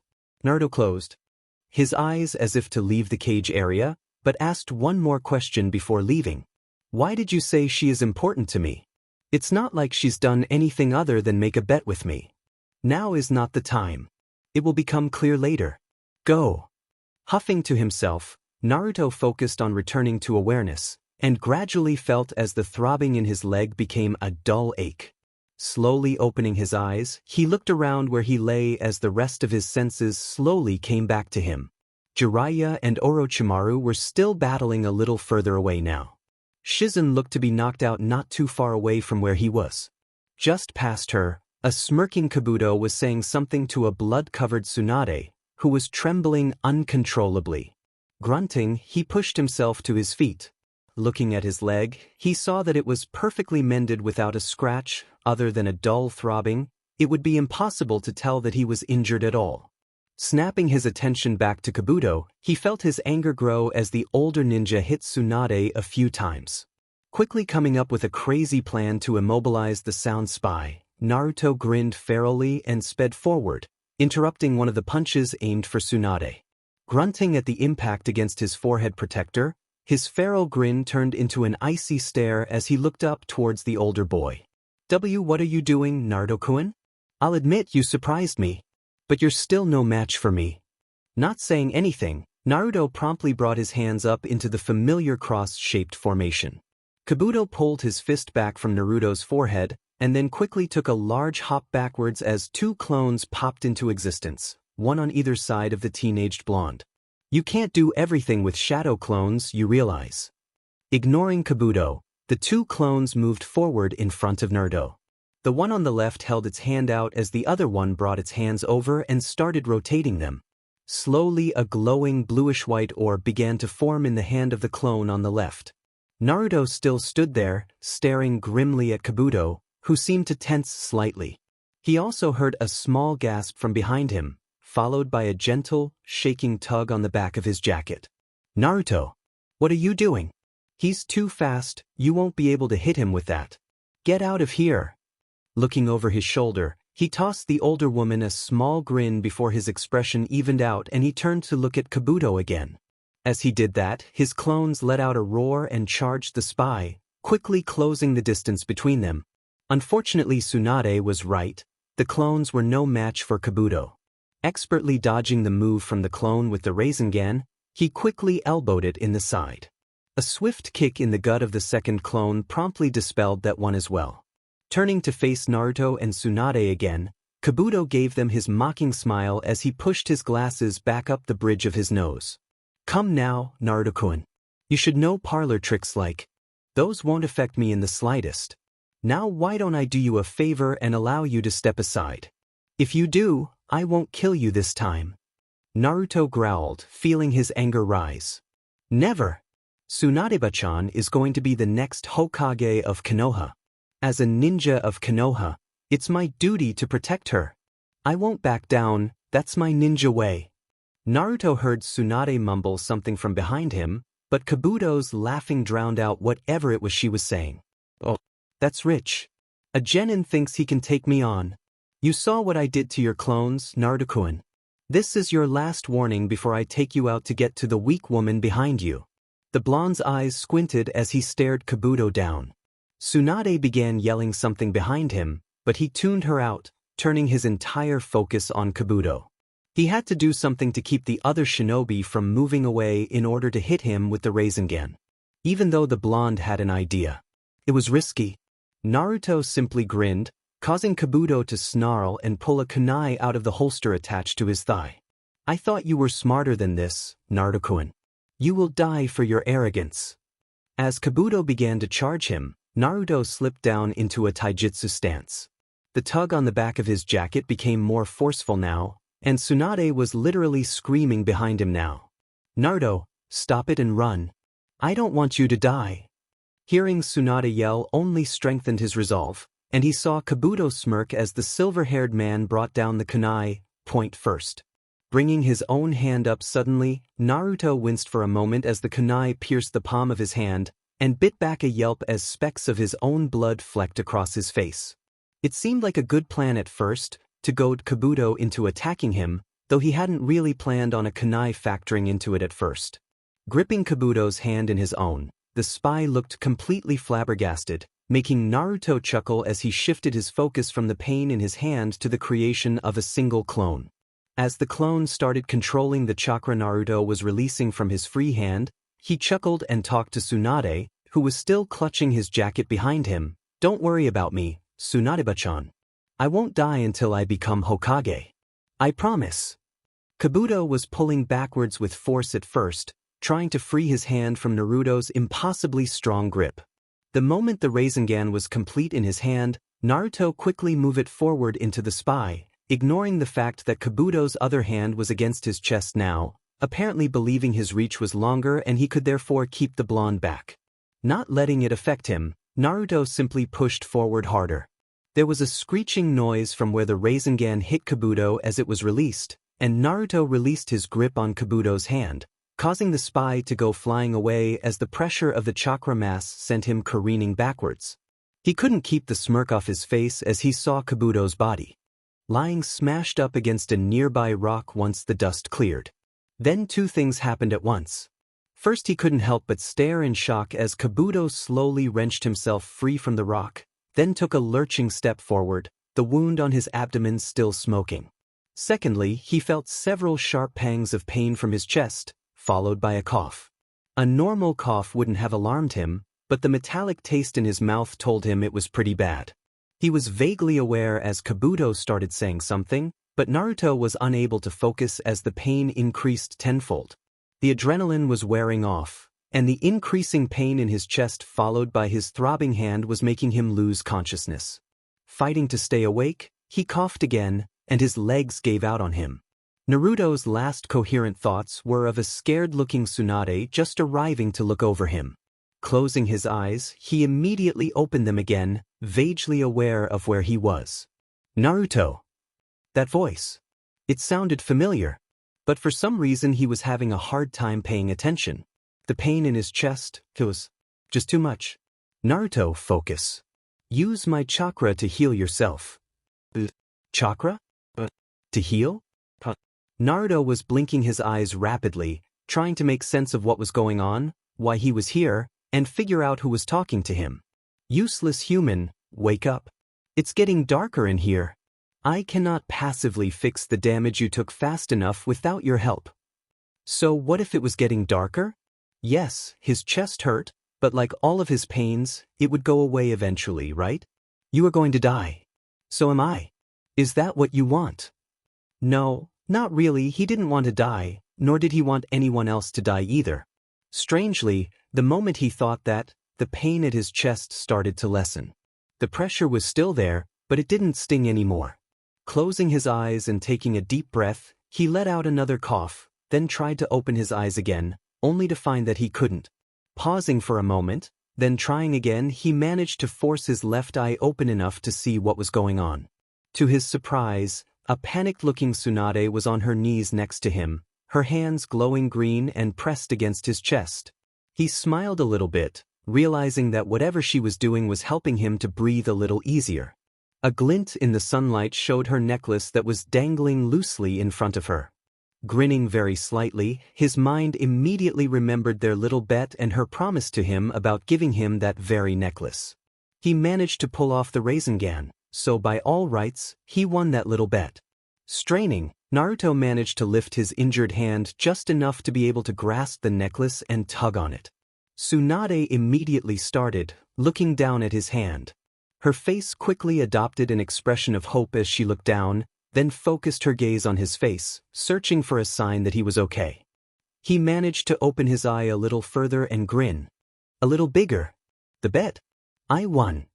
The look of shock and relief that crossed her face was enough to make him want to laugh out loud, but suddenly he felt a wave of tiredness wash over him. Closing his eye again, he released his grip on the necklace and let out a sigh, finally feeling a little comfortable. Another sensation of strange warmth washed over him. He opened his eyes again to see what it was. Blinking as he waved his hand in front of his face, Naruto realized he could now open both eyes and move with no problem. Looking around from where he was lying, things gradually came into focus around him, the first of which was the very large cage. Seeing that, various memories finally started snapping back into place. You're back. Startled, Naruto looked up at the cage again, but didn't see anything from behind it. Planting his hands on the ground, he sluggishly started to push himself to his feet. KQB? Yes. Grunting as he managed to stand up, Naruto sighed deeply as he realized he could barely do so, and promptly leaned forward, his hands resting against his thighs. I feel so tired. Lethargic would be the better word to use. That's what happens when you have a close brush with death and the adrenaline wears off. Death? Naruto couldn't keep the incredulity out of his voice. Really? I felt like I was dreaming, but not really. The QB grumbled from inside its cage. You almost died and didn't respond to me. That ninja was using his technique to damage the blood vessels around your heart, which you likely only interpreted as him trying to keep you away. Already feeling tired from standing, Naruto chose to sit back down in the liquid that was all around. Truth be told, he still didn't feel completely aware of what was going on, but at least he had control this time. I didn't feel anything strange until after I had already hit him with the Rasengan. He likely could have killed you instantly if he wished. Since he survived your technique, he likely understood that he needed to either protect himself or conserve his chakra to heal himself later. Naruto humphed to himself as he rubbed his eyes. Well, I still got him, and that's all that matters, right? Of course it matters.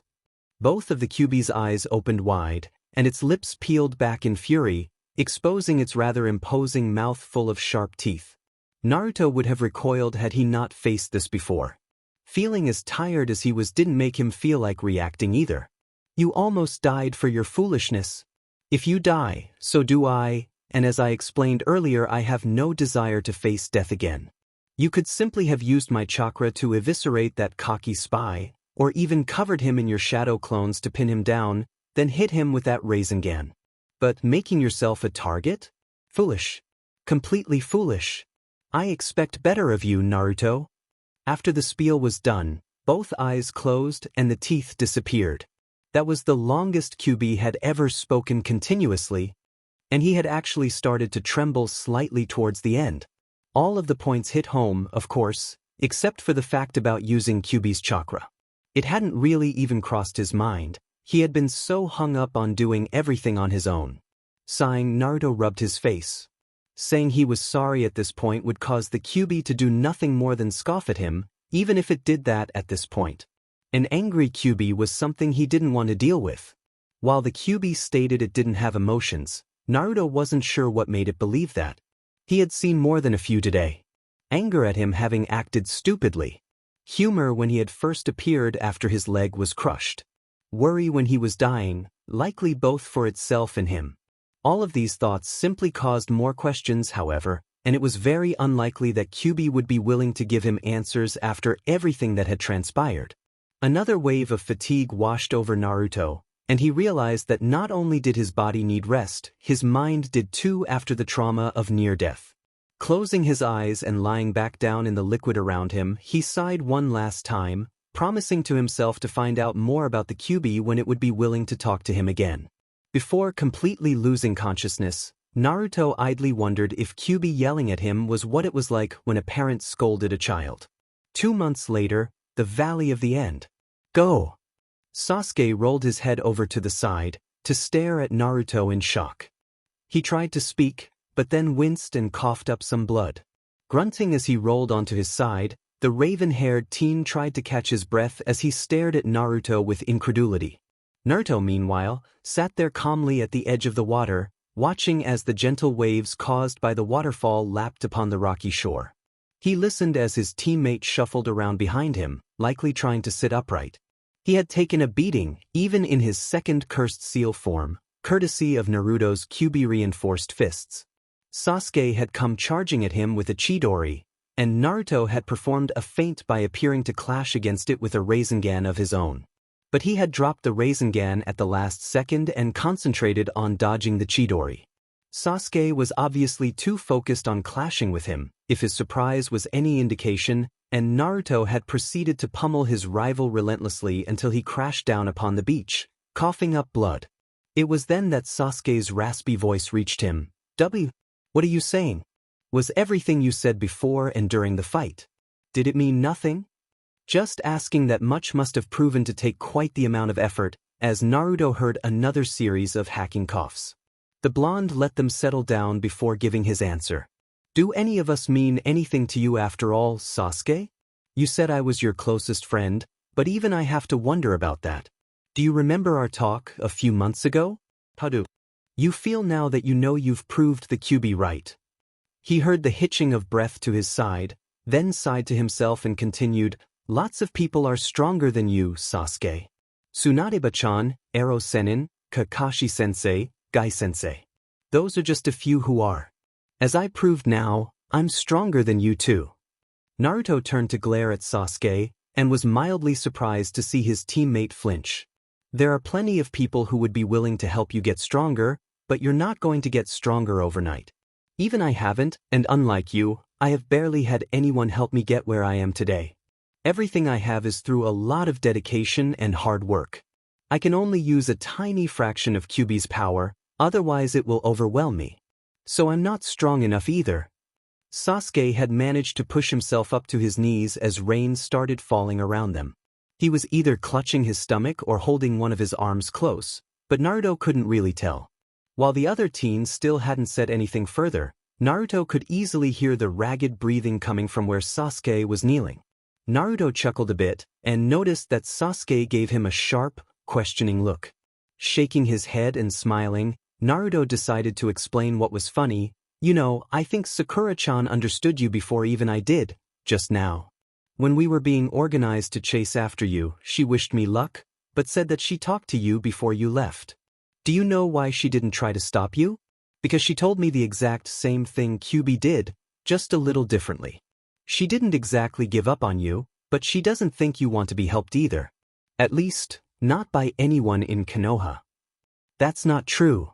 Do you know how many times I asked Kaka-?" Sasuke's outburst was interrupted by yet another series of hacking coughs, causing him to pitch forward and spray blood across the rocks in front of him. Naruto frowned, but otherwise didn't move from where he was sitting. "You never asked, Sasuke. You demanded, and then got angry when people wouldn't teach you what you felt you needed to know. It's like Kyuubi told me a long time ago, you need to learn what you're given first before you can move on to other things. Knowledge and power comes in steps, through experience. You may have had a bit more power than me in our fight just now, but I was smarter. So now you have a choice. You can leave and see what it's like learning from a BSTD like Orochimaru, or you can come back with me and learn the right way." They sat in silence for several long moments before Sasuke finally pushed himself to his feet. He stood there rather unsteadily for several moments, looking at the ground. Naruto noticed his fists clench and release quickly before Sasuke finally looked towards where he was sitting. "I'm going." Naruto closed his eyes and frowned, hearing subtle chuckling coming from the back of his mind. Once again, Kyuubi was right. How it always seemed to know these things was beyond his understanding. "Fine," Naruto ground out through clenched teeth. Grabbing Sasuke's forehead protector from the shore near where he was sitting, he tossed it at his old teammate, who bumbled with it for a moment before staring at it impassively. "I don't need this anymore." "You're taking it. Don't make me come over there and cram it down your throat." Sasuke scowled at Naruto, before quickly rolling his eyes and tucking it into his rather torn-up kunai pouch. "I don't see the point. You're keeping that, this way every time you see it you can remember I'm out there, ready and waiting to kick your butt again and again, just so I can prove you made the wrong choice." Naruto's voice had raised a bit as he pointed at Sasuke, who simply stared at him with mild surprise. Much to Naruto's own shock, Sasuke simply smirked at him before turning away and stumbling towards a cave near the waterfall. Naruto sat and stared at Sasuke's back the entire time. When the other teen finally reached the entrance of the cave, he stopped and looked back briefly. Naruto chuckled when Sasuke actually gave him a very brief wave before disappearing into the darkness of the cave. Sighing and closing his eyes, he was fully expecting to go into his mindscape and listen to Kyuubi gloat, only for them to flash open again as his body went rigid when he heard another voice speak up. Well, that was an interesting speech. Quickly turning his head to the side, he looked at his Jounin-sensei, who was looking down at him with both hands on his hips. "Kakashi-sensei, how long have you been here?" He idly noticed one of Kakashi's nin dogs, Pakin, was sitting down next to him. "Since your little fight ended. Tsunade-sama isn't going to be happy, you know?" Naruto sighed, closing his eyes once again. "The entire time we were chasing after Sasuke, I kept thinking about what Sakura-chan said, and realized that she was right. Sasuke wasn't happy in Konoha, and after beating him I knew he still wouldn't be happy when I brought him back. Knowing how much Orochimaru wanted Sasuke because of our little fight during the Chunin exams, I have a feeling he'll give Sasuke whatever he wants, just so he can make him stronger before he tries to take him over. Kakashi was surprisingly quiet, listening to Naruto but not offering any words of his own in agreement or to the contrary. Taking this as a good sign, Naruto continued, I beat Sasuke this time, and I'm going to do just like I said, beat him again and again to prove that he made the wrong choice. If I'm lucky, maybe he'll eventually agree that he made the wrong choice and come home. If not, I'll be able to bring him home before Orochimaru tries anything. Naruto turned to look at Kakashi, who simply shrugged and moved over closer to Naruto, crouching down next to him. I guess we'll find out. I just hope you don't come to regret this. Can you move? The blonde planted his hands on the ground and shifted his weight forward, only for his arms to give out as he used them to gain leverage. With a grunt, he crashed down sideways into the rough shoreline. Kakashi chuckled slightly as Naruto grumbled, I guess I can't. Using the Kyuubi's chakra takes a lot out of me. So it seems. With help from Kakashi, Naruto managed to get situated comfortably on his sensei's back. Kakashi dismissed Pakken, and the two of them carefully proceeded up to the top of the cliff, and then into the forest. So, Naruto, what should we tell Tsunade-sama? Naruto barely thought about it for a second. The truth. Are you sure? She might view it as treason. The blonde tried to figure out what Kakashi was thinking, but he grinned a little as something clicked in his mind. Yes, she might. But if she does, you'll be in trouble too. I don't think she'll punish you too badly since you're one of the best jounin she has, and if she punishes me any differently it will cause a double standard. Kakashi's head shifted slightly as he trained his uncovered eye on the side of his subordinate's face. Why do you think I'll get in trouble? I simply arrived at the end. Yes, but you were there long enough to hear my entire speech to Sasuke. I think if you didn't agree with me, you would have stopped Sasuke yourself. Right, Kakashi-sensei? His sensei's head faced forward again, and even though the chuckles were faint, he could certainly feel the vibrations caused by the laughter against his chest. So what about the rest of your team? Naruto blinked in confusion. Yeah? What about them? They won't be happy to hear that you let Sasuke go in the end, especially after beating him. The blonde thought about it for a moment. He could tell them the truth, and as a result it would likely cause any injuries they sustained to be for nothing. Morale would drop, and many of them would probably hate him. On the other hand, if he lied and said Sasuke got away, he could still salvage his friendships. At least until Sasuke showed up again. Stretch the truth. Oh, I did beat Sasuke, but I wasn't in any condition to do anything after beating him because I was too exhausted.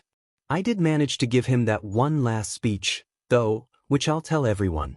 I don't think he would have listened to me if I didn't beat him, so it wasn't a total loss.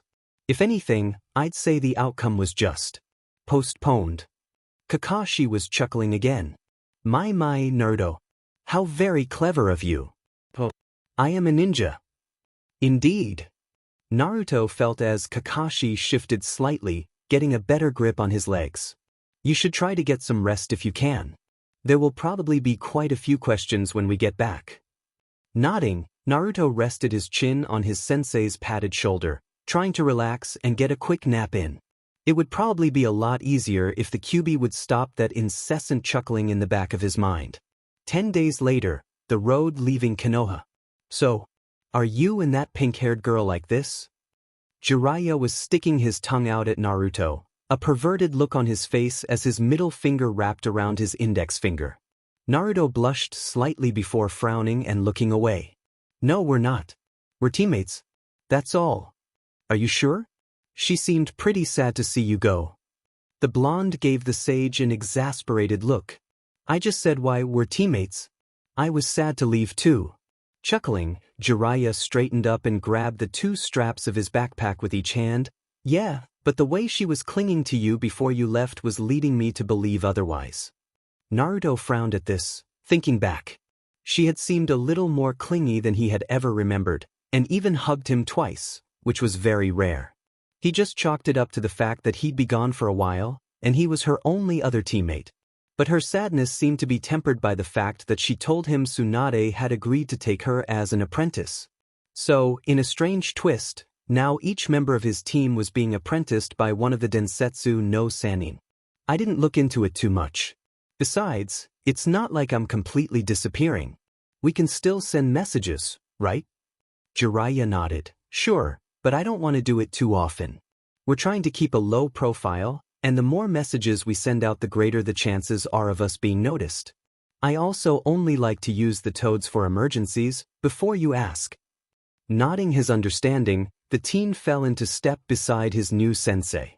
Kakashi had not seemed the least bit upset about not having any students anymore, but he didn't seem happy about it either.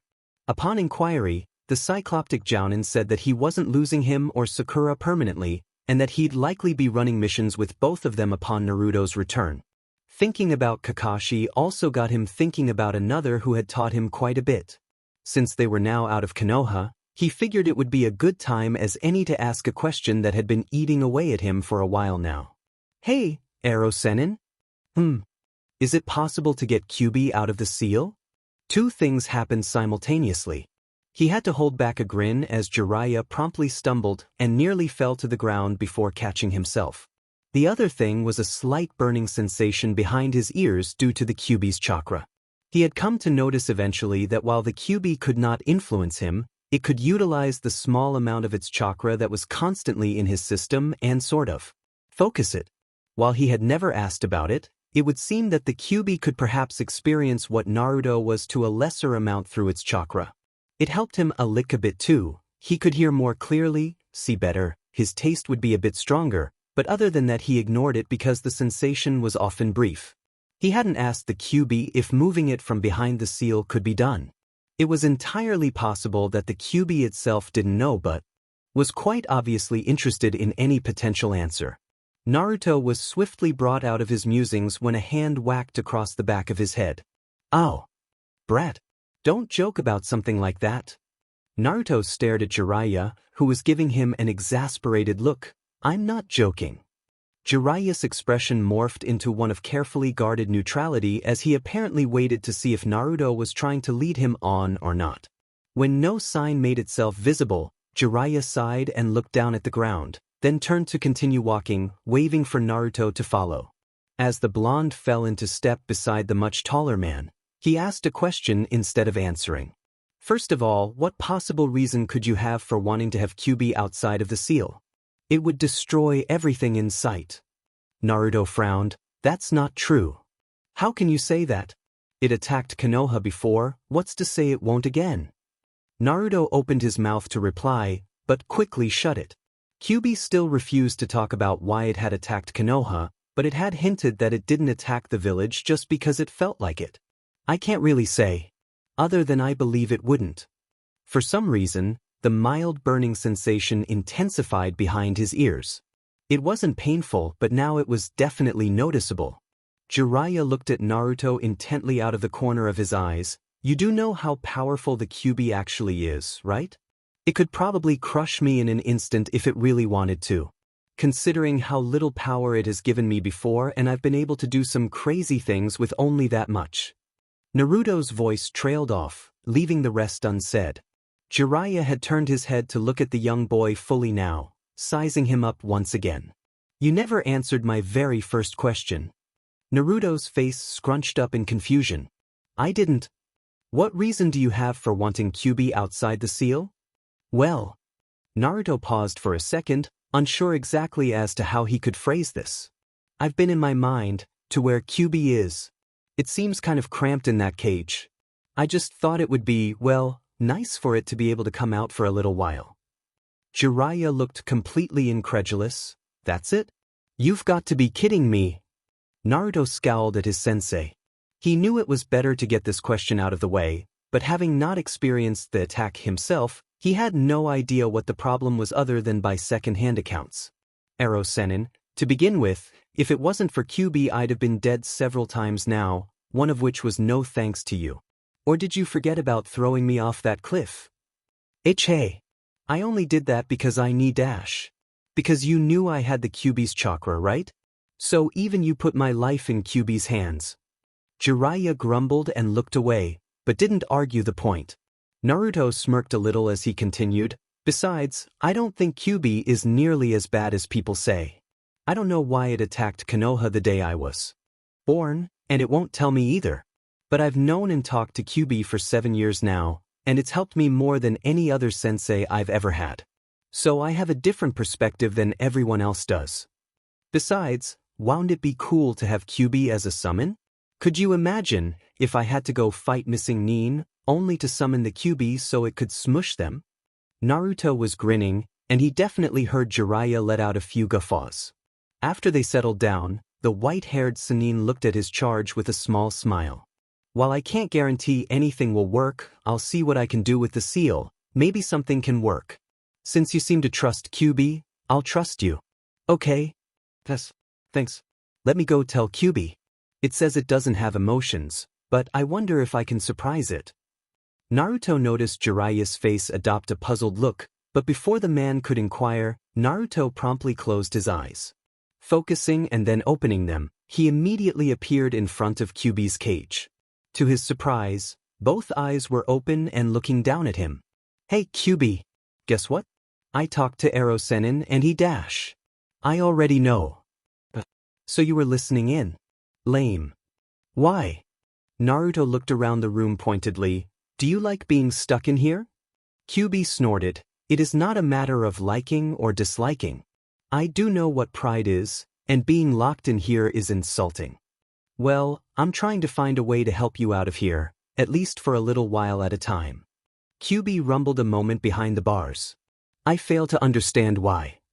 Just think of it as a thank you for helping me out these past years, and for letting me use your chakra. Even if you were just doing it to keep yourself alive. It kept me alive too. There was several moments of silence as Naruto waited to see if the QB would reply. Since it didn't look like it would, he closed his eyes in preparation to leave. Naruto. His eyes immediately snapped back open. Yeah? Just to clarify something you said earlier. I do not smush things, as you so eloquently put it. Huh. The confusion was clear in Naruto's voice. I don't simply smush them. I completely obliterate them. There is a difference. The blonde was completely silent as he registered this latest comment. He rolled it around in his mind a few times before concentrating to become aware of his surroundings, to see Jiraiya staring at him curiously. Needless to say, the man wasn't expecting Naruto to suddenly bust out laughing, and took a quick step backwards. Naruto, I am seriously beginning to doubt your sanity. Forested area somewhere in river country, 6 months on the road. Bah, I want ramen. I'm tired of rabbit every day. Jiraiya scoffed at his apprentice. You really need to stop complaining and get used to this. What do you think is going to happen when you have to go on a long-term mission and live off the land? Naruto sighed as he watched the fire pit slowly cook the rabbit that Jiraiya had placed over it on a cooking spit. The sage would occasionally flip the rabbit over. It never took very long for the small animals to cook well enough. I know. I just get bored of eating the same thing over and over. Can't we at least pick up some spkees? Jiraiya pondered it for a moment before slowly nodding. Our next destination may have some trade stalls. We can see what they have there, if anything. I don't want to spend too much. Naruto looked at his sensei curiously. Spend too much? Last time I looked at your bank book, there were quite a lot of zeros. The white-haired man looked positively scandalized. You were looking through my bank book? That's private. Naruto, however, simply scoffed and tapped the pouch fastened on his new belt. Like you aren't constantly asking me how much money I have. I've been living alone for most of my life. I know how to manage my money. That particular comment brought a shade of emotion to Jiraiya's face. Whether it was shame or sadness, Naruto couldn't really tell since it was quashed nearly as fast as it had appeared. Regardless of whichever it was, Jiraiya carefully removed the rabbit from over the fire and started preparing it, though he didn't change the subject. I didn't mean to insinuate anything. I was just making sure you were doing things properly. As for my bank book, all ninja are taught to only use what they really need. I've lived through 2 ninja wars, and I know the importance of keeping money only for when you really need it. But then if you die, it all goes to waste. Jiraiya shrugged. Not really. Any money you have to your name will automatically go to any primary family relatives. If there are none, then it gets split between apprentices and students you had. If there are no apprentices or students, then it all goes to the village, usually to handle things like repairs or to pay for orphanages, especially during wartime. Naruto nodded, watching as Jiraiya handed him some of the rabbit. Oh yeah. So you paid at least some attention in school then? Most of the reports I read about you said otherwise. QB. Ah, I see. The two of them sat in silence for a little while as they ate their food.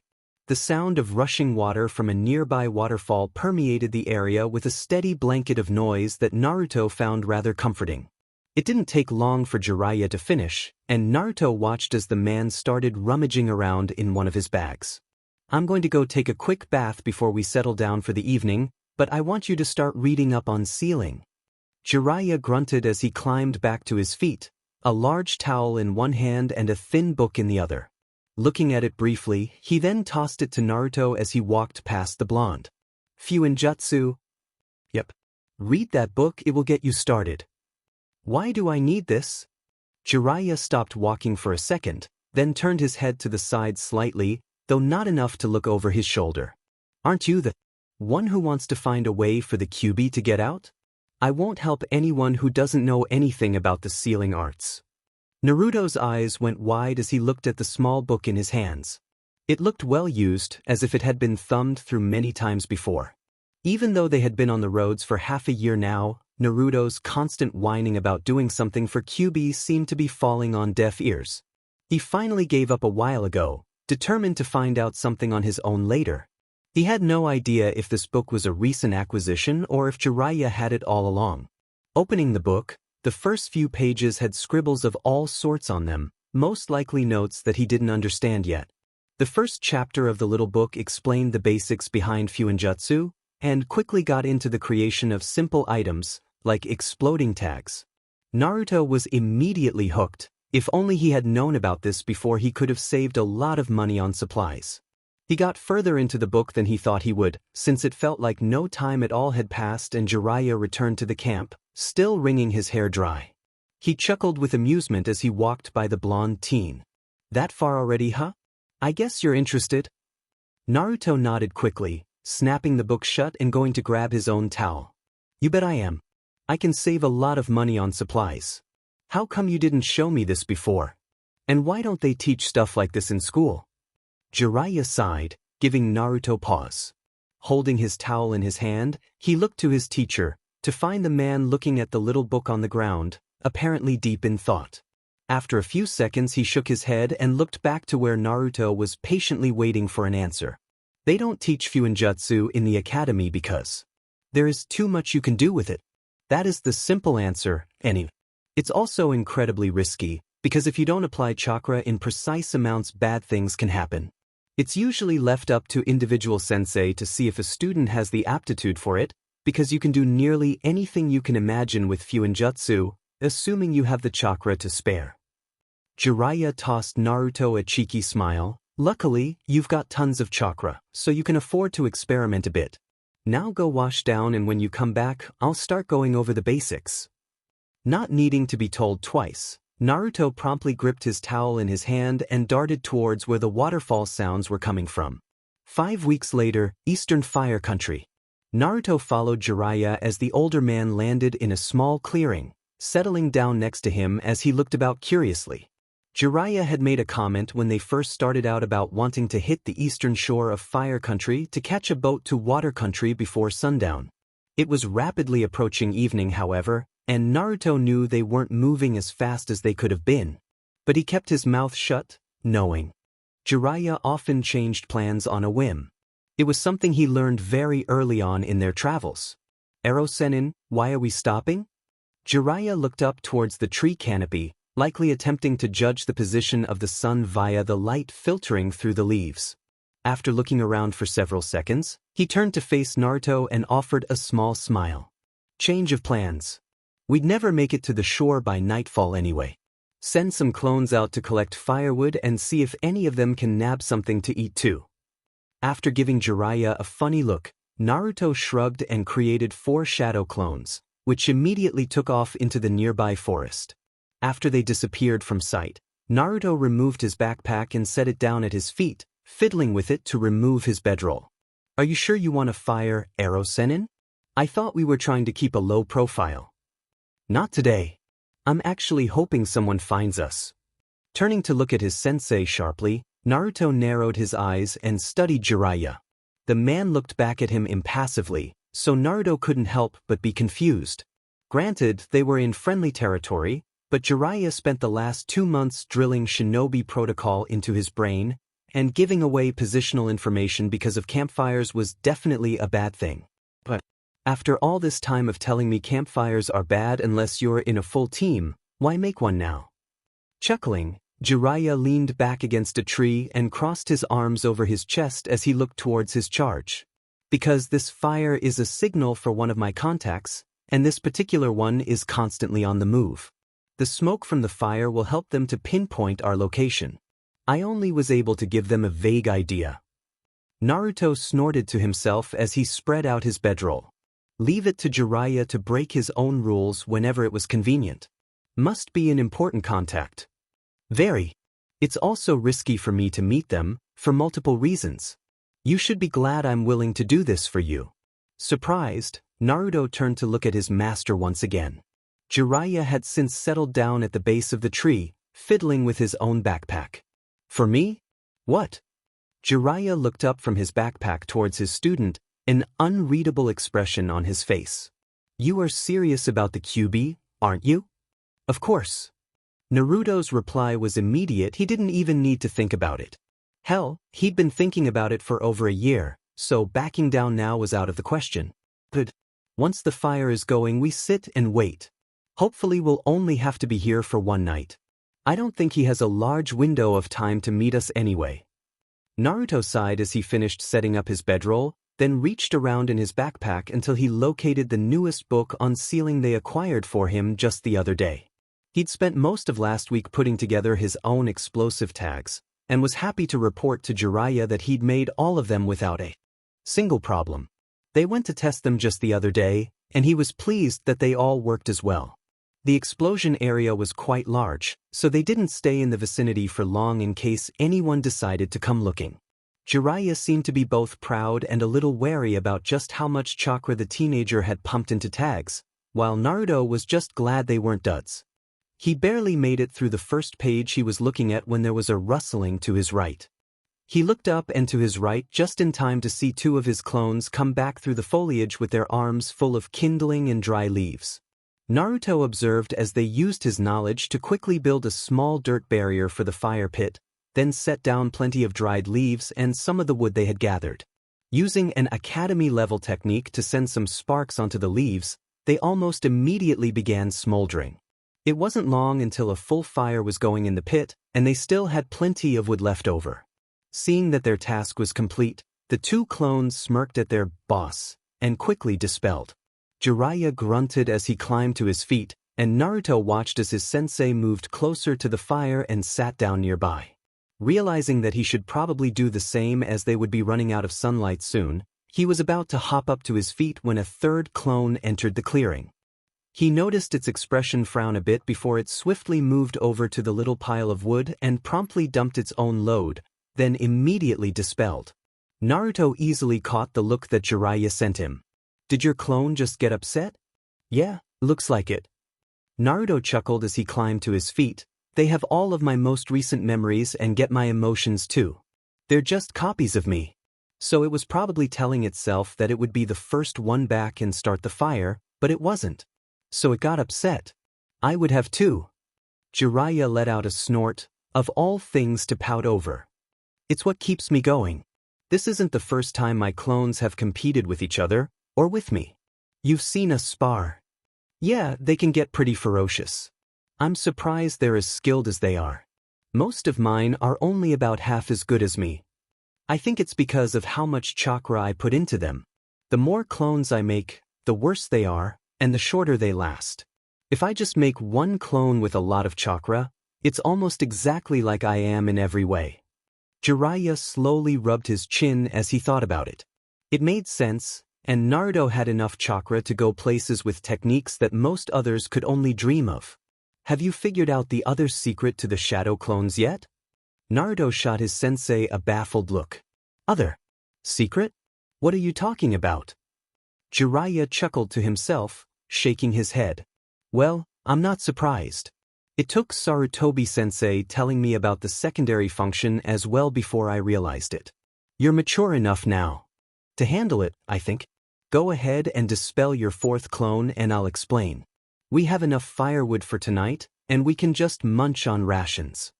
Nodding, the blonde closed his eyes and focused on the small chakra link that connected him to his last clone. Finding it, he issued the mental command for it to dispel, which it did. Well. Opening his eyes, Naruto looked back to Jiraiya. What? Do you have memories of things that you know you didn't do? Closing his eyes and thinking back, Naruto's face lit up in surprise as he realized he did have memories of leaving their clearing. In 4 different directions. The memories of going out and collecting wood, returning to the camp, prepping the fire, and one point of view even feeling upset at being late. There was, however, one memory that simply blacked out after picking up a branch, and he didn't remember seeing or feeling anything particular from that memory. It was unusual. So, Naruto brought his hands up to his head and groaned, I can't believe I didn't notice this before now. Am I an idiot? That comment caused Jiraiya to laugh heartily for several moments, making Naruto scowl at the older man. After settling down, Jiraiya lifted an arm and gave Naruto a hefty pat on the shoulder, still smiling. I wouldn't worry about it too much. The exact same thing happened to me, I think I even said it the same way you did. Naruto scoffed. Did the old man laugh at you too? Jiraiya sobered up immediately, which Naruto easily noticed. His sensei shook his head as he smiled ruefully into the fire. No, he simply gave me a small smile and a little laugh, then pat me on the back and said the exact same thing happened to him, and Tobirama-sama chuckled at him as well. So you're just the latest in a long line of many. Naruto felt his heart lighten for a moment, proud to be included amongst a group of that caliber, before speaking up about his 4th clone. Ero Sennin, the memories of my last clone go blank in the middle of gathering wood. Do you know what could have happened? I happened, Naruto-kun. Both Naruto and Jiraiya looked up across the fire at another figure that moved into their camp scene.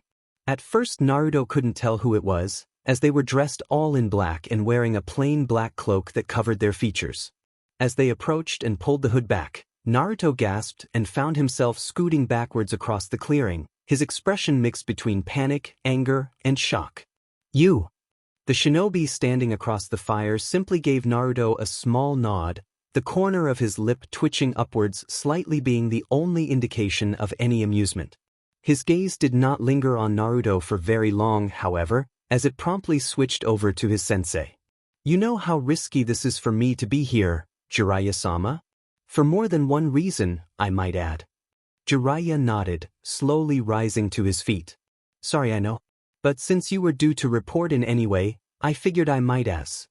Well, pick your brain about another matter as well. Understood. I'd appreciate it if you made it fast. I only have a week, so that leaves me 3 days to return to bird country. Jiraiya whistled. That's going to be quite the trek for 3 days. The man was going to say something, but Naruto's shrill shout cut him off. Itachi! What are you doing here? What the hell is going on, Ero Sennin? The other 2 shinobi turned to look at the blonde, who had scooted backwards until his back pressed up against a nearby tree. The teen was pointing a finger at Itachi, who now seemed to be looking at Naruto with amusement. Should I tell him, Jiraiya-sama? Jiraiya frowned, then grunted as he waved a hand. No, I don't think he'd believe it coming from you. Naruto, Itachi works for me. The sage watched as the cogs turned in Naruto's head, the Jinchuriki's face morphing through several expressions rapidly, as if he couldn't decide what he wanted to feel about this situation. His mouth opened and closed several times before he finally figured out what he wanted to say. Then why did he try to capture me before with that big guy who looks like a shark? He's in that organization to keep an eye on it and report anything major to me. He needed to come after you to keep up appearances. Though I am curious, Jiraiya turned back to Itachi, what would have happened if you managed to capture him? Itachi shook his head. I could sense Sasuke nearby and knew he would distract me long enough for you to show up. The emphasis Itachi placed on the word distract was not lost on the other two shinobi. Jiraiya chuckled slightly, while Naruto appeared to settle down a little, though he was still wary. He knew he still stood no chance against someone like Itachi. So what do you need me to do, Jiraiya-sama? Jiraiya immediately began rattling off some obscure bits of information that Naruto had a hard time following. He knew that at least some of it was related to the sealing arts, but there were a bunch of things he still didn't understand. Apparently Itachi was confused about some parts as well, since he was asking for clarification on a few things. Unfortunately for the blonde, he still didn't understand when Jiraiya clarified. Just as he was getting bored listening to them chatting about things he didn't understand, Jiraiya turned to look at him. Naruto, go into your mindscape for a moment. Why? Jiraiya scowled lightly. Just do it. You'll see why soon enough. Naruto frowned at the order, but let out a sigh as he closed his eyes and concentrated for a moment. Opening them a few seconds later, he found himself in front of the cage that housed the Kyuubi once again. Strangely enough, after all this time he had started considering this place as something like a second home, even if it was supposedly in his own mind. Hey Kyuubi! There was a low rumble and a few other noises as the Kyuubi likely shifted behind the cage, but otherwise it said nothing. Which, Naruto mused, was nothing unusual. I guess you know what's going on out there? Yes. Naruto started pacing back and forth in front of the cage. Just you wait. It will be awesome, you know? What will be awesome, Naruto-kun? Naruto promptly pivoted on his feet, staring in shock at the intruder in his mind. How did you get in here? Itachi's head turned so that Naruto could see his face clearly, and the red glow of the Sharingan answered that question with no words needing to be spoken. So, you're the clan killer. Naruto turned to look at the Kyuubi through the cage. It had both eyes open and appeared to be staring rather intently at the Uchiha through the bars. I won't be here long. Jiraiya-sama simply asked me to inspect some of the more intricate details of the seal, which is more easily done from the source. There were a few moments of silence as Itachi moved his head back and forth, obviously inspecting the cage and likely seeing things that Naruto could only imagine. He was biting his tongue, keeping himself from asking more questions, only to be startled when the Kyuubi actually began talking once again. Since you are doing nothing more than you said you would, I believe that not everything was as it seemed when you killed your clan, correct? Naruto easily noticed Itachi go rigid, but it was promptly corrected. The older Uchiha did not answer the Kyuubi's inquiry, however, causing the Bijou to chuckle slightly. Your silence is answer enough. Interesting. What's interesting? What are you saying? Itachi shook his head as he turned to face Naruto, his back now directed towards the cage. His eyes appeared to be glowing brighter than they were when he had first arrived. It's nothing you need to concern yourself with, Naruto-kun. When the time comes, you will learn everything you need to know. Arg! Naruto stomped a foot onto the ground in his mind, kicking up a small amount of the watery substance with a little splash. Why does everyone always say that? It's getting so annoying. Itachi offered a hint of a smile. That's life, Naruto-kun. Now. Itachi's eyes faded back to their black color, and the young man let out a sigh. You will forget the entirety of this encounter.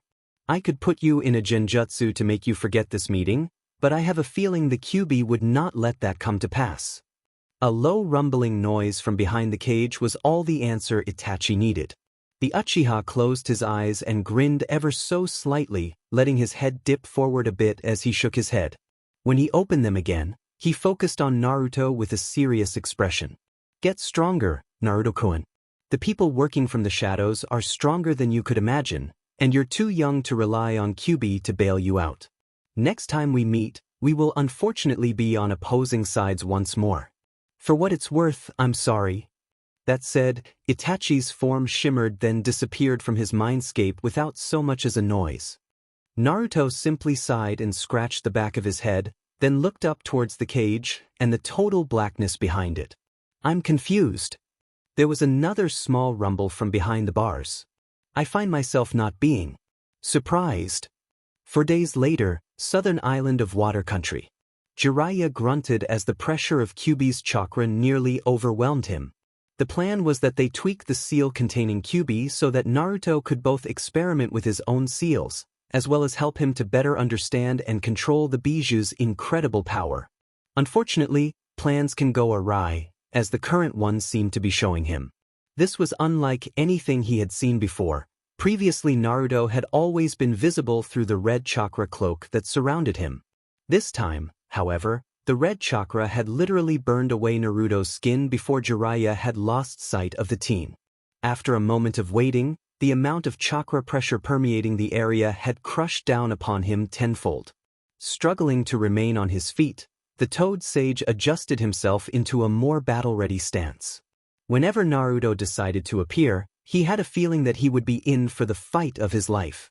Luckily, he had prepared a few paper seals that should push back the chakra. He had pumped enough of his own chakra in the seal he was going to use to completely exhaust even himself for several days. His eyes went wide as a deep roar shook many of the rocks near them.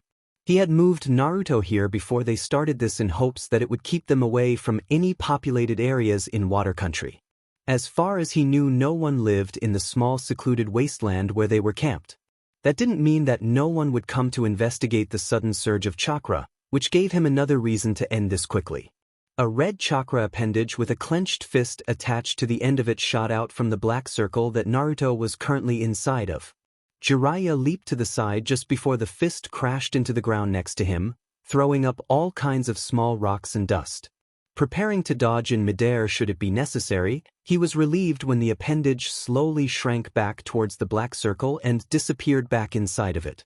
Coming to a landing nearby, he knew just from the looks of the appendage that Naruto had gone beyond anything previous.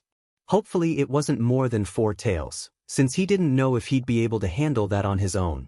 Not to mention that if Naruto attacked him, he likely wasn't in complete control anymore, if he even had any control at all right now. Another roar forced the black bubble around the Jinchuriki to burst, and Jiraiya could only gape in equal parts amazement and horror as he stared at what Naruto had become.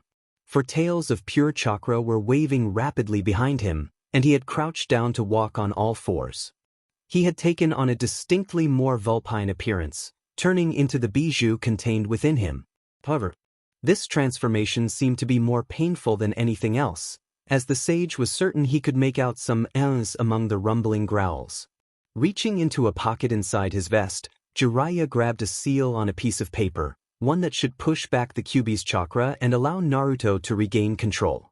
His original intent was to only use this in case of emergencies, but he was wary about battling against Naruto all out while in water country. If they were in fire country, it would be a different matter, though still dangerous. Wasting no more time, Jiraiya clenched the seal and promptly sped forward towards Naruto. The possessed boy turned his head with huge wide eyes to look at the man as he approached, forcing Jiraiya to slow down briefly in case an attack was launched. None was, however, so he promptly picked up speed once again and dashed full tilt towards the boy. Naruto seemed more curious about him if anything, and appeared to be sitting there and watching him patiently. When Jiraiya finally got close enough, he unceremoniously slapped the seal onto Naruto's forehead and waited, tense, for anything to happen. The boy let out a roar, and Jiraiya thought he had succeeded, only to see a chakra fist form right underneath Naruto's chin and promptly smash into his chest. He coughed and felt the wind get knocked out of him as several of his ribs gave way, and the sage was vaguely aware of flying backwards only to come to a hard stop as his back smashed into what was likely a boulder.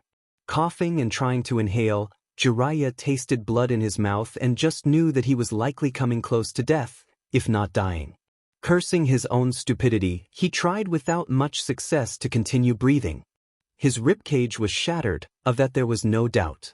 Trying to think of something to do, he realized that he couldn't even move his arms, so there were likely other problems as well. He would have sighed, but not being able to breathe made that an impossibility. To make matters worse, his vision was starting to dim. 3 minutes ago, 6 miles to the east, the 4-man squad came to a sudden halt as an eerie pressure started to settle around their shoulders. They all shared a look, as they each knew what this feeling was, even if they had experienced it under different circumstances. What is Naruto-kun doing here? It's known within the village that he was traveling with Jiraiya-sama. They are probably out here for the same reason we are. Wouldn't you agree, Zabuza-san? The lanky jounin spared his counterpart a brief look before turning and nodding to one of the other members. We'll go and investigate.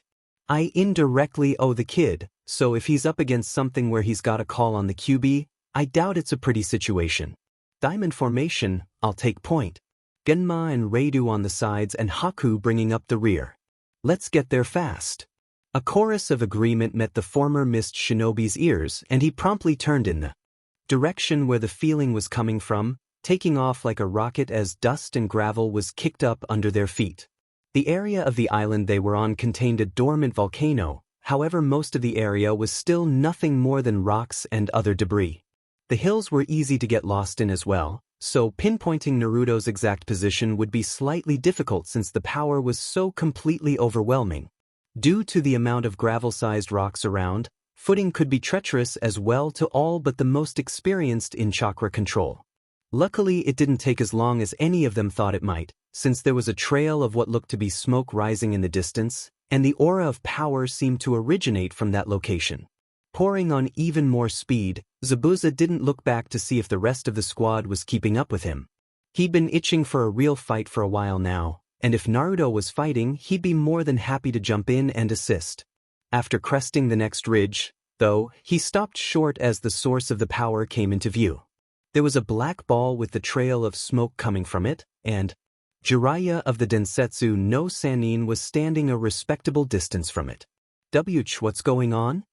Zabuza turned, to realize that the other 3 members of his squad were lined up to his left. Reidu, the one next to him, was the one who asked the question, but before he could say anything Genma shook his head and answered him. That's definitely Naruto's power, it's probably just Jiraiya-sama testing him. A roar interrupted anything else that might have been said, and a concussive wave from the sound forced them to all take a step backwards to keep from being knocked over. The squad continued watching the scene unfold, only for all of them to stare in shock as Jiraiya moved up close to the cloaked Naruto, then quickly get sent backwards, crashing into a nearby boulder. Right as Jiraiya went flying, Naruto began howling in earnest as he clutched at his forehead. Well crap. Haku, go and check on the old man. Reidu, Genma on me. Hopefully we can stop Naruto before this gets out of hand. He didn't wait for affirmatives as he burst forward, coming to a stop right in front of the howling teenager. Naruto! Can you hear me? The howling stopped for a moment, and Zabuza felt unsteady as the eerie white eyes looked him over once before the boy grunted, then started miming and clutching at his head again. Reaching over his shoulder to grab his sword, Zabuza only stopped when he realized that one of the tails was disappearing. Zabuza, how should we do this?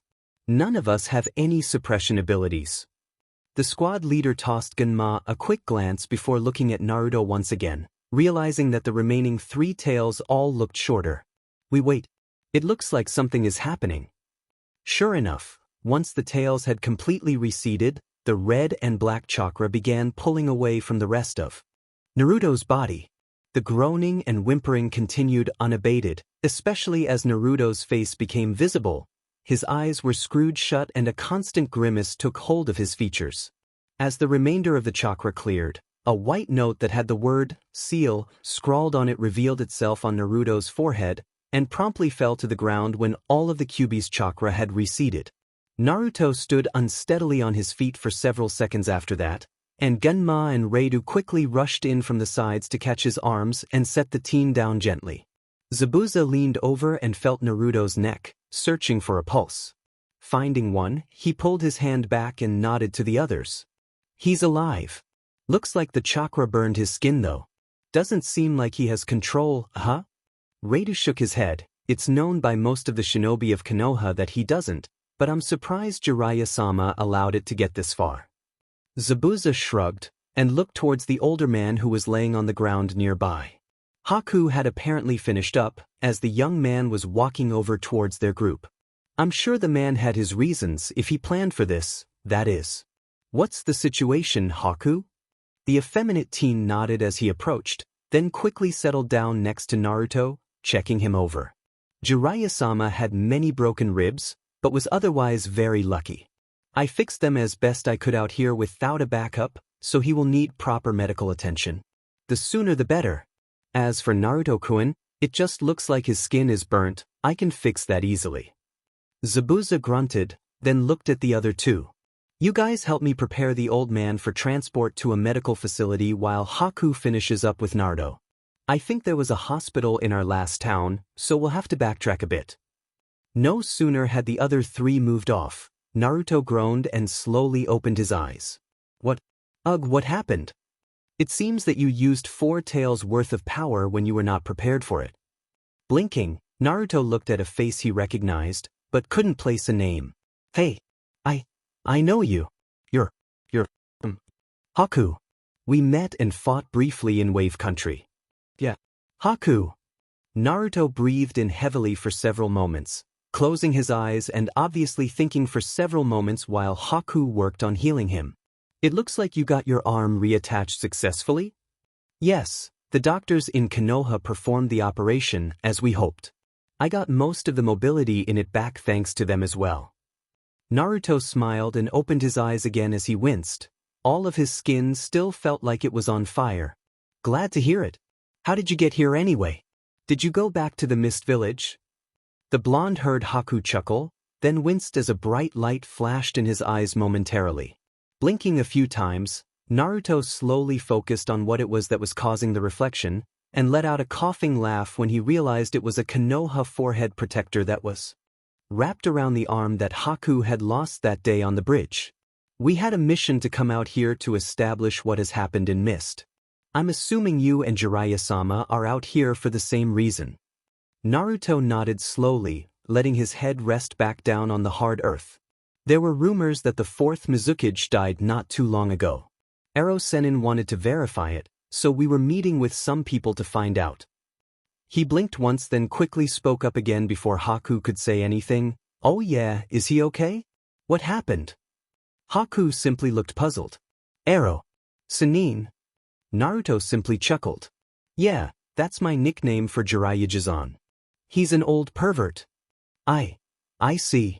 Well then we are out here for the same reason. Jiraiya-sama is in stable condition as well. You injured him, but I fixed the worst of his injuries already. Thank you. Naruto went silent, feeling remorseful as Haku continued to heal the burns, most of which felt like they were gone. He couldn't believe that Haku was a Konoha shinobi now. Sasuke would be surprised if he didn't already know. Those thoughts eventually reminded him of something else. Hey, what happened to Zabuza? What? He's our squad leader. Zabuza joined too? How? Haku chuckled again as he pulled away from healing Naruto, helping the younger teen sit up. We were being kept in Konoha for a while on the grounds of having potential information, but we both really understood it was because of my bloodline. Then one day, Godame Hoka-sama came to me and offered to fully restore the mobility of my arm and offer permanent asylum if both myself and Zabuza-sama would join Konoha's forces. Haku continued helping Naruto as he talked, stabilizing the teen who was wobbling a bit as he climbed to his feet. It all really changed that day, especially once I went to ask Zabuza-sama what he thought about staying in Konoha for a while. 3 weeks later, an island near Sea Country. The bright-colored sand under his fingers shifted as Naruto took his time drawing seal designs in the fine grains of the beach. Any noise this action would produce was drowned out by the ambient noise of the sea as small waves crashed upon the shore. Jiraiya had brought them to one of the minor outlying islands of Sea Country that was supposedly uninhabited. The reason for this was twofold. It gave plenty of free space where Naruto could practice his Fuinjutsu without being bothered. Secondly, in case something did happen with what they were going to try, the collateral damage would be kept low.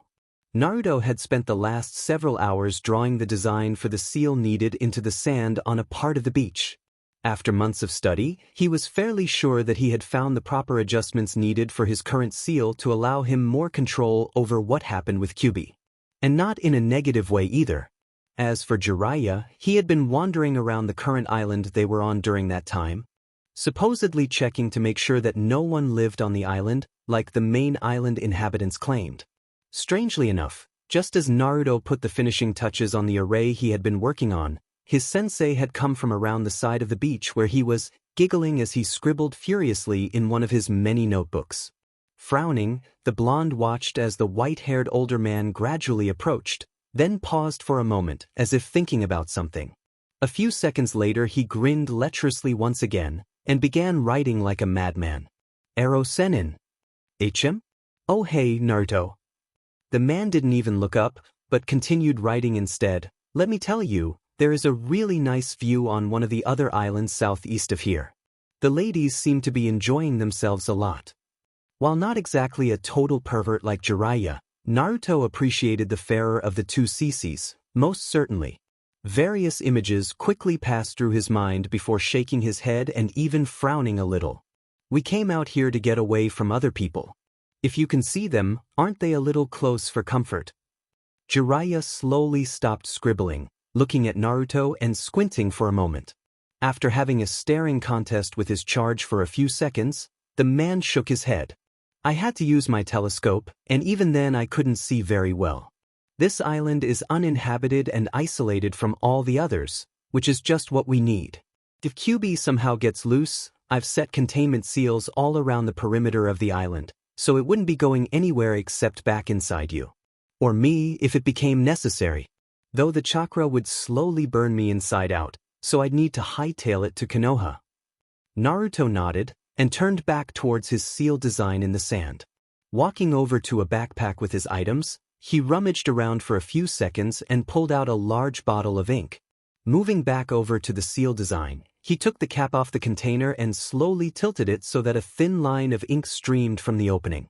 Moving swiftly, he stepped around the design, the ink taking to the guided course in the sand that Naruto's fingertips had made. His face scrunched up in concentration, Naruto carefully filled in the entire drawn outline of the seal in the sand. The reason for doing it this way was once again twofold. The most important was the malleability of the sand itself. It helped to draw a rough outline in a medium before actually using the ink. A person was less likely to waste ink and possibly paper that way. The second was for both pride and secrecy. The ink wouldn't last long in the sand, especially not with the incoming tide. Once the seal was used, that was it, except in rare cases. It would be easy to remove any trace of this seal having ever been here. Most seal artisans wanted to keep their unique seals to themselves or close friends, and not have others reverse engineer them for their own purposes. Jiraiya watched carefully. As Naruto finished up, then replaced the cap on the ink container and set it down in the sand next to his pack. Jumping up, the blonde teen focused for a second, then leaped up into the air and landed right in the middle of the seal, in a small closed circle. Bringing his hands together into a now very familiar cross-shaped sign, he focused yet again, longer than the last time, and shouted out the name of his signature technique. There was a cloud of smoke, as was typical whenever Naruto created a shadow clone. After it cleared, Naruto and Jiraiya both stood there and stared as the clones stared right back at them. It was Naruto who took a step forward, waving his hand slightly, his eyes slightly squinted as he looked at the clone. Well, did it work? Or are you me? The clone simply blinked at Naruto for a moment, then slowly looked down at the ground, then the surroundings, and finally raised its hands, looking at them somewhat curiously. Finally it spoke, and while it sounded like Naruto's voice, it was also slightly deeper. What is this? You mean, it actually worked? Are you QB? It was Jiraiya who spoke this time. Both his expression and his voice gave away how shocked he was. Of course I am. What is the meaning of this? How can I exist like this? I don't feel my chakra at all. The voice started growing in pitch, but Naruto ignored it, instead cheering and quickly embracing the clone. At first the QB clone looked at the side of Naruto's head with a completely blank look, before promptly placing its hands between them and roughly forcing the blonde teen away. What have you done, Naruto? I thought your plan was to free my form from the seal temporarily, not place my mind into this abomination. Naruto simply laughed nervously, scratching the back of his head. Getting you out is a little more complicated than I thought it would be, but I thought getting you out for a little bit, even if it's in one of my clones, would be better than making you sit in there and wait. You mean dash? Naruto waved his hands in front of him, looking slightly panicked as the QB stared at him with something resembling a glare. It was hard to tell, since he was used to looking at expressions on a face that always looked like it was angry and in the form of a fox. I'm still working on it though, I promise. I wanted to do something that was temporary first, just to let you get outside. That's all. Right, Ero-sennin? Jiraiya simply chuckled and shrugged his shoulders. I was going along with your ideas, brat. I wasn't completely sure what you had in mind, but I wasn't going to be surprised if a giant red fox suddenly showed up. I'm kinda glad that didn't happen though, because that would just cause panic if anyone saw it. The older man turned his gaze onto the QB clone, looking curious. How does it feel, QB? The clone's face scrunched up in yet another expression, this one resembling distaste. I do not know how to explain it. Uncomfortable, perhaps. I cannot feel any of my own chakra. What did you do to me, Naruto? The blonde in question shrugged. I figured out a way to link a summoning technique to the seal that keeps you contained inside me. However, like most summoning techniques, it uses the summoner's chakra to initiate the summoning transfer, and the summon finishes it using their own. The problem was that your chakra can't leave the seal, so I could summon you, but you wouldn't have a body to go into. That would be bad. So you made one of your clones and dumped me into that. I see. QB gained a calculating look, staring at the seal that Naruto had placed on the ground before performing the technique. Naruto heard Jiraiya chuckle a little from behind him. I've got to say I'm impressed. I don't think I would have thought of doing that. I probably would have gone for broke, trying to get all of the QB out, or nothing at all. The blonde rubbed the back of his head and grinned, blushing at the praise. He quickly stopped thinking about it, however, when QB crouched down and started tracing fingers over the seal design on the ground. What's up? At first, QB didn't respond. Eventually the fingers stopped tracing and the occupied clone raised its head to look at him. Naruto's own eyes widened slightly when he saw the QB's eyes staring at him. They were still his own striking blue color, but the pupils were no longer round, they were the sharp slits that Naruto usually saw from behind the cage. I find myself having to admit that even I am somewhat impressed, if such a thing is possible. I am forced to wonder why no one has ever thought of something like this before. Standing up, QB looked around the beach, and then up at the sky before talking again. I don't understand why, but I believe I'm feeling something that you humans call gratitude. Whatever, I must think on this. Before either Naruto or Jiraiya could say another word, the clone promptly dispelled. Both shinobi stood still for a moment and stared at the spot where QB dispelled itself before Naruto suddenly jumped up and began cheering. Whoa there, kid. Settle down. You did good, but you still have a lot of work to do, remember? The hermit sighed with a resigned smile on his face as Naruto tore down the beach towards the water, still cheering. Oh well, he could let the kid celebrate for a little while. 2 months later, an oasis in the deserts of Wind Country. I'm so thirsty. Jiraiya chuckled as he looked up from his notes, squinting in the bright sunlight as he watched the teen drop his packs and sprint for the small lake. He still couldn't get over his shock at how Naruto had turned down his offer to get him a new orange outfit, since his old ones were getting all worn out, not to mention the fact that the boy finally hit his growth spurt. At first he had looked so excited about getting a new outfit, but his expression had become sullen as he stared at a new orange and black ensemble.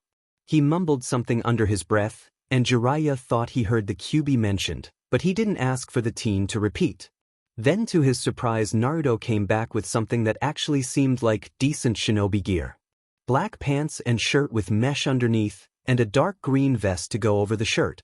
The vest was a simple thing with only 2 pockets. It was obviously made for civilian use, but Naruto had since placed various seals all over the place. Some of the seals Naruto was using Jiraiya had never even seen before. He wanted to ask about them, but was willing to let his student keep some things to himself and share only if he wanted to. He thought all of the orange was gone, but there was one strip of cloth that had made its way into the pile. After going into the changing room and coming out, apparently Naruto decided he needed some orange after all, and had that strip of cloth tied around his left bicep. The sage couldn't help but snicker, and paid for it later when Naruto decided to prank him the next time he left to do research. Ero-sennin. Jiraiya started as he felt a punch against his arm. Apparently he had been so deep in thought that he had ignored his student. Not a wise thing to do, knowing the things Naruto was capable of when he wanted a person's attention. Sorry, what's up? I said, do you think I can try the modified version of the summoning seal I've been working on all week? Is it safe here? I'll check, give me a moment. Exhaling and calming himself, Jiraiya slowly began to draw on the power of nature around him. Entering what was dubbed Sage Mode by the Toads was always a risky proposition, but he'd been getting a lot of practice recently when he had to make sure no one was around, just in case Naruto had an error with his seals. He didn't need to enter fully into the mode, just enough to be able to detect human chakra sources nearby, most of which stuck out like a sore thumb when compared to natural energy. Unfortunately, it would be a little tricky in the desert, as even natural energy tended to be very thin here. I can't sense anyone within a few kilometers of here. You should be fine. Naruto nodded and then turned away, likely to go prepare for the summoning, but then stopped and looked back over his shoulder. Hey, can you teach me how to do that sense thing that you've been doing? Jiraiya blinked at his student for a moment, before chuckling and shaking his head. I'd love to teach you, but you need to be a little older and have a better grasp over your chakra than you do now. If you attempt to learn what I need to teach you too early, it could damage your chakra coils by crushing them. Or you could be turned to stone. Naruto looked shocked and seemed to pale, but it was hard to tell in the bright light. Okay, never mind then. I'll ask again later.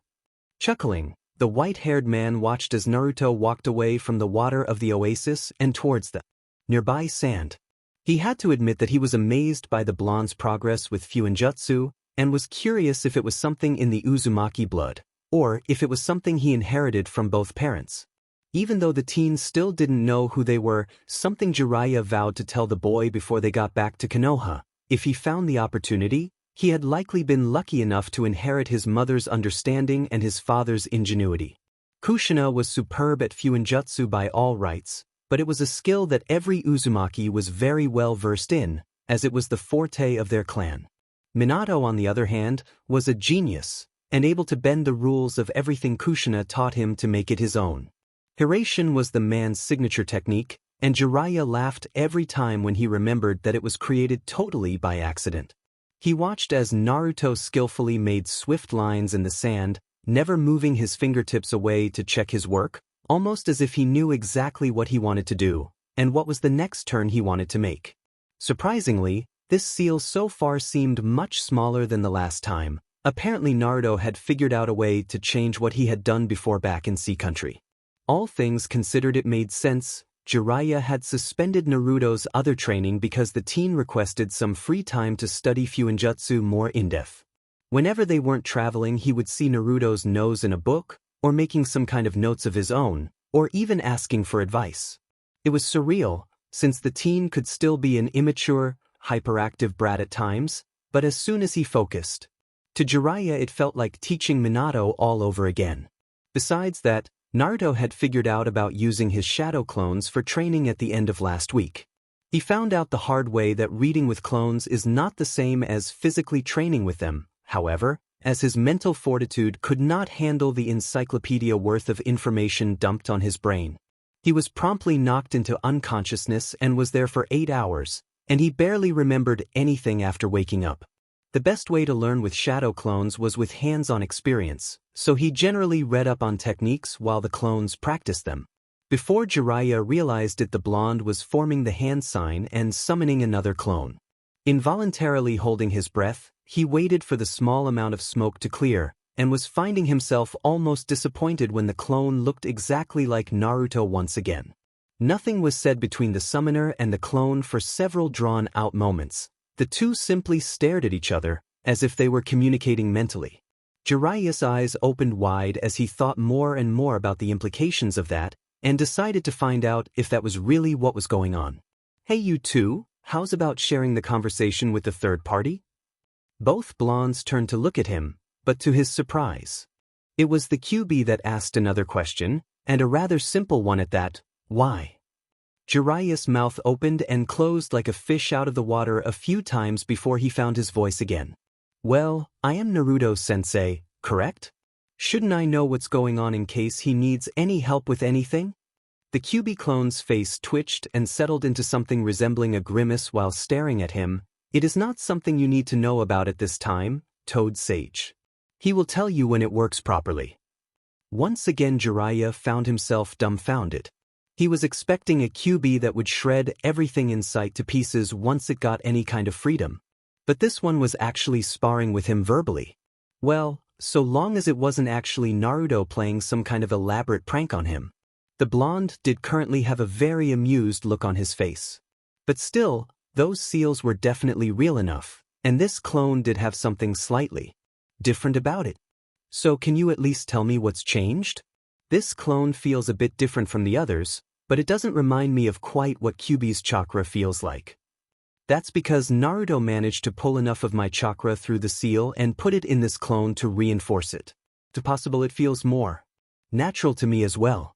The last time my consciousness was essentially prisoner to Naruto's chakra. This time I have some of my own to control and mold Naruto's chakra in this clone, as long as he allows it. Jiraiya listened carefully as the QB talked. It was almost a surreal experience, and even Naruto seemed to be surprised at how much the QB was saying, if his expression and posture was any indication. Then, all at once, something seemed to click in the sage's head. Wait, have you been helping him with the seals? QB simply stared at Jiraiya, deadpan. Of course. But last time you were out here, you didn't seem to believe what had happened was possible. I did not know what Naruto meant when he spoke of summoning me, much like you didn't. When I finally understood what he was trying to do, I decided to help guide his studies. That is all.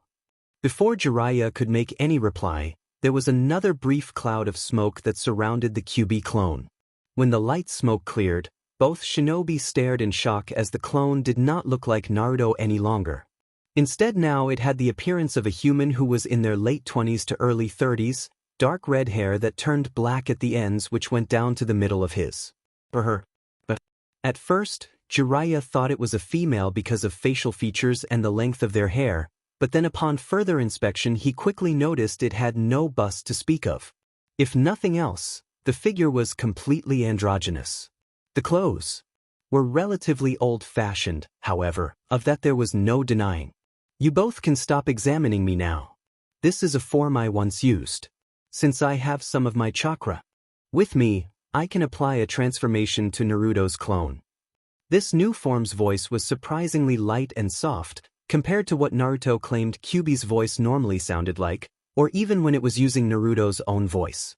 Naruto voiced his opinion before Jiraiya could. Wow. When did this happen?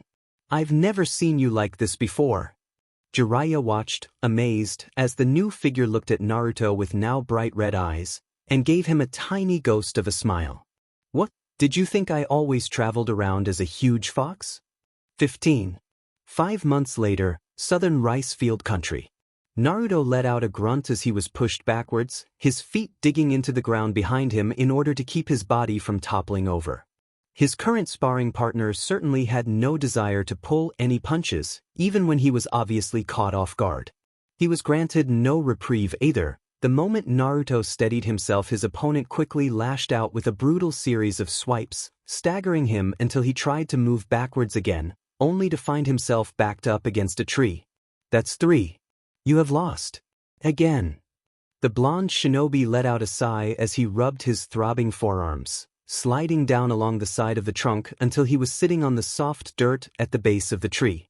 Every time I think I see an opening, you catch it and hit me. I don't know what I'm doing wrong. QB stared down at Naruto with its bright red eyes, frowning. It's called baiting and you always fall for it. I have won our last 36 spars. I was expecting you to best me, or at least come close in one of them by now. Not using your shadow clones should not cripple you to this degree. You've been keeping track? Naruto's voice was a mix between embarrassment and indignation. If I could use the clones, I would have won by now. Of course, I know how you are when it comes to competition, even if you don't like to admit it. You have changed since you were younger, but not that much. As for the clones, there may come a time when you will not have the opportunity to use them, and will need to rely on your own body. That is what I am trying to teach you. Besides, the clones are only as skilled as their creator. Naruto stared at Kyuubi's typically expressionless face for a moment before closing his eyes and nodding. He heard the bijou snort, then begin to walk away, the grass rustling under its feet. It was odd for him to still think of the Kyuubi as an it, but the bijou was still strangely determined about not being classified by human gender terms. Then again, its current look was so androgynous that it was hard to decide on what gender to use, anyway. Kyuubi's human face reminded Naruto of Haku in a way, as it could be classified as either male or female, more likely female if you couldn't see the rest of the body that was attached to it. Kyuubi's build was rather lithe, and seemed to be able to bend in ways that Naruto knew would likely break or severely strain his own bones and muscles if he tried. Having a form that was made entirely of chakra likely came with the bonus of not being inhibited by such things. The spars they had been doing lately were only possible because of Naruto's growing skill in Fuinjutsu. Even Jiraiya had been astounded with the progress, though he chalked up much of the blonde's success to the constant use of shadow clones. They had come in handy for things other than Fuinjutsu practice as well. Every other shinobi discipline that Jiraiya was trying to pound into his skull was moving forward at a rapid pace. After taking time off from training to work exclusively on Fuinjutsu for a while, Jiraiya told him that they were quickly catching up to where he planned on being by this time in his training. His Fuinjutsu now allowed him to send a marginal amount of Kyuubi's chakra into his own clone, the one Kyuubi inhabited whenever Naruto summoned it.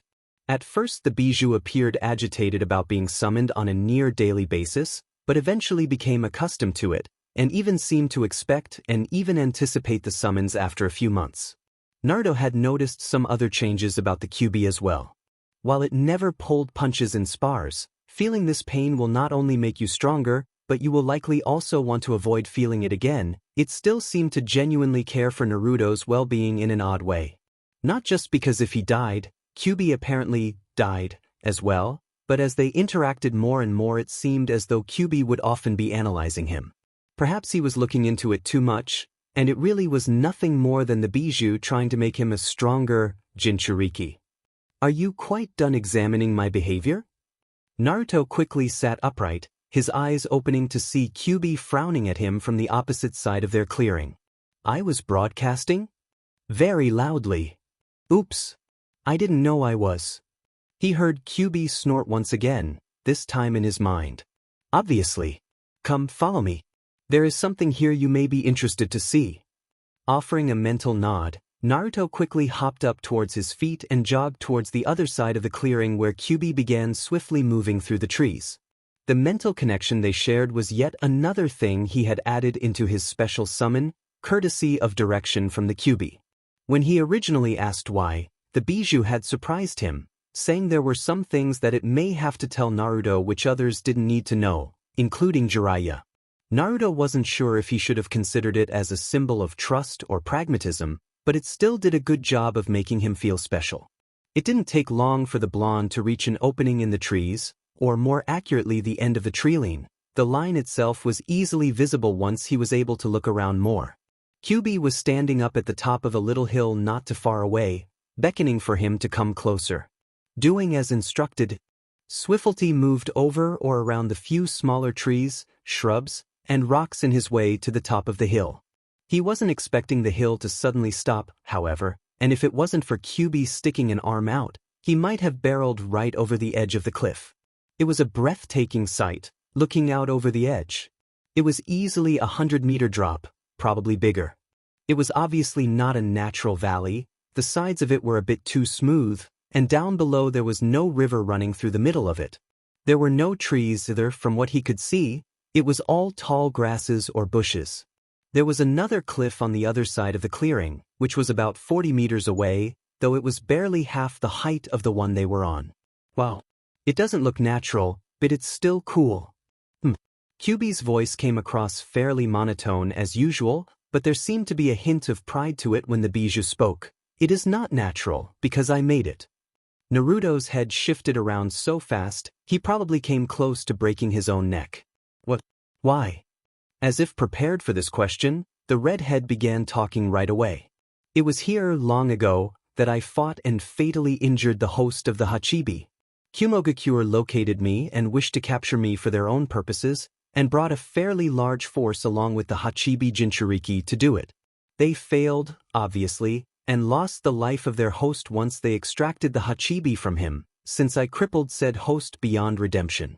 Unfortunately, since my location was revealed, I knew it was only a matter of time before others would come. One did. Who? Kyubi was silent for a moment, and Naruto pouted, figuring it was one of those things that he wouldn't get the answer to yet. Sighing and turning to look out over the valley again, he was surprised to hear the Kyubi speak in a more subdued voice, which was highly unusual. His name is Uchiha Madara. You Uchiha? Like Sasuke and Itachi? Correct. Was it just him, or did Konoha forces come with him? Kyubi chuckled, another thing it did rarely, but it had been doing more often over the past few months. He had already exiled himself from Konoha a while beforehand, from what I knew. He came alone, and subdued me alone. Naruto just stared, incredulous, at what Kyubi was saying. There was someone able to subdue the most powerful of all the Bijou alone? He had a hard enough time just handling 3 tails. Kyubi noticed Naruto's discomfort as it nodded and turned to go back down the hill. This is why you are training, Nao. People like Madara are ones you will have to face, likely sooner than we may realize if what Itachi said had any merit. Come, it's time for more training. The sage should be back soon as well. Naruto followed behind the Bijou silently. Jiraiya had told him more about the people of that organization. Akatsuki. Things would definitely get worse before they ever got better, that was for certain. 6 weeks later, Iron Country border post with Lightning Country. Jiraiya chuckled as he left the border post of Lightning Country, the stiff Jounin guards making him glad most of Konoha's forces didn't act like they constantly had a stick shoved up their butts. Cloud was known for their tightly structured military, however, so it didn't really surprise him. The fact that one of the Densetsu no Sannin was in their backyard for a while likely also had them tense. The sage grumbled and rubbed his arms underneath his cloak as a breeze kicked up. It was already cold in Iron Country, as was the norm for this particular area. Unfortunately, it was starting to snow, and while not a bad sign, it was certainly an inconvenient one if there was a lot of accumulation. Finished already? Jumping up slightly, Jiraiya whirled around to see a woman standing not too far away from him. A woman that looked rather familiar due to the length of her hair, its deep red color with black ends and her bright, almost glowing red eyes. The facial features were bordering on what Jiraiya would have considered regal, strong jawline, dainty nose, pouty lips, thin eyebrows. It was as far as he had ever been concerned, the works. If he didn't know who it really was, he would have been smitten. Kyubi? Good, so I am still recognizable. Jiraiya nodded slowly, his eyes going up and down over the Kyubi's new form several times. It was definitely more womanly than before by far. The Bijou had apparently decided to update its outfit as well in such a way that nicely complemented its full hourglass figure. Not to mention the subtle emphasis placed on its very nice. If you're ogling me that much, it means I was correct in my decision. Now, let's get back to camp before the snow gets heavier. The sage nodded, noting that his mouth was suddenly a bit dry. Kyubi's new form was giving him ideas, however, and he casually reached into one of his vest pockets to grab his pencil and notebook. What are you doing? Taking notes. About. Jiraiya briefly contemplated telling a lie, but he was unsure exactly how the Kyubi would interpret what he was going to say, or what it would do to him when it found out he lied. So he decided to go with the simple truth. Seeing you in that form gave me inspiration for my book. Kyubi was silent, but Jiraiya refused to turn and look at the Bijou, mostly out of fear for the look it may have been giving him. Even though it was cold outside, he could feel sweat starting to form on his brow. Human literature. It has been a while since I've paid attention to any. Naruto doesn't really read much other than textbooks and technique scrolls, so I ignore most of it. Strangely, Jiraiya didn't feel any calmer. My literature is known to cover a rather unique field in the book world. Some drama, some humor, and some, section. The silence dragged on for what felt like an eternity. I suppose I did well by choosing this If you're willing to write about it in such a manner, at least I know I will be able to get your attention when it is needed. Perhaps I should read your work when it is finished. Jiraiya gulped and nodded slowly, thinking it might be best to change the subject now. What about Naruto? Has he seen you yet? No. Really? I thought you'd show him first. Kyuubi chuckled. Jiraiya found himself enjoying that sound, and just realized that the Biju's voice hadn't really changed a whole lot from its previous form, but it most certainly had a more feminine tone to it now. I know as an adult human you would understand your species' traits better than Naruto. If this form will grab your attention, then it will certainly hold his. It has been something I've been pondering about for several weeks as I sparred with him. Jiraiya looked at Kyuubi, shocked. You did this for Naruto? The redhead looked back at Jiraiya as they walked, and nodded, expression serious. Yes. I don't think he has had enough experience fighting human females. I took this form so that he could get that required experience. Even though shinobi are supposed to ignore the gender of their opponent, I know for a fact that does not happen. The older white-haired man nodded, understanding completely. Some opponents he had faced in the past were definitely lookers, and the only reason he didn't look for too long was because Tsunade was on his team. He had plenty to look at any time he wanted to. Usually, there were a few incidents that he wasn't terribly keen about remembering. The two of them continued walking in silence for a while longer, the only noise being the crunch of their feet on freshly fallen snow, and the occasional scritching noise as Jiraiya scribbled a few notes here and there. Unfortunately, he found his desire to write using the Kyuubi lacking, especially after hearing the Biju tell him that it would read it after he was done. The fact that it actually seemed interested in what he wrote surprised him, but not as much as he was expecting it to.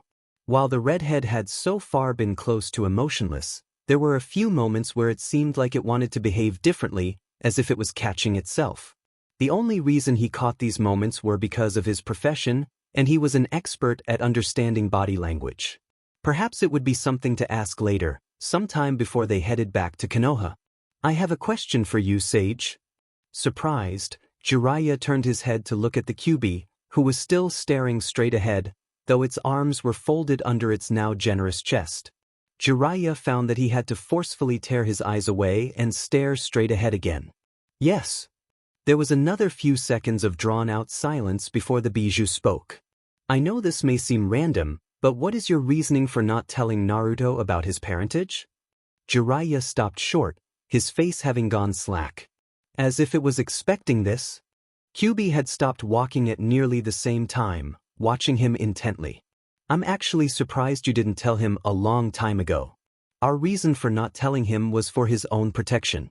He'd have more than Akatsuki after him if word about who his parents were got out.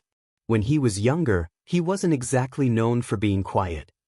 Kyuubi nodded, then looked up towards the snowing sky. I see, though it was the circumstances he was placed under that made him that way. I know, believe me, do I know. Jiraiya sighed, shaking his head. I was planning on telling him before we went back to Konoha. Are you okay with that?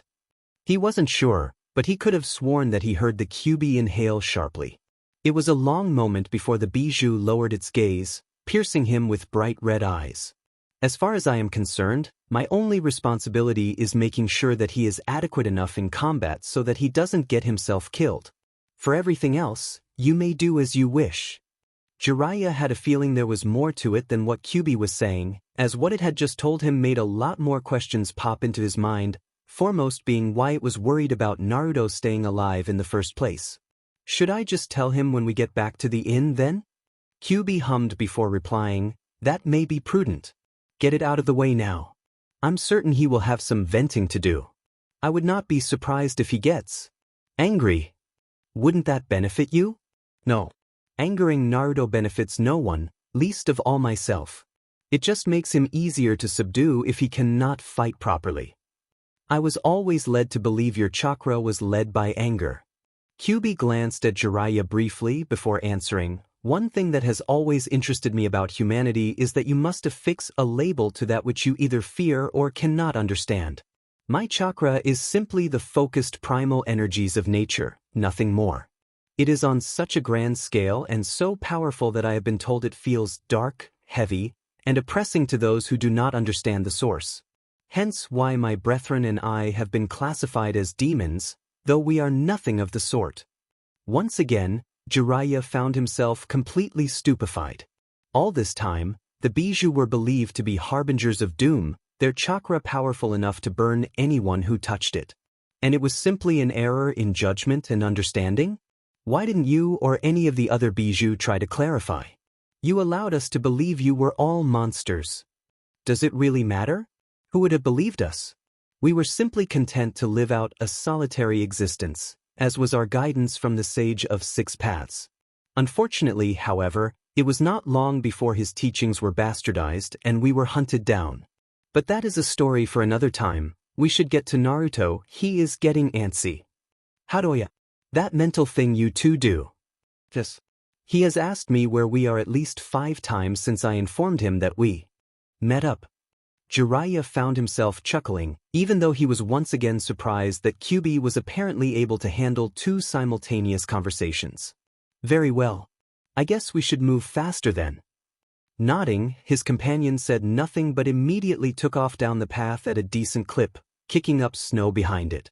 Sighing, the sage steeled himself for the conversation that he knew was to come. 30 minutes later, and in within a small hamlet, Iron Country. Welcome BA. Back. Both Kyuubi and Jiraiya nodded to Naruto as they entered their large room.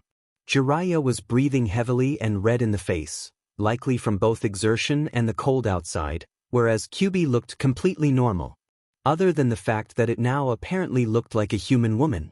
Kyuubi? Do you look like that? Naruto knew he had to be blushing and nervous, even though he shouldn't. He kept forcing his eyes to drift away from Kyuubi, as it was very attractive in its current form, making him feel strangely uncomfortable. The Bijou must have easily picked up on his discomfort, as it snorted and stalked over towards the window in their room, looking outside. I look like this for the exact reason you're acting like a fool now. You need to be prepared to encounter other humans of all kinds, and that includes the females of your species. What will happen the moment an enemy kunoichi tries to stuck you? Naruto's eyes became saucers. You're going to stuck me? Do not be ridiculous. Kyuubi growled and brought a hand up, rubbing its face in a show of irritation. Perhaps this is working a bit too well. Explains Sage. Jiraiya blinked as Naruto promptly whirled to look at his sensei, face openly curious. Naruto, you have plenty of experience fighting shinobi, but you haven't fought any kunoichi yet, have you? The blonde slowly shook his head. Not really. Unless you count Sakura-chan and Tsunade-chan. Jiraiya waved a hand and scowled slightly. No, they don't count. I already know that you pull punches with your teammate, and as you are now, Tsunade could still beat you easily if she actually tried. He gestured towards the window. That's where Kyuubi comes in. You were already blushing as soon as you saw her, because of Dash. The man was going to continue explaining, but the Bijou cut him off. No, it would probably be best if you referred to me as a female, for the foreseeable future anyway. Naruto looked mildly surprised at this revelation, but Jiraiya's eyes narrowed in curiosity. Are you sure? I thought you didn't have a gender? I don't. Kyuubi turned away from the window and looked back and forth between the both of them before continuing. However, it is within my understanding that we will start coming in contact with your human civilization more frequently as we approach the return date. I do not believe it would be wise to continue referring to myself as it and Kyuubi, therefore I will need an identity and gender established. Jiraiya nodded, rubbing his chin as he started to grin. Yeah, it would make sense. Besides, it's not going to go well in Konoha if Naruto starts calling you Kyuubi within the middle of the village. Being in a female form will also help him become accustomed to being near and fighting with a powerful kunoichi. Jiraiya's grin slowly morphed into a leer. Besides, you're the most attractive woman I've laid my eyes on in a while. Naruto obviously wasn't sure if he should blush or pale, but for him to remain speechless as long as he had was a feat unto itself. Kyuubi, on the other hand, was just staring at Jiraiya blankly, though one of its eyebrows had shot skyward.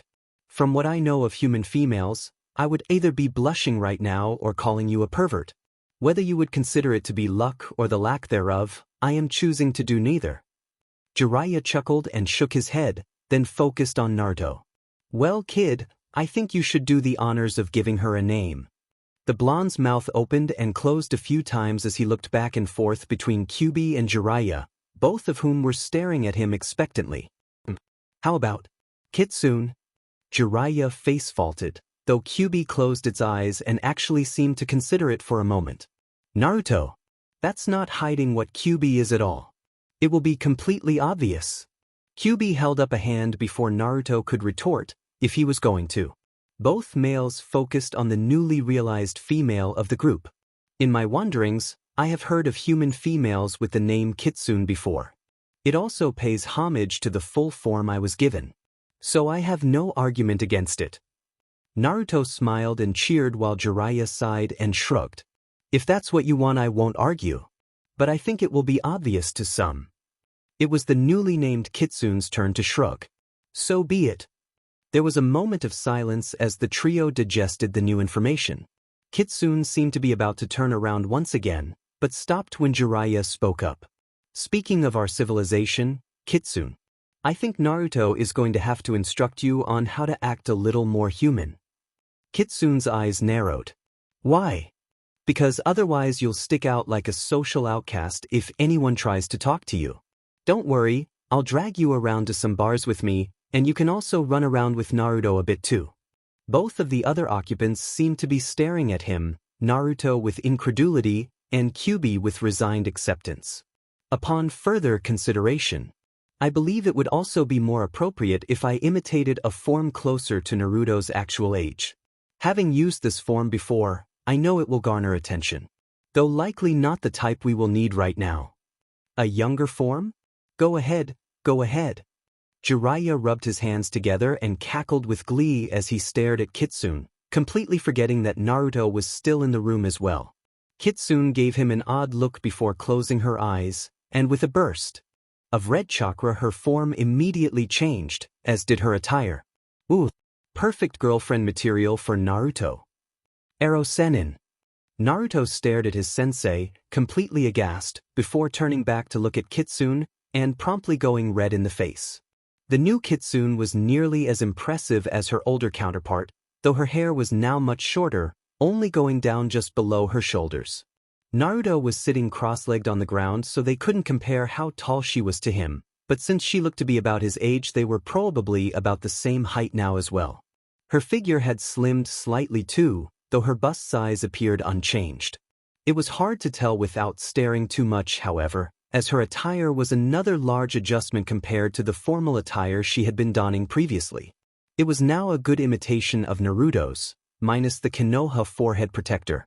The vest wasn't green either, but was instead a very deep red. In another gesture of similarity, instead of an orange piece of cloth around her left bicep, she had a bright red one. What's the matter, Naruto? Is she a little too hot for you to handle? Naruto waved his arms about in a panic. No, it's just weird. I'm used to Kyuubi being a big fox. Kitsune. The blonde turned to gape at the girl who had corrected him, only to catch himself staring at her before turning away and blushing even more. She was every bit as pretty as she was in her older form, but now it would be even more distracting since she was obviously closer to his age. He was so shaken up that he didn't even think twice about her correcting him to use her new name. Ohoho! As much as he will like to deny it, I think little Naruto-kun has a new crush. Naruto settled for growling and leveling a glare at his sensei, who simply chortled as he poked fun at his student. It wasn't until Kitsune spoke again that the teasing session ended. Perhaps you should talk to him about what we discussed earlier, Sage? Jiraiya's teasing effort promptly died, along with any enthusiasm that he had been displaying. The sudden change was easily picked up on by the blonde, who began tossing worried glances between the other two in the room. What's going on? Naruto. It's... Jiraiya let out a long sigh as he moved to sit in one of the chairs in the room. I know you've asked me this before, but I refused to talk about it before now. It's about your parents. The Jinchuriki tossed a quizzical glance towards Kitsune, who was standing still with her head tilted forward slightly, eyes closed. Noticing that, He immediately focused on Jiraiya with his full attention. "You're going to tell me now?" The pure excitement in his voice as he bounced a little from where he was sitting was very obvious. "Yes, I am. But before I do, I want you to understand that there were reasons why you weren't told before now. The first of which is that at least now you're able to protect yourself well enough when alone, and even better when Kitsune helps you." Naruto simply nodded, hanging on every word. Jiraiya leaned forward in his chair, placing his forearms on his knees as he stared at his latest student.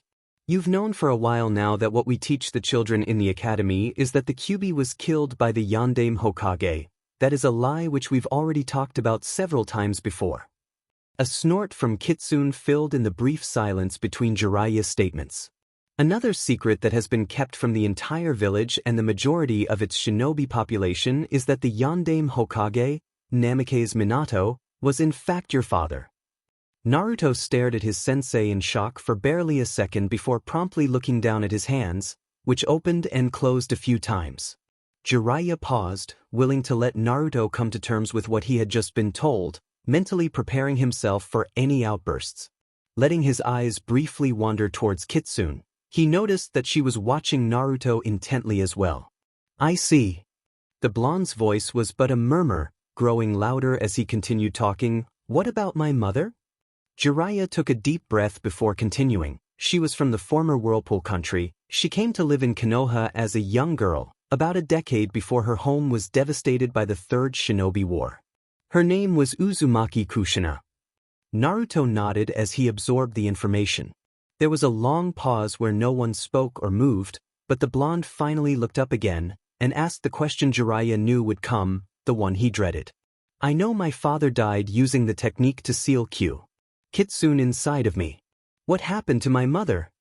Jiraiya cringed internally. He hadn't actually been there but had been given the entire blow-by-blow account courtesy of Sarutobi-sensei. With Kitsune actually being right there, it would be a lot harder for him to say this than if she was still the fox that "I killed them." Both of the males in the room focused quickly on Kitsune, who simply stared emotionlessly right back at Naruto.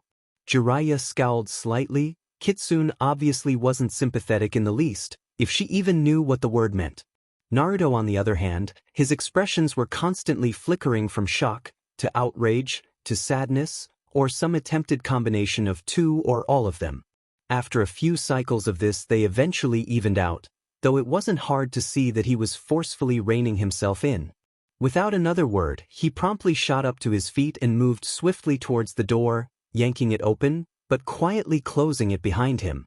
Even when he was agitated or in obvious pain, he was considerate of any others who may have been at the inn. Rubbing his eyes briefly, Jiraiya sighed as he stood up. "Well, that went better than I thought it would. I was expecting him to go ballistic. I guess I should go find him and attempt to perform some sort of damage condash." "No." Kitsune's interruption was sharp, and Jiraiya looked over his shoulder towards her. "What?"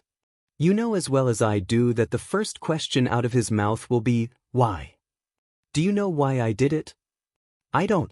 But you could always tell me." "I have to say that I've been curious.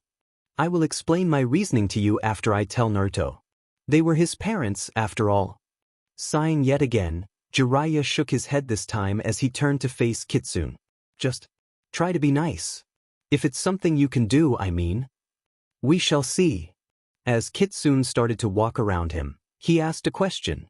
"I know this seems random, but if you need to say anything about me, it might help if you call me Ero Sennin. I'm sure it will get him to smile at least." Tossing him a glare and a low growl, Kitsune continued towards the door, yanking it open much like Naruto did, and slamming it behind her, apparently not caring about any others at the inn. "What? I thought it would be a good idea." It wasn't until much later that he realized Kitsune showed signs of both worry and agitation. Perhaps there really was more to her than anyone knew. 10 minutes later, copse of trees near the hamlet. Kitsune observed the snowflakes as they fell to the ground, tracking Naruto via the imprints his footwear left in the minor accumulation so far. The few humans she had encountered as she followed Naruto's footsteps had shot her odd looks, most likely confused as to how she could walk around out here in the cold without more weather protection. They didn't know that she was merely residing in a chakra construct that could easily desensitize itself to things like temperature, much like her original fox form. She didn't need to do much adjusting, however, as the clones of Naruto were nearly immune to temperature, only detecting extremes. Until the time came where Naruto could form a clone using only her chakra, she would likely be numb to quite a few things that would normally affect others, since his chakra always had to act as the shell. It wasn't long at all before she came across the blonde, sitting still and hunched over on top of a rather large boulder that was easily a meter taller than her current human teenager body. She had to stop and adjust herself mentally for a second. It was disconcerting having to look up at him, even if he was sitting on top of something. When talking to Naruto in his mindscape, she was still generally always looking down, and even her adult human form was taller. This was the very first time she had ever looked up at him. Setting that thought aside, Kitsune didn't bother making any extra noise as she approached, as her feet made enough noise in the snow. Not only that, but their mental connection acted as something of a homing beacon. Naruto had suppressed his chakra to a great degree, but no matter how hard he tried to hide, she would always be able to find him, as could any summon he called upon. It was the one unavoidable similarity between all summoning techniques, that the chakra of the summoner and summoned be linked. As a result, he would be able to feel her approach from a mile away, if he so wished. The moment she stopped and stood still, Naruto managed to grind out a single word, his strain obvious. Why? There it was, exactly as she had told the Erosenin. Calling him such would likely take some getting used to. Why did I kill your parents? I have an answer for you, but it requires you to listen to a bit of a story. Are you willing? She heard him sigh, and felt the stirrings of the human emotion of amusement as he turned a glare on her. I don't have a choice, do I? I can tell you the answer, but you won't appreciate it unless I explain everything. It will also explain why I didn't tell you of this sooner. The glare slowly withered, and resignation took hold. Nodding slowly, he turned away from her. Walking closer, Kitsune moved around the boulder Naruto was perched on until she stood directly in front of and below him. She continued to simply stand there until he looked directly at her, puzzled blue eyes meeting serious bright red. I will begin by telling you that according to your human calendar, I am just over 163 years old. If Naruto was at all surprised or intrigued by this revelation, he did not show it other than a minor twitch of his eyebrow. The blonde continued staring blankly at Kitsune as she resumed her monologue. I also have what is referred to as an eidetic memory. That is, I can remember everything I have experienced in perfect clarity from the first day I existed. Of the 9 bijou, I was the last one created by the Sage of Six Paths, and also the most powerful. I do not know why we were created with such an obvious power gap, but then the Sage of Six Paths did many things I still fail to understand. My brethren and I were spread throughout the lands, though within the first 30 years I began hearing tales of the capture of the Ichibi and Nibi.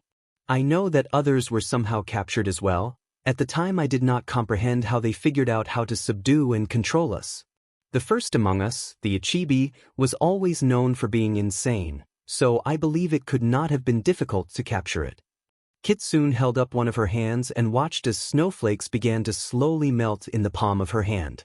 While shadow clones did not generate heat like a human body would, chakra flow itself generated a small amount of heat.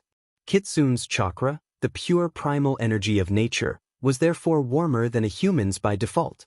Naruto had commented in the past during their spars that some of her impacts felt like they burned, and it only got worse as they figured out how to get more of her chakra into his clones. I existed in solitude for nearly 100 years, every so often mingling with the humans in smaller villages when I needed information. By traveling from place to place over time, I learned much about the children and disciples of the Sage of Six Paths, but most of it was not what you would refer to as good. I began to understand human emotions as I interacted with them, and realized that I found myself loathing your species. It was perhaps the first emotion of humanity that I was able to grasp easily, simply because the examples of it were plentiful. Kitsune had since looked back up to where Naruto sat on the boulder, occasionally shifting, but granting her his full attention. The last sentence she spoke raised his hackles a bit, however, and he seemed ready to interrupt until Kitsune held a hand up to stop him before he started. Let me finish, Naruto. When I'm done, you can ask all the questions and make all the comments that you wish. The blonde's mouth snapped shut, and he glared again, not that it had any effect on Kitsune. Slowly he settled back down and let out a low grumble, but nodded to her nonetheless. I am nothing more than an accumulated force of nature. The environment itself is what gives me my power. The Sage of Six Paths realized that this power needed a focus and gave us an intelligence. We were originally one mind, but with all that power even one mind could not control it. So therefore what was once one was split up into 9, of which I was the last, as I said before. Knowing that I was created from a part of nature itself, I began to view humanity as nothing more than a virus. Always using and taking more and more, rarely appreciating or giving back. Granted, there are several among your number who are appreciative, but they are a very small minority. Once humans realized that the bijou, as we were named, could be used as a means to power, things only got worse. When the stories became more widespread, I gradually separated myself from your human civilization around 80 years ago. I discovered that there was a clan of shinobi, descended from my creator, who had the ability to suppress the chakra of a bijou. They called themselves the Senju, and it was they who had been assisting in the capture of my fellow brethren. Recognition immediately clicked in Naruto's eyes as his back went rigid. Kitsune allowed herself a small grin, knowing that Naruto was once again hanging on her every word. They had since formed a military alliance with the second clan which descended from the first sage, the Uchiha. Together they could capture and control any of us, but alone could not do both. We were too powerful for an Uchiha to control us for long, but with our powers suppressed by a Senju, they could control us indefinitely. These abilities combined gave them an unprecedented amount of power at the time, which they used to broker alliances and helped form what you refer to as the 5 great nations today. I did not know it at the time, but found out later that they had originally planned on giving out 2 each of the bijou to the other large nations that formed as a way to guarantee balance. The Great Shinobi War had taken many lives, and there were many who didn't want to see another like it. The Uchiha wanted to keep the power to themselves, but the Senju wanted to spread the power as a balancing force. The Senju ideals won in the end, and 3 of the great nations got 2 of the bijou.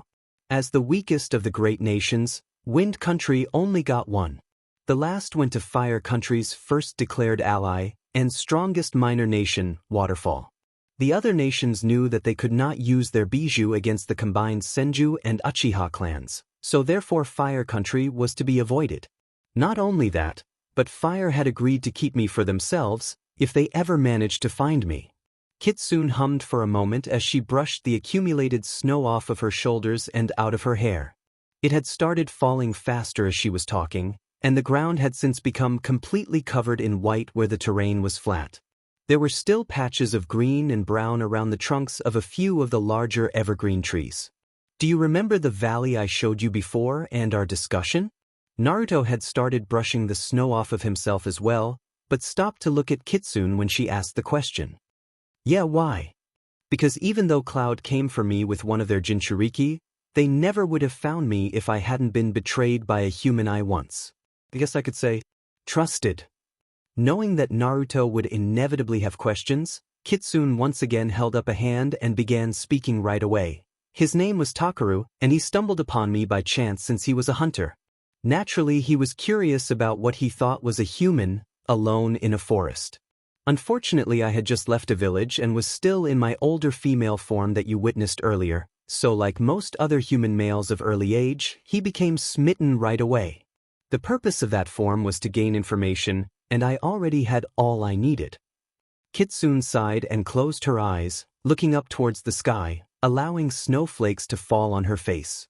I would have killed him right then and there and no one would have known, but as a hunter he had a certain appreciation and fondness for nature that I was able to bear witness to.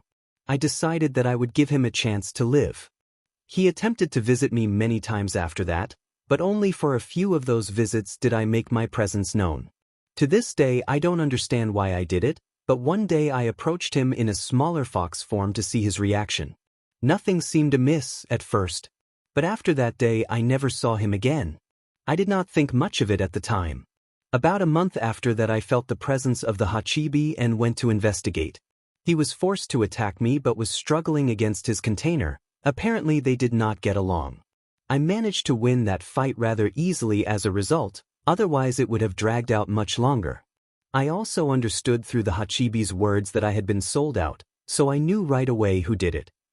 Naruto managed to insert a quick question. Was he there? The redhead nodded. They forced him to come to show them the location where I had been. It was my own fault for not moving away, but I still did not understand the human concept of betrayal. Apparently, I had a bounty in Kumo, and Takuru wanted it. Do you know what happened to him? Kitsune opened her eyes and looked at Naruto, feeling the melted water from the snow run down her face. She tossed him a grin. I killed him, along with a large chunk of the Kumo-nin. I even ate 2 of their stronger ones. Though they were tougher than even I realized. Something protected them from my own chakra, and I was forced to regurgitate them. Naruto looked queasy and somewhat startled, but otherwise chose not to comment. Kitsune stood casually, letting her arms rest at her sides as she looked up at Naruto. He held her gaze for barely a moment before blushing a little and turning away, missing the biju's little smirk. It wasn't long before they retreated, and I remained where I was, convinced that I had scared off anyone else. Unfortunately, I underestimated you humans, something I have been actively taking steps to avoid ever since. The first to come to me after Kumo was none other than Uchiha Madara. I did not know how the Uchiha had managed to control my brethren before, but it became clear barely moments into our fight, if you could really even call it such. He used his Sharingan, and at that moment I knew something was wrong. I had become SLV to my own body. I knew things were happening, but I was not in control, and no matter how much I fought I could not get it back. He immediately set us on a course for Konoha, which took very little time for me going full speed. In a few hours, we had reached the area that is now called the Valley of the End. Kitsune sighed, looking at her hands once again. Senju Hashirama came to meet with Uchiha Madara for whatever reason. At the time I did not know or care, I simply wanted my body returned to my control. They began talking at first, but it did not take long for them to begin fighting. To this very day I do not know why Madara used me, as everything I did was suppressed by Hashirama. Perhaps I was just a distraction for some other plan. Regardless of the reason, it would seem that Madara ultimately failed at his self-appointed task to attack and destroy Konoha, and I was sealed away for the very first time. Kitsune did not know what expression was on her face, but facing those memories was something that she did not like in the least, and it must have shown. Naruto must have been completely caught up in her story, as he had quickly moved down from the boulder, and now stood in front of her with a concerned frown. What was it like? Sighing and turning away, Kitsune slowly walked around the clearing, thinking about how to best explain it. It was like nothing I had ever experienced before. Complete darkness, with no concept of time, and no control over a body. I simply was and wasn't at the same time. There would be moments of light and understanding when my container, Kitsune nearly spat the word, that decided to come to me, asking for information. Otherwise, I was alone. It wasn't until later that I knew I had been kept in the dark for close to 60 years. I'm sorry. Kitsune whirled around, at first staring incredulously at her latest container, but then changing it into a mild glare. What do you have to be sorry for? None of this was your doing. Your desire to offer some fashion of atonement for your predecessor is neither wanted nor needed. Naruto visibly flinched as if struck, and Kitsune found herself re-examining her words. Taking a deep breath, she shook her head, slightly wet hair prickling her cheeks as it swayed back and forth. Perhaps that came out wrong. I did not mean to rebuke you in such a manner. However, remembering nothing but constant darkness for such a long period of time is a horrible experience for any being, especially one that can remember every detail of such nothingness. The blonde nodded, his own hair matted down slightly from the snow melting in it. His outfit was getting wet as well, especially along his arms and shoulders. He made no effort to return indoors, however, so Kitsune did not say anything about it. So you were sealed in someone else before they sealed you in me, then? I was sealed twice before I was sealed in you. The first time was into a woman named Uzumaki Naruto, who was the wife of Senju Hashirama. She was present at the battle, because in case Hashirama failed, she would at least be able to seal me away. She still did the sealing regardless, though I didn't find out until later that she was too old to be able to use Abija's power, so she never became a true Jinchuriki. She had to completely separate her chakra from mine, otherwise mine would overstress her chakra coils and slowly kill her inside out. That was why as she aged, they had another container prepared for me, one who was much younger and would be able to merge with my chakra and use it.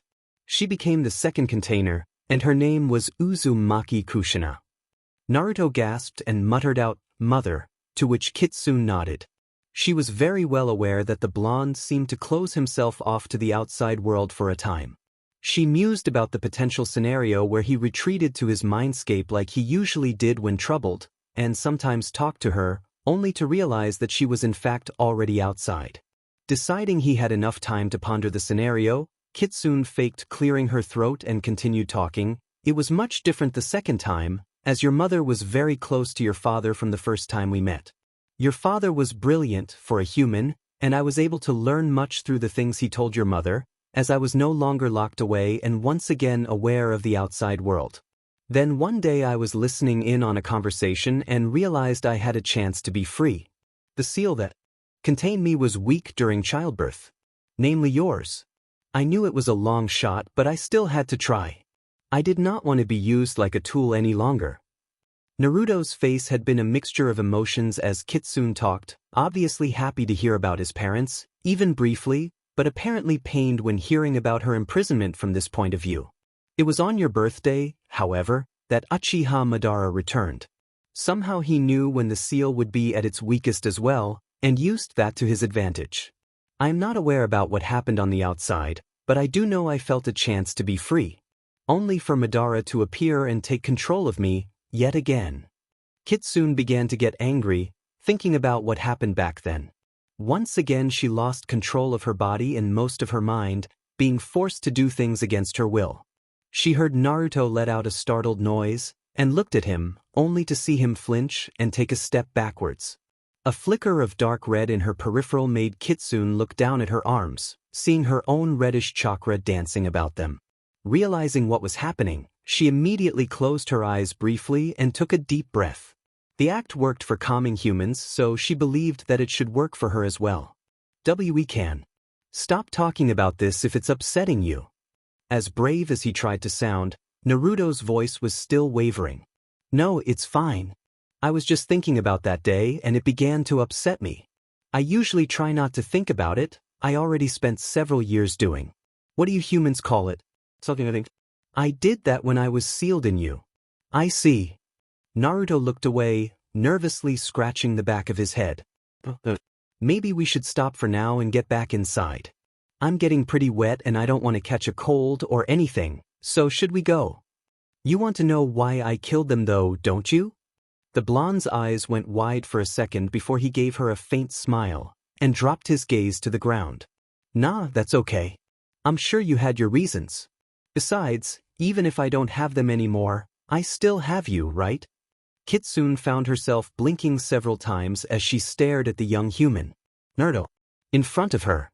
Even for someone as old as she, he managed to say things that caught her completely off guard. The redhead supposed she should feel some sort of gratitude towards the boy for his opinion of her, even if he was technically her jail cell. Unlike the previous two, at least he had made attempts at giving her some form of freedom. How generous he would remain after she told him the full story, she didn't know.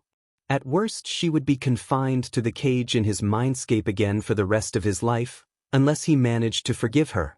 Regardless of the result, it would be best to get everything out now, so there will be no complications later. "Yes, you do. But I'm still going to tell you why anyway. Your father had somehow defeated Madara or scared him. I don't know which, but all I can remember is that I was free for a brief moment before your mother made an attempt at keeping me pinned so that I couldn't get away. If she had let me go, I would have simply left. But I never got the chance to. She started dying the moment I was removed from her, anyway. My chakra was a part of your mother's chakra system, and without it she would not be able to live much longer.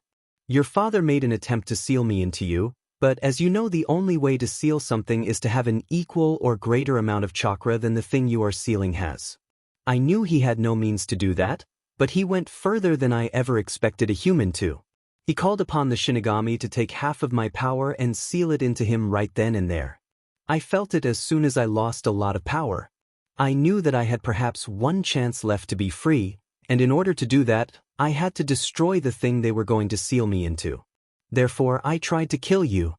Kitsune watched as Naruto's expression changed from shock to anger, and finally to sadness. His mouth had opened and quickly closed several times in a row, as if he wanted to say something, but was unable to find the words. Since you and I are both still here now, I think it's obvious that I didn't succeed with that plan. Your parents saved your life at the cost of their own. They still would have died anyway without me doing anything, but I did hasten their demise. I simply wished to be free. The two of them stood in silence for a while, neither moving. Kitsune kept her red eyes focused on Naruto, who simply had his fists clenched and was staring a hole in the ground.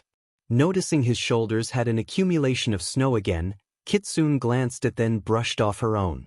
I don't know if you'll be able to forgive what I did or understand my actions, but regardless of that, we should probably head back indoors. It is snowing even more heavily than before, and I agree that the last thing you need to keep you from training is a cold.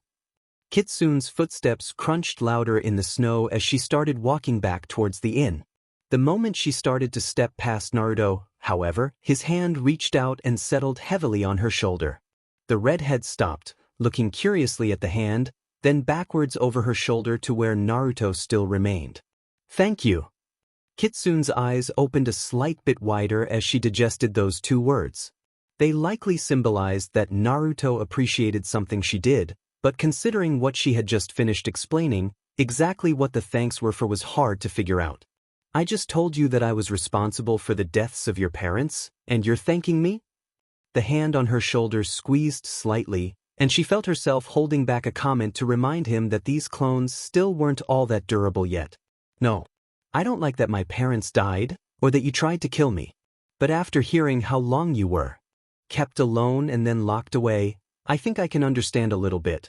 I should be angry that because of you that I never got to know the love of parents like all the dash. You're wrong. Naruto's grip slipped off of Kitsune's shoulder as he stared at her in shock. About your parents not loving you. I witnessed enough of your mother and father to understand what it means to say one is in love, even if I fail to comprehend why one would love another. It probably has to be the most confusing emotion you humans have, yet your parents said it over and over to you as an infant before they died. Naruto's face adopted an expression that Kitsune found impossible to interpret, but one of his hands quickly moved up to rub at his eyes, and she was fairly certain he started sniffling. Interesting, this was the first time he had cried for a reason other than pain in several years. It was impossible to miss Naruto's shivering as he rubbed at his eyes, so in a decidedly human gesture, Kitsune moved back towards him and grabbed at his other forearm. Naruto looked surprised until the redhead started dragging him back in the direction of the inn. I can see you're cold, and the last thing I need is you complaining about your training while sick. Both of them trudged through the snow with loud crunching noises, and Kitsune found herself wondering why she felt like grinning when Naruto murmured another thank you. 3 months later, Konoha. Whoa! Naruto, is that you? Who's the babe? Naruto's head turned to the left, only to see Izumo and Kotetsu grinning at him like the idiots they were. He tossed them a grin and a wave of his own, then held a finger to his lips, gesturing for them to be quiet. Hearing them laugh, he looked over to his right, where Kitsune was walking next to him. In the last few months since telling him about his parents and her past, Kitsune had gradually become reacclimated to human civilization. She grumbled about how stupid they were from time to time, but for the most part Naruto found her interactions with most other people amusing. She still continued wearing a wardrobe that was a near copy of his, but had recently decided to start placing her shoulder-length hair in a ponytail, which strangely seemed to make her look even younger. Like now. She was almost cute, the way she was shooting a mild glare in the direction of the check-in booth. Naruto might have laughed if he didn't know that she was likely the strongest being in existence that he knew of. You aren't going to defend poor Kitsune-chan's honor, Naruto? The blonde in question shrugged as he looked over his shoulder at Jiraiya. They were just complimenting her in their own sort of way. Besides, if I tried to defend her again, she may just haul off and hit me like that time in Tanzaku. I was nursing that bump on my head for days. Jiraiya guffawed in laughter at the memory, and Naruto tried to avoid having his gaze linger on Kitsune as he faced forward once again. For some reason, she was very aggressive when it came to the concepts of pride and honor. That was likely because they were some of the first true feelings that she truly understood humanity's label for. As they gradually increased their distance from the main gates, Naruto looked around at the various shops on the street. They were traveling down towards the central building, towards where the administration building was located. Not much had changed in the last 3 years, which was both a good and a bad thing. It wouldn't take him long to get familiar again with where everything was, but it would likely make it a bit harder to find things that actually were new. Spying a large pole up ahead, Naruto gestured towards it. I'm going to run up that and get a good look around, alright? Jiraiya nodded and Kitsune let out a humming noise. Taking this as a sign of approval, Naruto took off at a jog, then adjusted himself and ran up along the side of the large pole. Upon reaching the top, he inhaled a large breath and took a look around. There really wasn't anything noticeable that had changed at all. They had finished fixing up the section of the outer wall which had been destroyed by one of Orochimaru's snake summons. Other than that, they had carved the latest Hokage's face into the mountain, and that seemed to be it. Naruto, your harpy of a teammate approaches, as does your Hokage. Hey, Sakura-chan isn't a harpy. We shall see if she has changed. I won't hold my breath. Naruto looked around below, and sure enough Sakura and Tsunade were walking down the path towards them. They had likely been alerted of the arrival of Jiraiya and his student. There was no extra security either, so Jiraiya had probably mentioned Kitsune to Tsunade at some point in one of his letters. Naruto had a feeling that she was still being watched, just in case. Hearing voices coming from below him, Naruto looked for a good landing spot between the groups and jumped. 3 seconds later he landed in a crouch and heard Sakura gasp his name. Slowly standing up, he turned back around to see Tsunade appraising him as Sakura simply stared at him, mouth slightly agape. Naruto raised a hand and gave them both a big smile. Hey Tsunade-bachan. Sakura-chan. Tsunade immediately scowled, while Sakura actually blushed a little and smiled. Naruto heard Kitsune mumble something behind him that he didn't quite catch, but it was likely that Jiraiya caught it since the man started laughing lightly. Hi, Naruto. Welcome back. We missed you. Ah, really? Naruto grinned and scratched at the back of his neck. How have you guys been? Anything interesting happen? Sakura's eyes lit up and she looked about to say something, but Tsunade beat her to it. Oh, there has been plenty, but this is not the place to talk about it. Let's go back to my office, we can talk there. She worded it like a friendly suggestion, but the look on her face spoke otherwise. Sakura looked a little upset about being interrupted, but nevertheless nodded with everyone else and fell into step next to Naruto as they headed towards the administration building. The walk to the building wasn't a long one, and the two reunited teammates had passed the time with idle chit-chat. Naruto mentioned a few of his new skills, while Sakura related some of Tsunade's scary ideas of training. Once they entered the building they encountered Shizen near the entrance, barking out orders to some of the staff. After another round of greetings, they all headed up towards the Hokage's office, steeling themselves for the discussion that was likely to come. Tsunade looked around her office as she sat down in her chair. Jiraiya had taken up his typical position whenever he visited, half sitting on a window ledge off to one side of the room.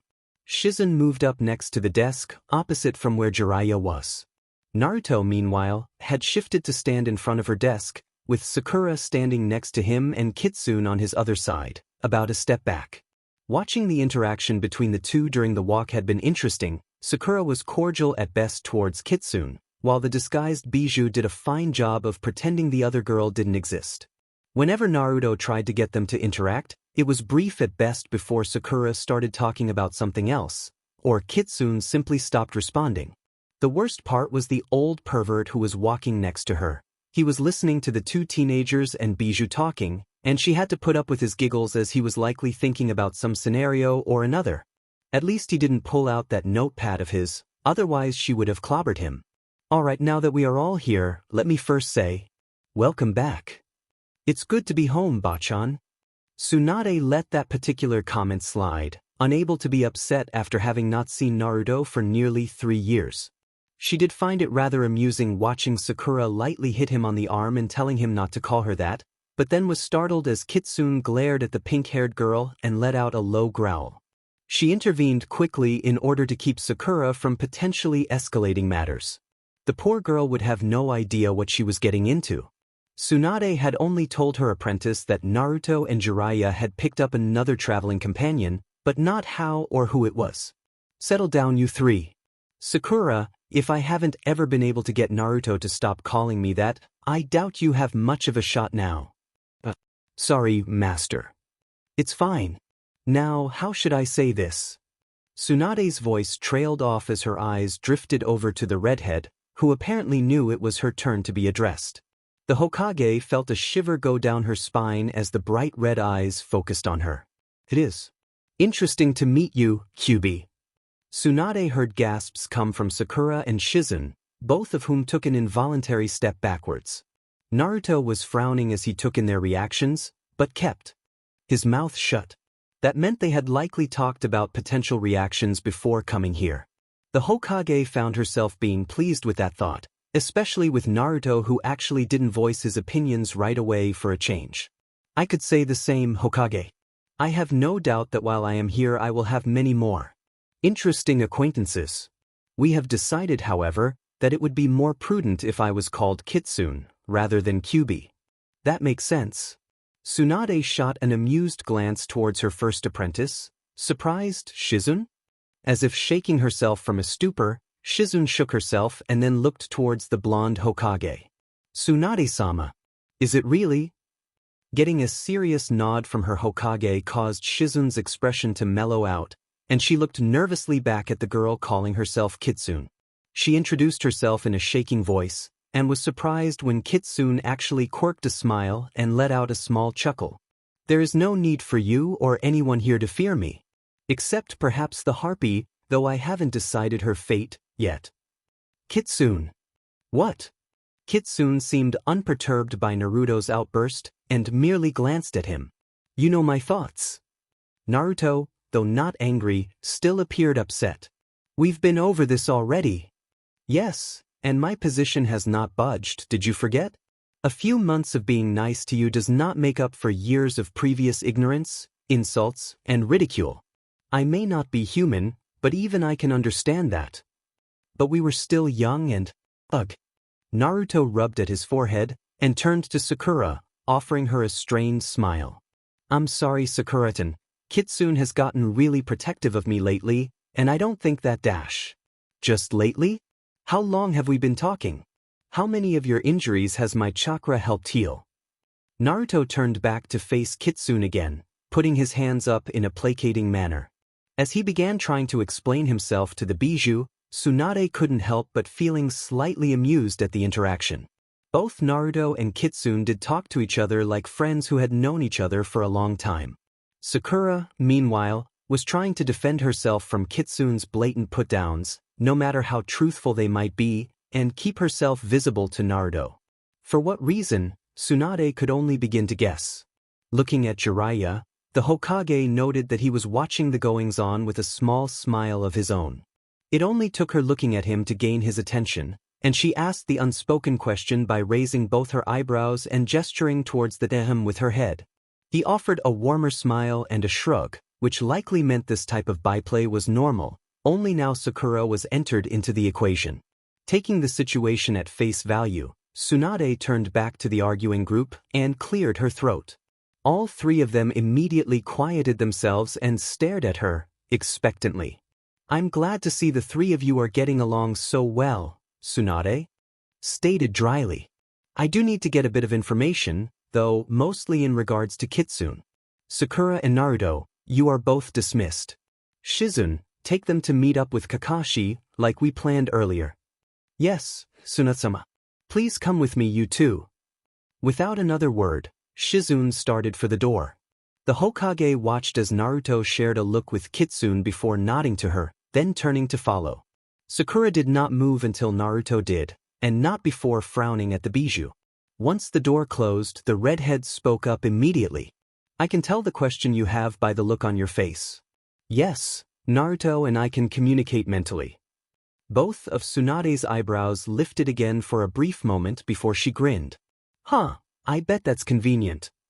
Yes, especially when we talk about Ero Sennin. That comment caught Tsunade by complete surprise, to the point where she almost comically fell out of her chair. It took several moments of her staring at the top of her desk to regain her bearings, and then she began to doubt her sanity upon looking up to see a small smile on Kitsune's face. What the hell is going on? Jiraiya?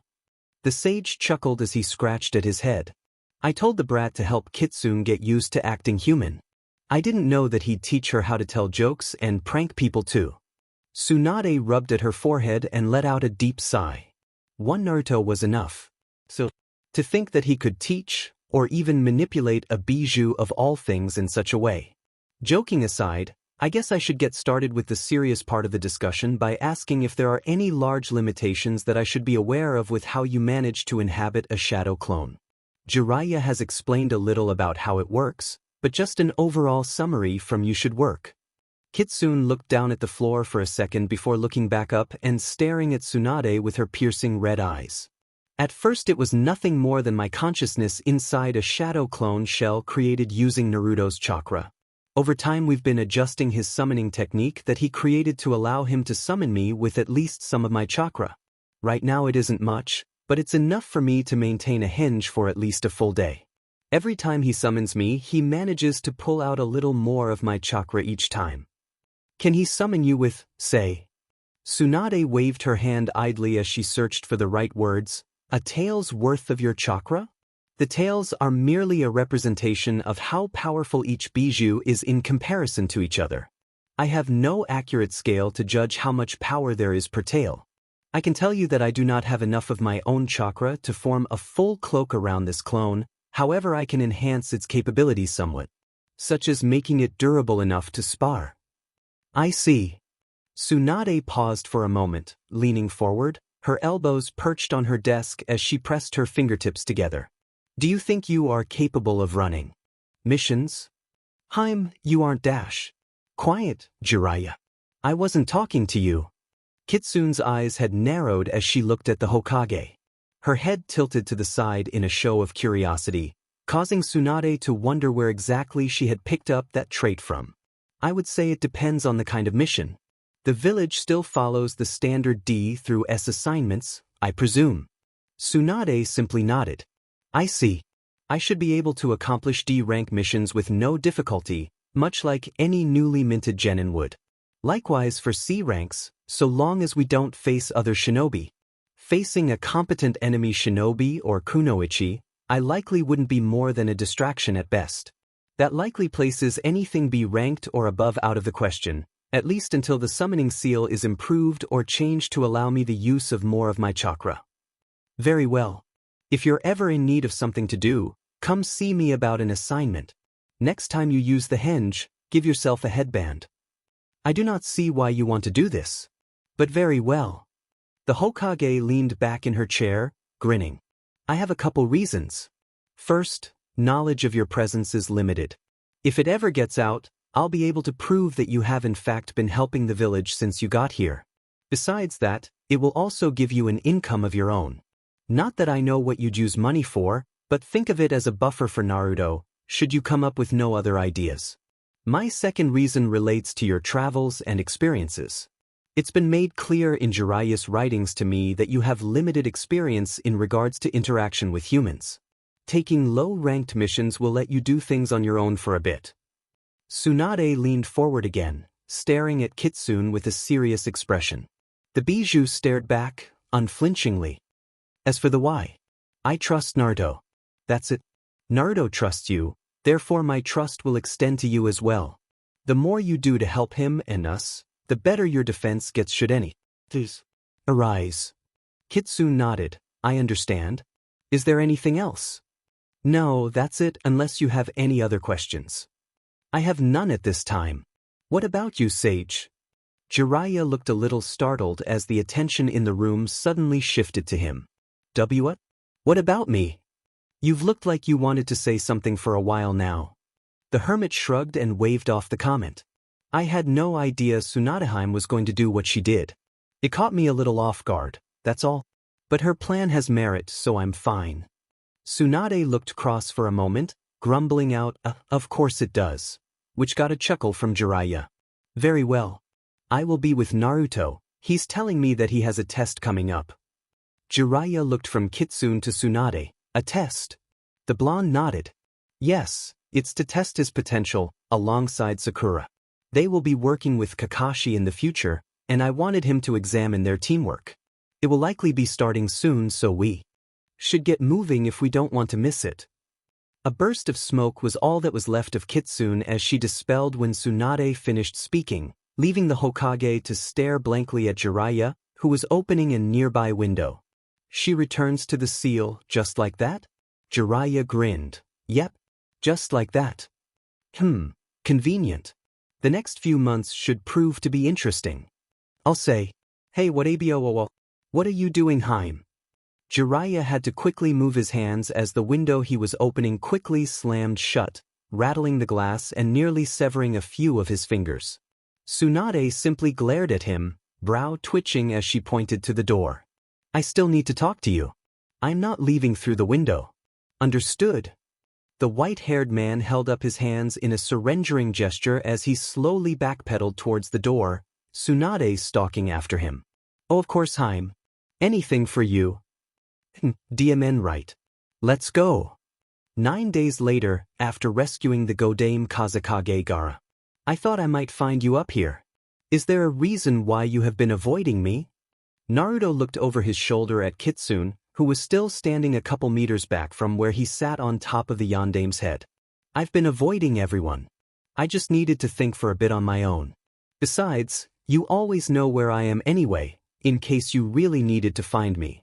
Kitsune hummed for a moment, then took a few steps forward to stand next to him. Thinking about the situation with the Ichibi's Jinchuriki? Gaara. Kitsune glanced down at the teen. What was that? His name is Gaara. Not Ichibi's Jinchuriki. Naruto repeated what Kitsune called Gaara in a sarcastic tone which was not at all lost on the Bijou. Very well. While you see the human for what he is, when I look at him I cannot help but see another Bijou like myself. But I will call him Gaara from now on, since he is in fact no longer a container. Naruto went rigid for a moment before settling back down, something that Kitsune watched with idle curiosity. He was doing one of those human things that could be so irritating, by closing himself off so he could attempt to deal with whatever issues he had on his own. Unfortunately, that typically made him a pain to deal with for days at a time. I do not understand why you are acting this way. He is alive now, is he not? Naruto let out a sigh. Yeah, but he was dead. I thought I'd never see him again. It wasn't fair, after all he'd been through, and finally being recognized. To just have Akatsuki take it all away because he contained something that was put in him before he was even born. If it wasn't for Granny Chio. Naruto trailed off, and for once Kitsune found herself without anything to say. Something caused Naruto to form a strong connection with the other Jinchuriki, and it was likely because they were treated the same when they were younger, with fear, ignorance, and disdain. This current episode of his might go on for a while. And there was one way to get him out of a funk this serious that she had learned over time. Would you like to go get some ramen? Naruto quickly looked up at Kitsune, incredulous. What? But you don't need to eat. Kitsune shrugged, looking back out over the village. True. But I can still taste the food, and I have to admit it does not taste as bad as I had imagined. If you wish, when we go you can. Call it one of those date things. Kitsune waved one of her hands in a circle before finishing her sentence, consciously using the human mannerism to display indifference. Naruto stared at Kitsune open-mouthed for barely a moment before frowning. You don't even know what a date really means, do you? I do know what the word means, but I do not understand the purpose behind it.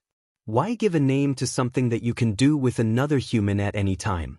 You used to go with the harp, Haruno, when it was as a member of a team after your graduation, but she would not go with you when you asked her to go as a date. She'd go with me now if I asked. The blonde attempted to state matter-of-factly, though his expression gave a different opinion. One of uncertainty. Perhaps. But what would be the point? From what you and I know of her, she might say yes, but would likely add some sort of catch to it. Unlike her, at least your mother was straightforward when dealing with your father. The last sentence was only mumbled by Kitsune, which caused Naruto to grin slightly. Even if she didn't really intend to cheer him up, just being here and talking to him was making him feel better already. You're probably right. Besides, I told her that I would not ask her on dates anymore. Since I graduated, I haven't gone back on my word once, and I don't plan on starting now. The blonde looked up at Kitsune again, who was looking back at him now with a small smile. He couldn't tell, but she looked either happy or proud. It disappeared shortly after he looked up at her, however, and she spoke again before he could ask what she was thinking. Good for you. Now, do you want that ramen or not? Naruto chuckled as he rose to his feet. I guess, but I don't have my money on me, so we have to stop by my apartment. Our apartment? Also, I offered, so I will pay. Our apartment. You'll pay? You're just in a clone. Naruto's incredulity was completely obvious, both via the tone of his voice and his expression. Kitsune nodded. I know, but my chakra can regenerate itself naturally while I'm in your clone, as I have discovered. I cannot increase the amount I have, but it can be restored to the original amount you put in it. Haven't you thought it odd that you haven't had to re-summon me? The blonde's eyes remained wide at first, and slowly narrowed as he spoke. Now that you mention it, yeah. It has been a few days. Well, I haven't really been thinking about much other than. You know. I know very well, especially since I've been trying to tell you about it and you have been going out of your way to avoid everyone, myself included. I was willing to indulge your desire for a little while, but it has quickly grown old. Sorry, Naruto murmured, finally letting his eyes fall closed as his posture slumped. This time Kitsune sighed, shaking her head. It doesn't matter any longer. If it became a large problem, I would have dispelled and done my best to give you cramps. You can do that? Kitsune turned to see Naruto looking a little pale. I do not know. I have never tried. Your mother used to complain about cramps once a month or so and would sometimes blame me for them, so I thought it was perhaps an unintentional side effect of my chakra going through her system. It was something I noticed but never really paid much attention to. Naruto quickly looked away from Kitsune, muttering, No, I don't think it was your chakra. That is something that all girls and women have to deal with once they hit a certain age. At least that's what Ero Sennin said. He's usually pretty accurate when it comes to things about them. Kitsune hummed for a moment before returning to their previous conversation. As for me paying for the ramen we are going to get, it was something I discussed briefly with your Hokage. While I am not an official shinobi of this village, I am still fully capable of acting as such. I have at least all of your capabilities, plus my own, not that I would need to use them here. She has however allowed me to do some of your village's D-rank missions so that I may understand things better. Naruto had since looked back at Kitsune again, not quite believing what he was hearing her say. But when did all this happen? You didn't tell me. Kitsune's face went strangely blank as she looked back at him. What were we just talking about? Who was the one who was avoiding everyone? Oh, yeah. Naruto's embarrassment was obvious, if the tone of his voice and slight flush of his cheeks was any indication. As they finally began making their way down the monument wall, Naruto began to think a little more about Kitsune's situation with his clones. So how long do you think you can stay in that clone then?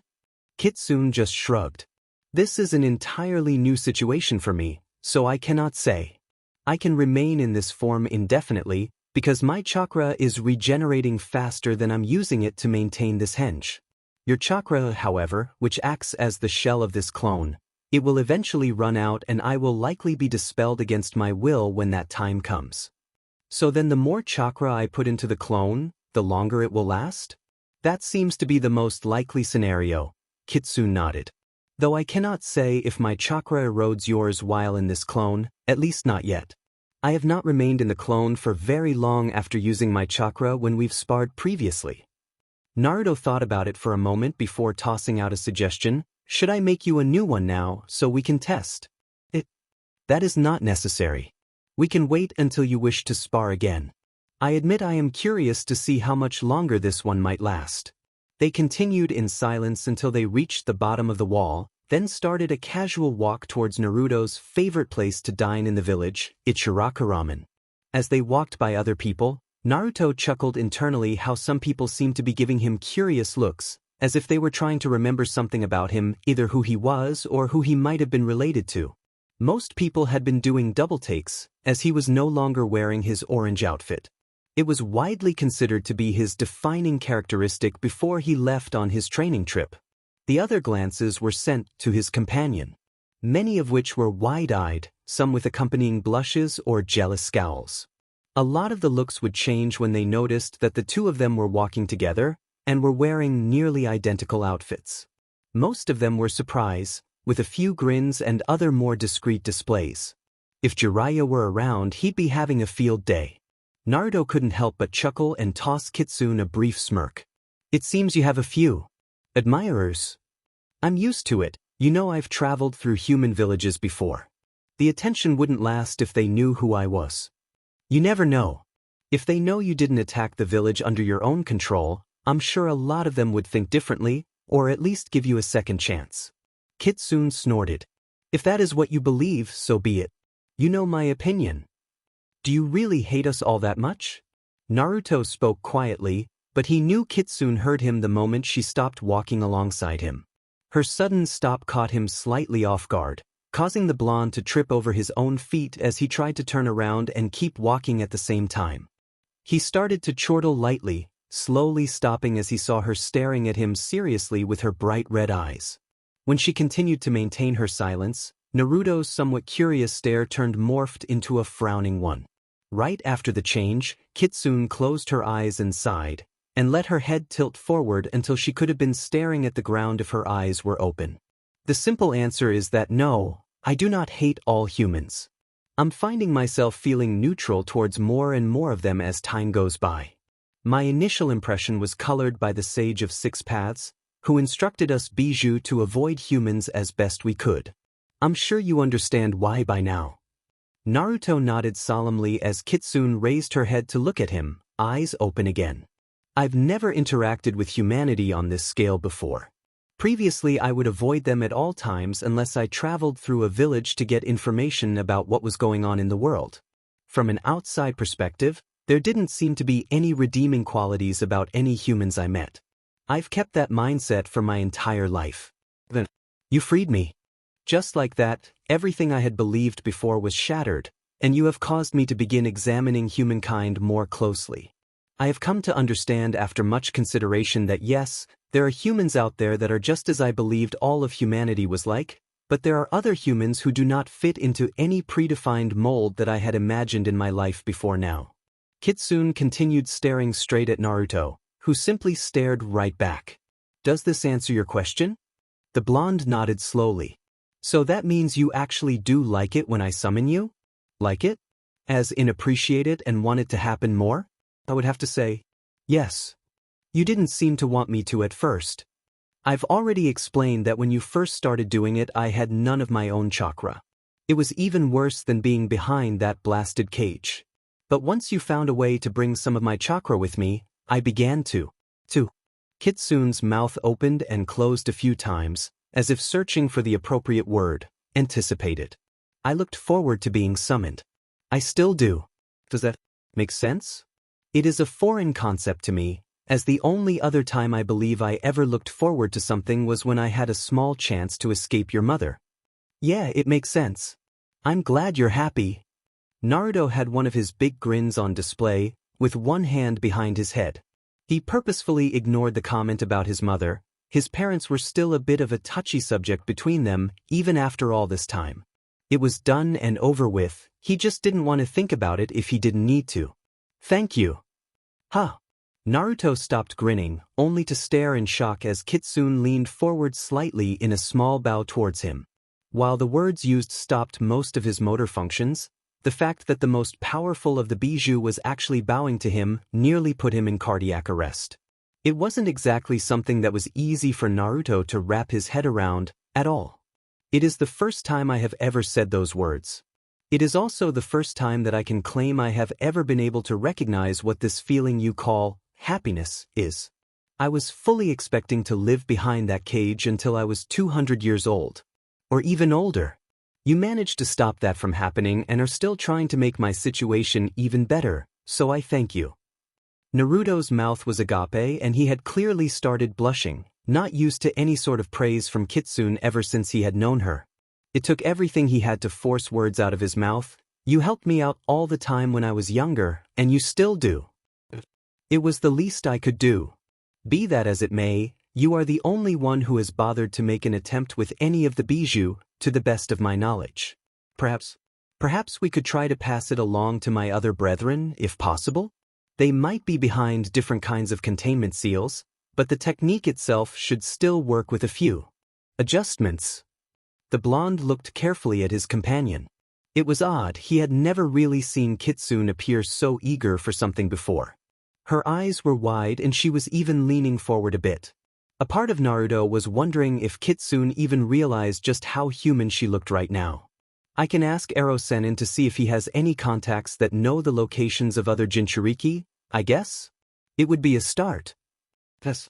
Good idea. Kitsune seemed strangely enthusiastic, leaving Naruto stunned. His once again slack-jawed expression must have snapped Kitsune back to her usual self, since the redhead almost immediately mellowed out and folded her arms over her chest, looking away. What an odd feeling. It seems once I understand the meaning behind an emotion, I can express it without even consciously trying. I will have to think about that. But first, I still owe you that ramen. Come with me and close your mouth, unless you're trying to catch insects in it. Naruto was only vaguely aware of his mouth clicking shut as Kitsune grabbed his arm and started dragging him towards Ichiraku. This was scary. Kitsune was quickly starting to turn into another Sakura. 5 days later, Heaven and Earth Bridge. It's Orochimaru. Naruto tensed, noticing the new figure appearing from the other side of the bridge just as Sakura hissed out the all-too-familiar name. They had come here based on some information that a now-deceased member of Akatsuki named Sasori had given them. After returning from rescuing Gaara, Sakura had reported that the man she fought had given her a meeting location for one of his spies, who would likely have information that Konoha would be very interested in obtaining. When Sakura asked why he was telling her this, he simply stated that it was a gift for defeating him. The information was relative to an old thorn in his side, but Konoha would likely benefit if they acted on it as well. Their new squad leader, Yamato, had gone out disguised as Sasori to meet with this spy. Naruto and Sakura both tensed in their hiding place when Kabuto revealed himself. Both believed that with Kabuto around, his master was not far away. Unfortunately for them, they were right. Arg! Naruto's fists clenched and released rapidly as he looked over the bush they were positioned behind. Should we ignore waiting for the signal and go back up Yamato Taishu? Sakura shook her head, a grimace on her face. No, we wait. I don't like it either, but he may still get away.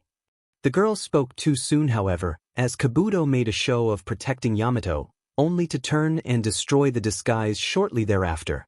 It was barely another few seconds before Yamato was motioning for them to come out from hiding.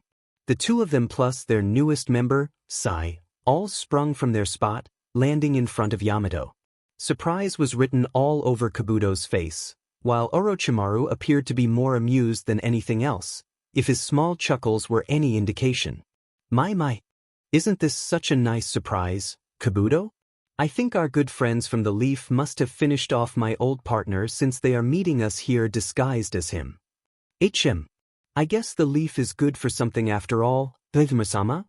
Kabuto's voice was dripping with sarcasm, and a grin slowly appeared as he pushed his glasses up on the bridge of his nose. Indeed. I must say, I'm surprised to see you here, Naruto-kun.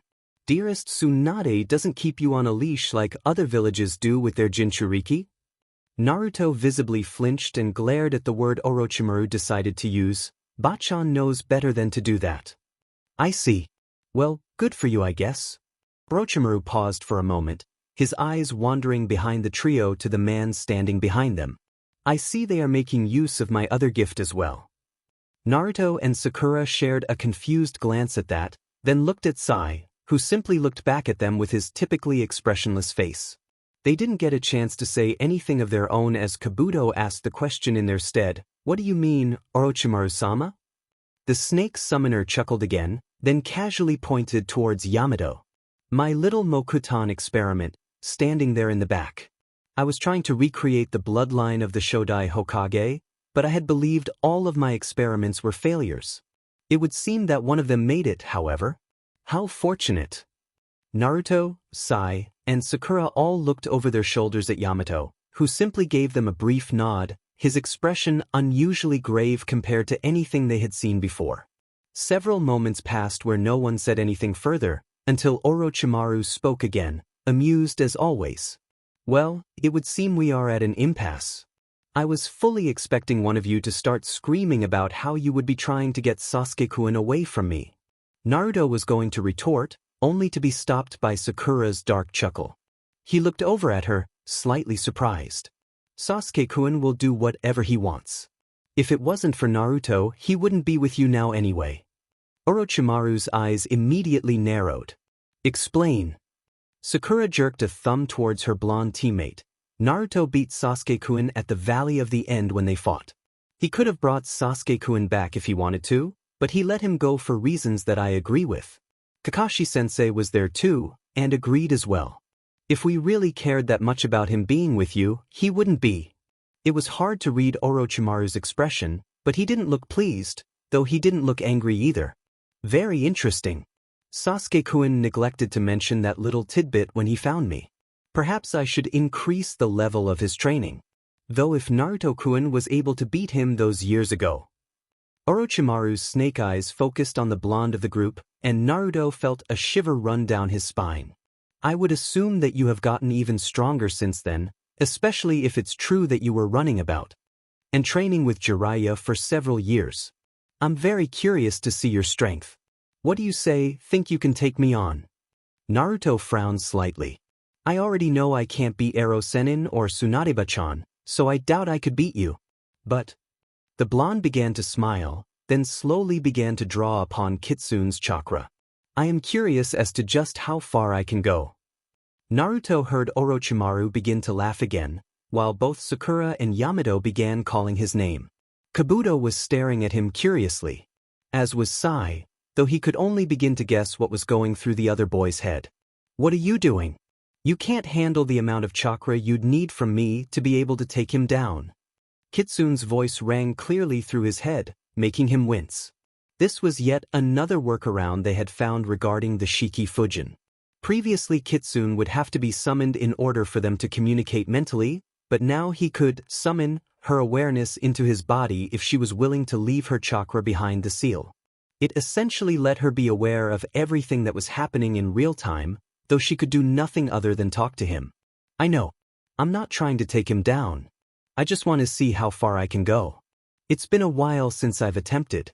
Tisich, whatever. Just don't lose your mind to my chakra. I'll try to keep it down to 4 tails. Any more than that and I can't say I'll keep control." Kitsune didn't respond, as she likely moved her awareness back behind the seal to control her own chakra. He immediately turned to stare at Sakura, who was giving him a worried look. Kitsune's chakra had already begun whipping around him, and without looking over his shoulder he knew that he had already pulled upon at least 3 tails worth. A 4th tail was not far behind, as he could feel the wild chakra pushing down upon his consciousness.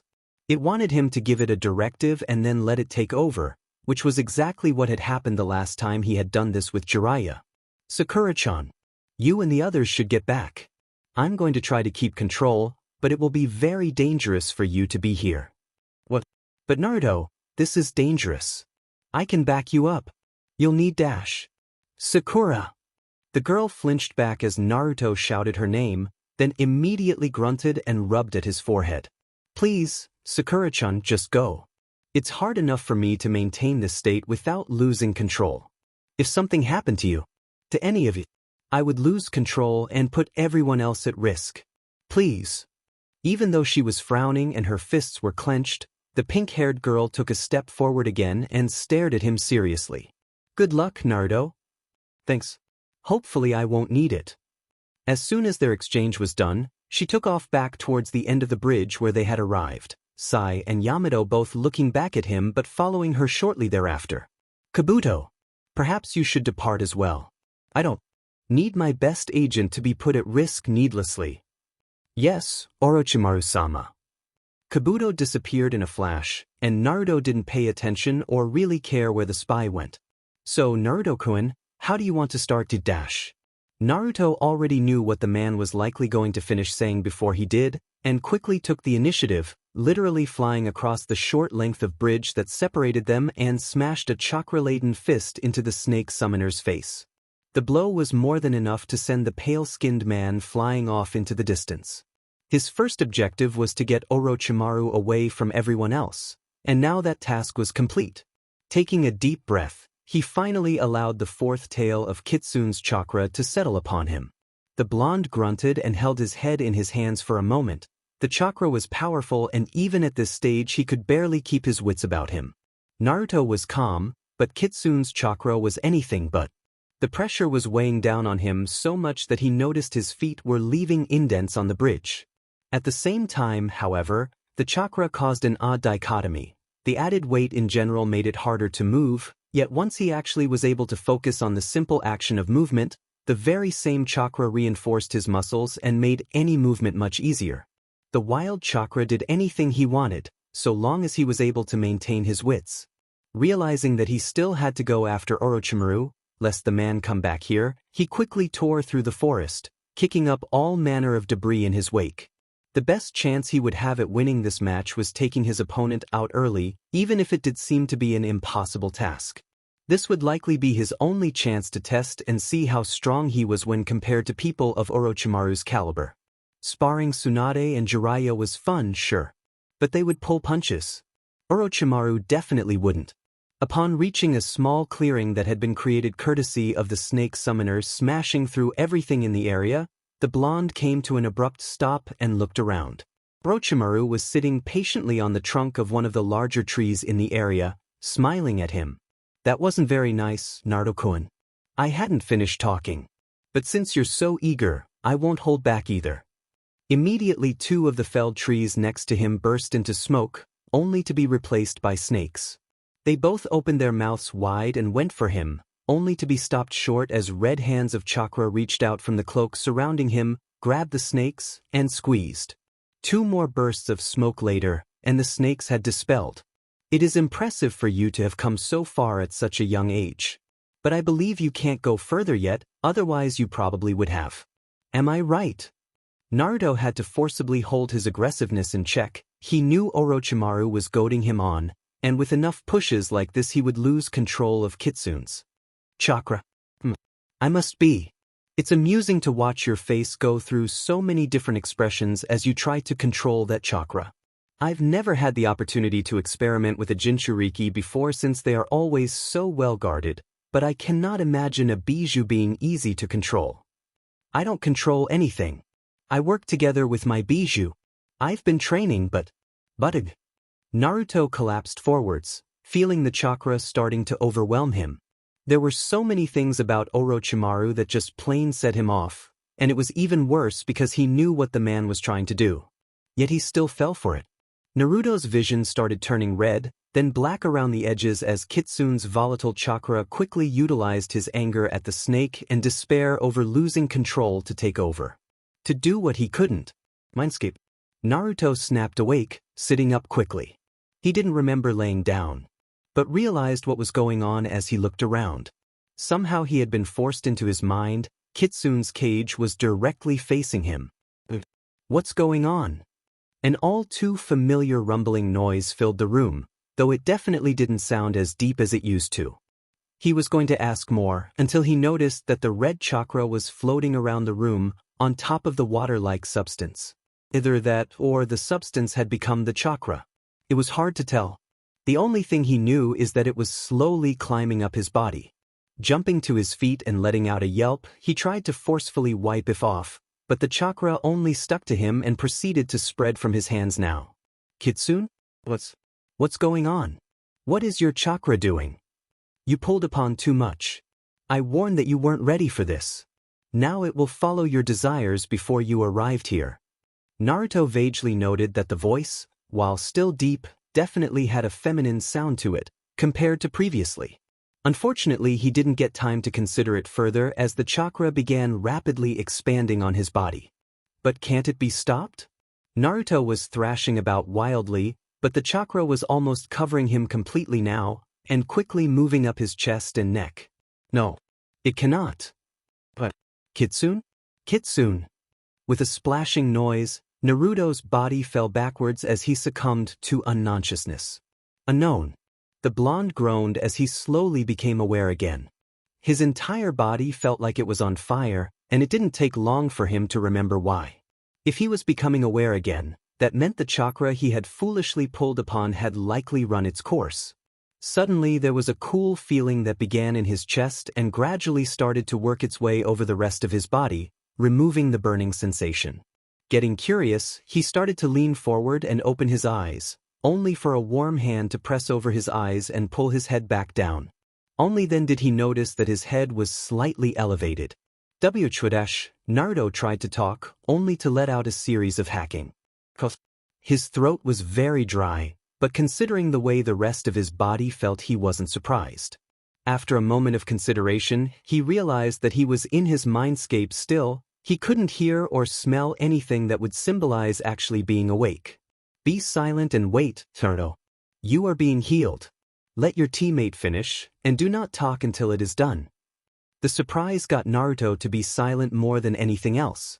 He hadn't given any thought to who the hand had belonged to. The voice was definitely Kitsune's though. Somehow she managed to get in her human form outside of the cage, unless he was for some reason inside of it. Not being able to see or talk kept him from knowing. Since he was still in his mind, though, that meant on the outside Sakura was healing him, which meant she was still alright. That was good news. Hopefully he won the fight. The cool sensation had spread through pretty much all of his body by now, getting rid of what he assumed were burns from using Kitsune's chakra. Once it was done, Kitsune lifted her hand, and he was finally able to open his eyes, only to see her leaning forward over him, a strange expression of concern on her features. Her bright red eyes were looking over him curiously, and he couldn't really remember ever seeing her like this. How are you feeling? The question surprised him, mostly because he'd never heard it before. Usually she just scoffed at him or talked about his injuries as if they were nothing. Much better than I was a minute ago. You said Sakura-chan was? Healing you. She foolishly tried to intervene in the fight when you got knocked back across the bridge, but I managed to keep my chakra from harming her. Barely. Naruto's eyes closed and he let out a sigh. Thanks. I was too weak, again. Kitsune eyed him over another time before shaking her head and replying, You just don't have enough experience in using my chakra. We will need to find a way to enable you to practice without alerting everyone within miles. Other than that, you'll need to learn to accept who you are before you can fully master using my chakra. Accept? Poem. What do you mean? All of those human emotions and feelings you suppress. You may not realize it, but I can hear your true desires in some situations, like I did when you went to fight Orochimaru. You wanted to kill him, even if you were just telling yourself it was just to test your own strength. Kitsune let out a small sigh before continuing. Until you understand and accept the way you feel about yourself and your life, my chakra will always be conflicted within you. I'm sure you've noticed how well it works when you get angry. Yeah, I've been trying to stop that. Well, don't. There is a difference between controlling your anger and letting your anger control you. I'm sure you know which one has been happening more often. Naruto grunted as he braced his arms on the ground, then slowly pushed himself forward. He opened his eyes. As he sat up, turning slightly to look at Kitsune. She was kneeling on the ground, and he felt a butterfly sensation in his gut upon realizing that his head had been resting on her lap. The moment he turned around more fully, she nodded at him, then began fading from view. Hey, where are you going? Back behind the cage. Your awareness is returning, so I can no longer manipulate the seal to any degree. I could only bring my awareness out here, but all my chakra is still behind the cage. I simply used your chakra to create this form. Naruto was surprised, the emotion coloring his voice. You can use my chakra? Only to a limited extent. Kitsune's human image disappeared, and the voice resumed after a small break, once again louder and deeper throughout the entire area, though Naruto could still clearly hear Kitsune's human voice mixed in. I know my own chakra cannot go beyond the seal, but I did not know if my awareness could without you coherent enough to summon me.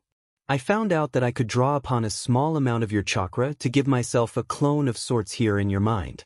Apparently your subconscious would allow me to while you were unconscious, but once you began to awaken, my hold on your chakra began to slip away, until I lost it.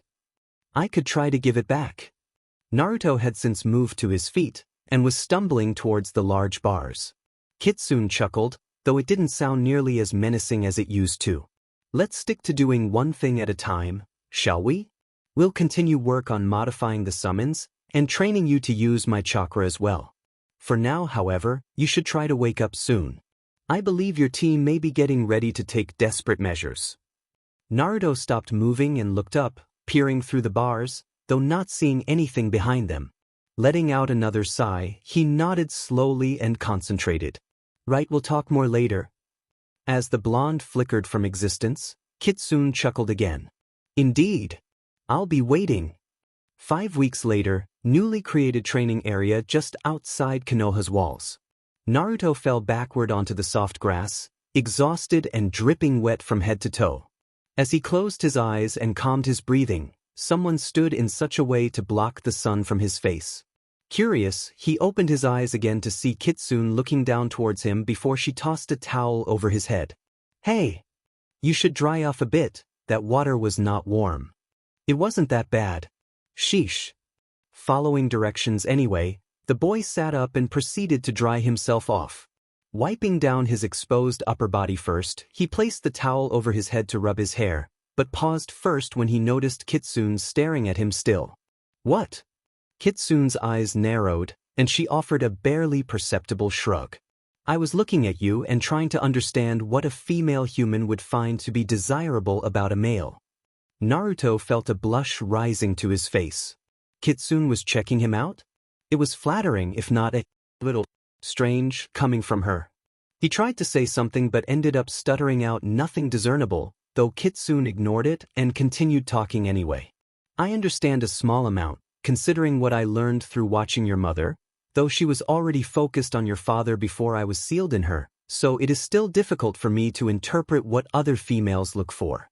But with so many human pairs that I have seen in this village alone, it is not that difficult to process, is it? Naruto opened his mouth to reply, only for a giggling noise to interrupt him. Both he and Kitsune turned to look at Kakashi, who was leaning against a nearby tree stump, orange book in hand. Yamato was sitting nearby on the ground as well, eyes closed in a meditative posture. Kakashi had easily accepted Kitsune's presence, much to his relief. Thinking back, however, he recalled that his sensei was one of the most laid-back people around. When not being attacked or threatened, anyway, his reaction shouldn't have come as much of a surprise.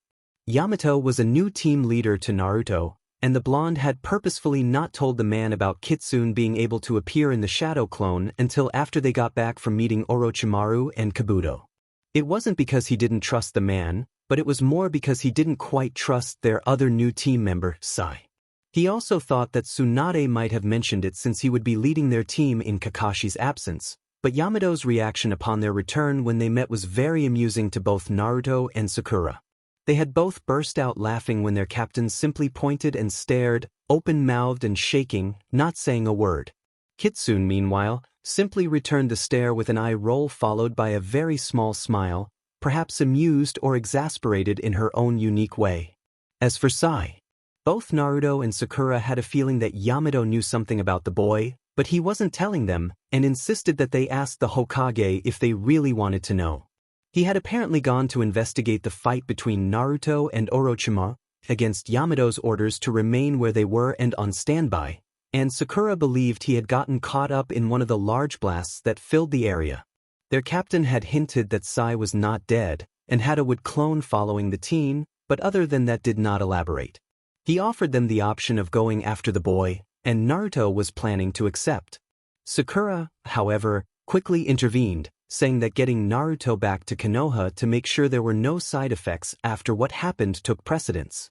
The blonde wanted to argue, but she stopped him, saying that it was her duty as a medic nin to make sure he was in good health, and that she'd rather take care of an injured friend and teammate and make sure he was okay, rather than go try and hunt one down that went against Yamato's XPLCT orders to stand down. Their captain almost immediately agreed with her, and they returned to the village, their newest teammates' whereabouts unknown. A light bonk on his head made him flinch, and he craned his head to look up at Kitsune as she gave him a slight glare. You used to complain that I didn't talk enough, yet now that I do talk you have decided to ignore me? The blonde paled. What? I'm sorry, I was just thinking back about the bridge, and we don't know what happened to Sai still. Kitsune stared at him for a moment, then offered another one of her imperceptible shrugs. So? He understood even less about emotions than I did. Neither of us like him. At all. We've discussed this. I know. It's just... Oh, never mind. What were you saying before? Kitsune growled before answering. I was asking if it was truly a difficult process for humans to find a partner, considering how many of them I've seen in this village alone. A partner? You mean like on a team? No. A companion or mate. Naruto was stunned once again, but managed to keep his face impassive somehow. This was probably one of the very last conversations he ever expected to have with the Bijou, as she had always previously displayed nothing more than a passing interest in any humans, with few exceptions. Can be hard sometimes. I know there are some that are part of clans so they don't get a choice, or sometimes they can be required to have more than one. But for everyone else, it usually happens where you are with or around someone for a long time and just start liking them more and more. You weren't with Haruno for very long before you started chasing after her. That comment brought Naruto up short, remembering back to when he used to constantly nag Sakura about dates. Sakura-chan was like me. She wanted acknowledgement, like I did. I tried to give it to her, but as you know, she didn't want it from me. Naruto sighed and shook his head. So it doesn't always work out. But if you want to know what girls look for in a guy, you should probably go talk with Sakura-chan. She could probably tell you what girls look for, since I obviously have no idea. Kitsune's face morphed into an expression that could be best described as having tasted something repulsive, but it didn't last long. I cannot think of anything better, so we will go with that. Anyway, you've rested long enough. It's time to practice drawing upon my chakra now. Naruto groaned as he rubbed his forehead, slowly climbing back to his feet. Ugh, SLV driver. You know it. I'll go grab the Mokuton user, you prepare yourself. The blonde sighed as he looked up at the sky. When the hell was lunch? The next morning. Where are we going? Sakura turned her head slightly so that she could look at her current companion out of the corner of her eye. We're going to pick up Ino at her family flower shop before we meet up with a few others at the park. Ino. She's the Yamanaka? Yeah, why? Kitsune idly scratched at the side of her chin. I can remember dozens of women named Ino that I've heard of or met briefly over the course of my life. I was just trying to remember that she was the most recent. You can remember them all? That's pretty amazing. Sakura usually kept herself tone neutral when talking to Kitsune, but she couldn't help but express some small amount of awe at Kitsune's memory capabilities. It can be a boon, or a curse, depending on your perspective. I never forget anything I experience, as if it happened yesterday. Sakura wasn't quite sure what to say to that, as she could imagine it being exactly as Kitsune said. Something horrible may happen that she'd be able to remember in perfect clarity for the rest of her life. She couldn't help but shiver just thinking about it. The rest of the short trip to the flower shop passed with silence between them. The pink-haired girl still was not certain what to make of the Bijou walking next to her. Other than being incredibly blunt about things, and sometimes downright rude when she talked to people other than Naruto, Jiraiya, Tsunade, and a small list of others, Kitsune was known for being quiet and observant. Though, if anyone came across her sparring Naruto, they'd think she was incredibly strong. Things between them were still cool at best, Apparently she had done a good job of ruining her image in the eyes of Kitsune when she used to ignore or turn away Naruto constantly in the academy.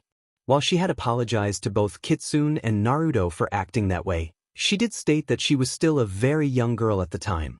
Naruto forgave her easily as he always did. But Kitsune was still chilly towards her. Until today, apparently. Naruto and Kitsune had shown up at her doorstep this morning, with the blonde begging her to go out and about with Kitsune and tell her all about the girl things that he had no idea how to explain.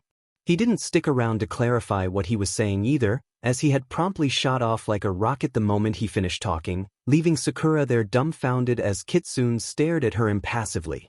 It took forever for her to understand just what it was that Kitsune wanted. Or needed to talk about. Deciding it was best if she had a group opinion about the questions Kitsune was tossing at her, she offered to get a group of them together to talk about things. After thinking about it for nearly a full minute, Kitsune eventually agreed. The ringing door chime brought Sakura's thoughts back into focus as she stepped through the doorway into the store. She had walked the path to Ino's so many times before, she could do it blindfolded if she needed to. "Good morning." "Welcome, hey Sakura. I got your message. So can you come out for a little bit, then?"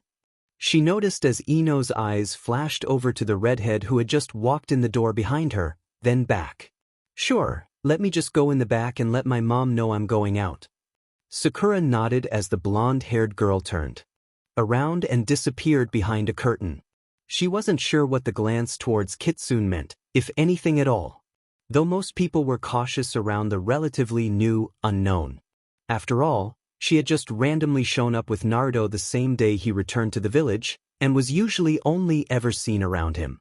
In the rare occasion that she was spotted alone, she was usually doing a mission and only spoke in brief sentences, if she even said anything at all. "Okay, I'm ready to go. I'll have to be back by mid-afternoon though, I hope that's okay?" "It's fine. What I have to ask shouldn't take that long." That Kitsune answered was surprising to both Ino and Sakura. The two of them turned to look at the redhead who appeared to be focused on some roses. I see. All right then, let's go." As the three of them left the shop and began walking down one of the many roads in the village towards the park they were meeting at, Ino began chatting with Sakura about some of the latest village gossip.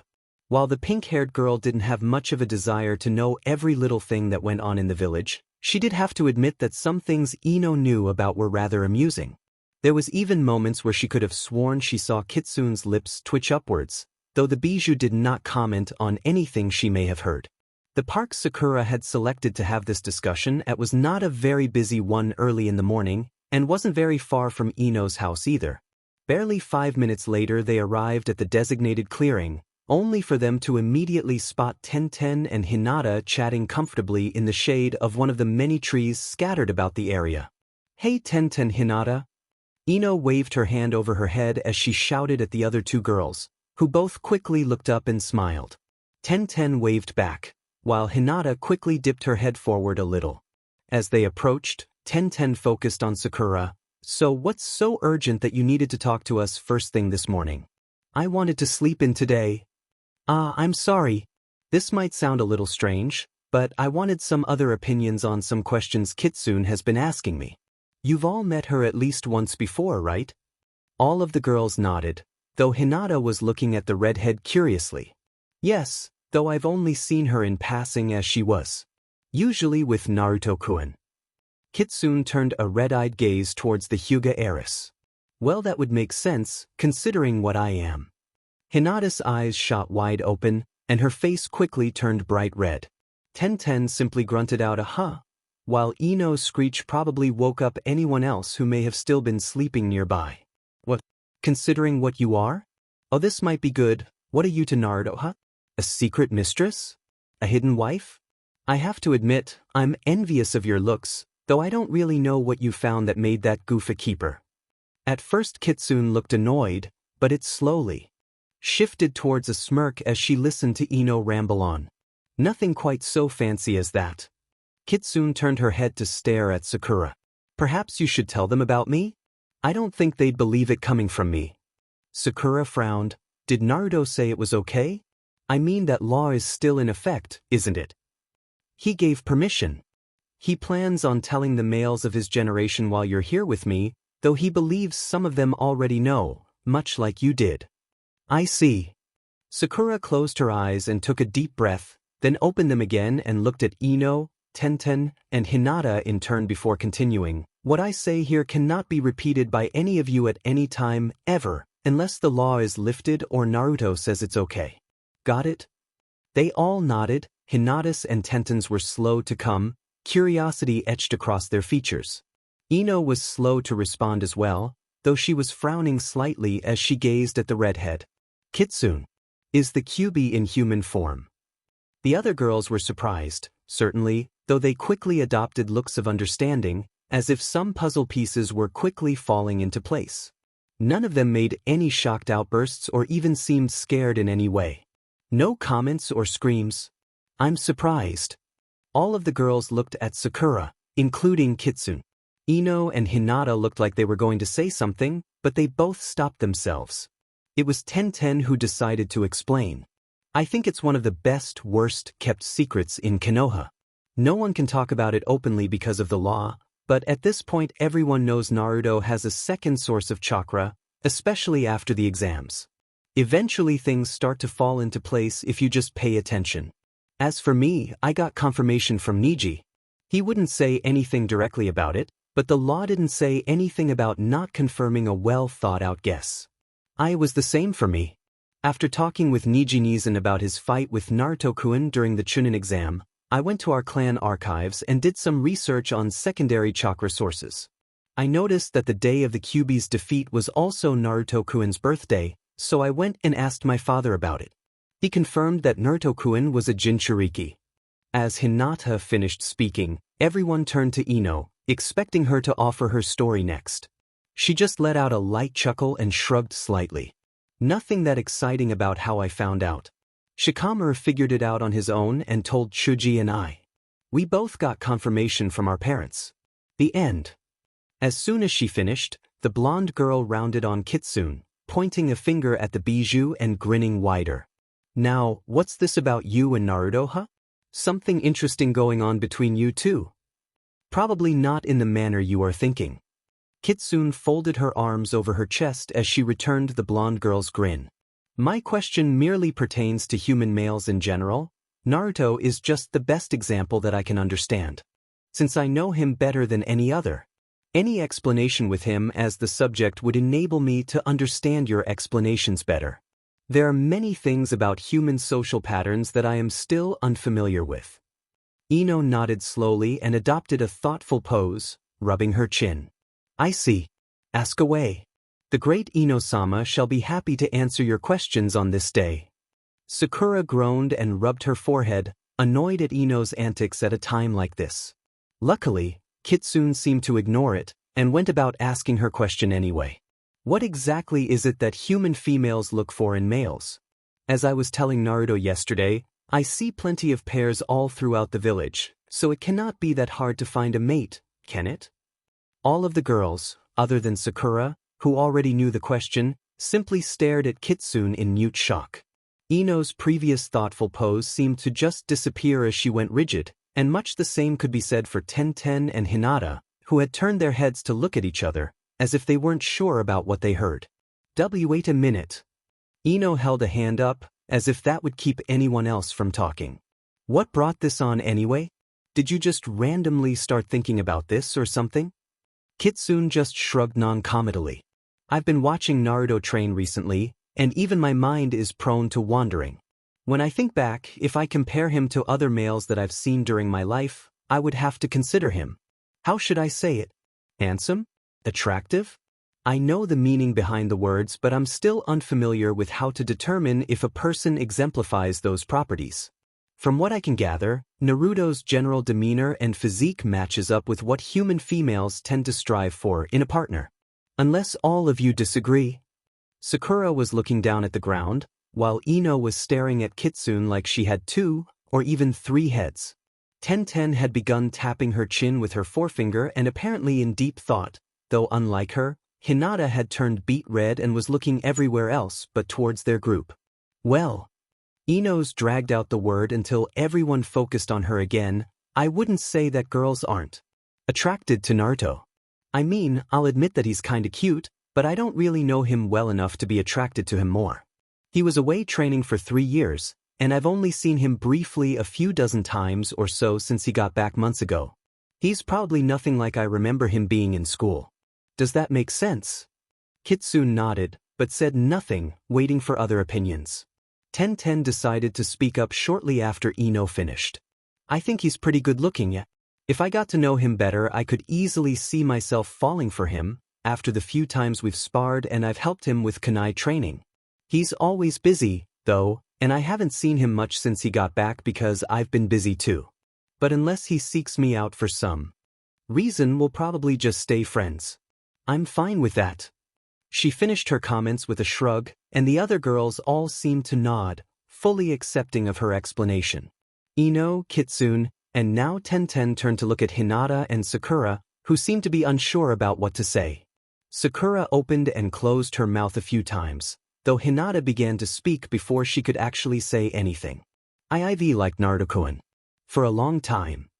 Hinata's shoulders sagged, as if she was in the process of explaining some heavy burden. Unfortunately, he isn't a member of a clan, and as my clan is right now, they will not allow me, the heiress, to marry someone who isn't in a clan themselves. So until my father decides to step down, Hinata choked back a sob, and both Ino and Sakura moved closer, resting a hand on each of the girls' shoulders. It's okay, Hinata, we understand. You don't have to continue. Hinata nodded, wiping at her eyes as she gave Ino a watery smile. Unfortunately, I do not understand. Why can you not simply say how you feel? She could say it, Sakura began to explain, but she wouldn't be able to enter into a relationship with him because of her clan's rules right now. Essentially, she's saying that if she were to start something now, they may reduce her status or even kick her out of her clan.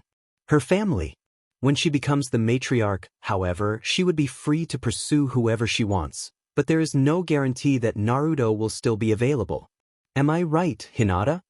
The somewhat sullen girl let out a heavy sigh before she nodded. You are correct. Kitsune walked up a little closer and looked carefully at Hinata. The other girl let out a little eep as she was being inspected, and fidgeted slightly, but Sakura and Ino's hands on her shoulders kept her from backing away. May I ask, what is it that attracts you to Naruto? It didn't take long for Hinata to blush and continue getting redder. Her mouth opened and closed a few times as her eyes darted around everywhere, though before she could say anything, some interesting thoughts must have popped into her head since she fainted dead away. Both Sakura and Ino let out startled shouts of surprise, then had to quickly adjust in order to hold the girl and set her down gently before she landed in a heap. I can't believe she still hasn't grown out of that. What? Sakura looked over at Tenten, who seemed more amused than worried. Niji used to complain about this from time to time. Whenever Naruto ever came up in their conversations, she'd turn into a wreck. He doesn't know how to break her from that either, and he doesn't want to think she's, well, a secret pervert or anything. Sakura blushed as she looked at the dark-haired girl on the ground once again. Hinata? But now that she thought about it more. As interesting as this conversation is, Naruto is calling for me. Apparently the sage has a mission for him. He seems excited to get going, and he believes I will be as well. Kitsune paused for a moment, taking a deep breath and apparently preparing herself to say something else. Sakura, Ino, and Tenten, however, were simply trying to change gears in their minds as Kitsune had totally changed the subject.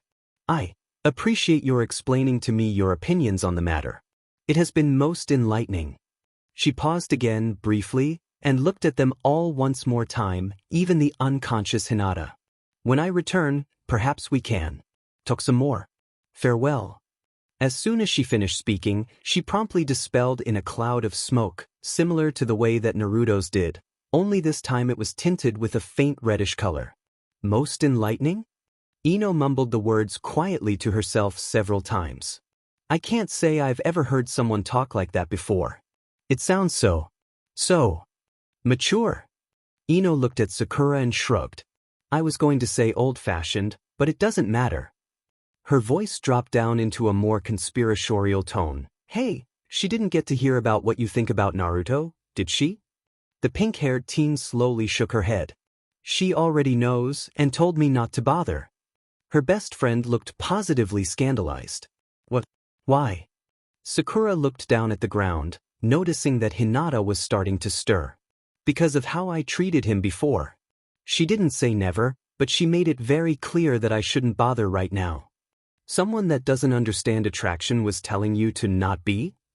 Sakura tossed her friend a wry smile as Hinata began moving again. Ten was leaning down to help the girl to her feet. I know. Funny, isn't it? I'll tell you more later, but right now I'm gonna make sure Hinata is okay. Sure thing, forehead. Ino's voice dropped down low enough to be just a mumble. This I've got to hear.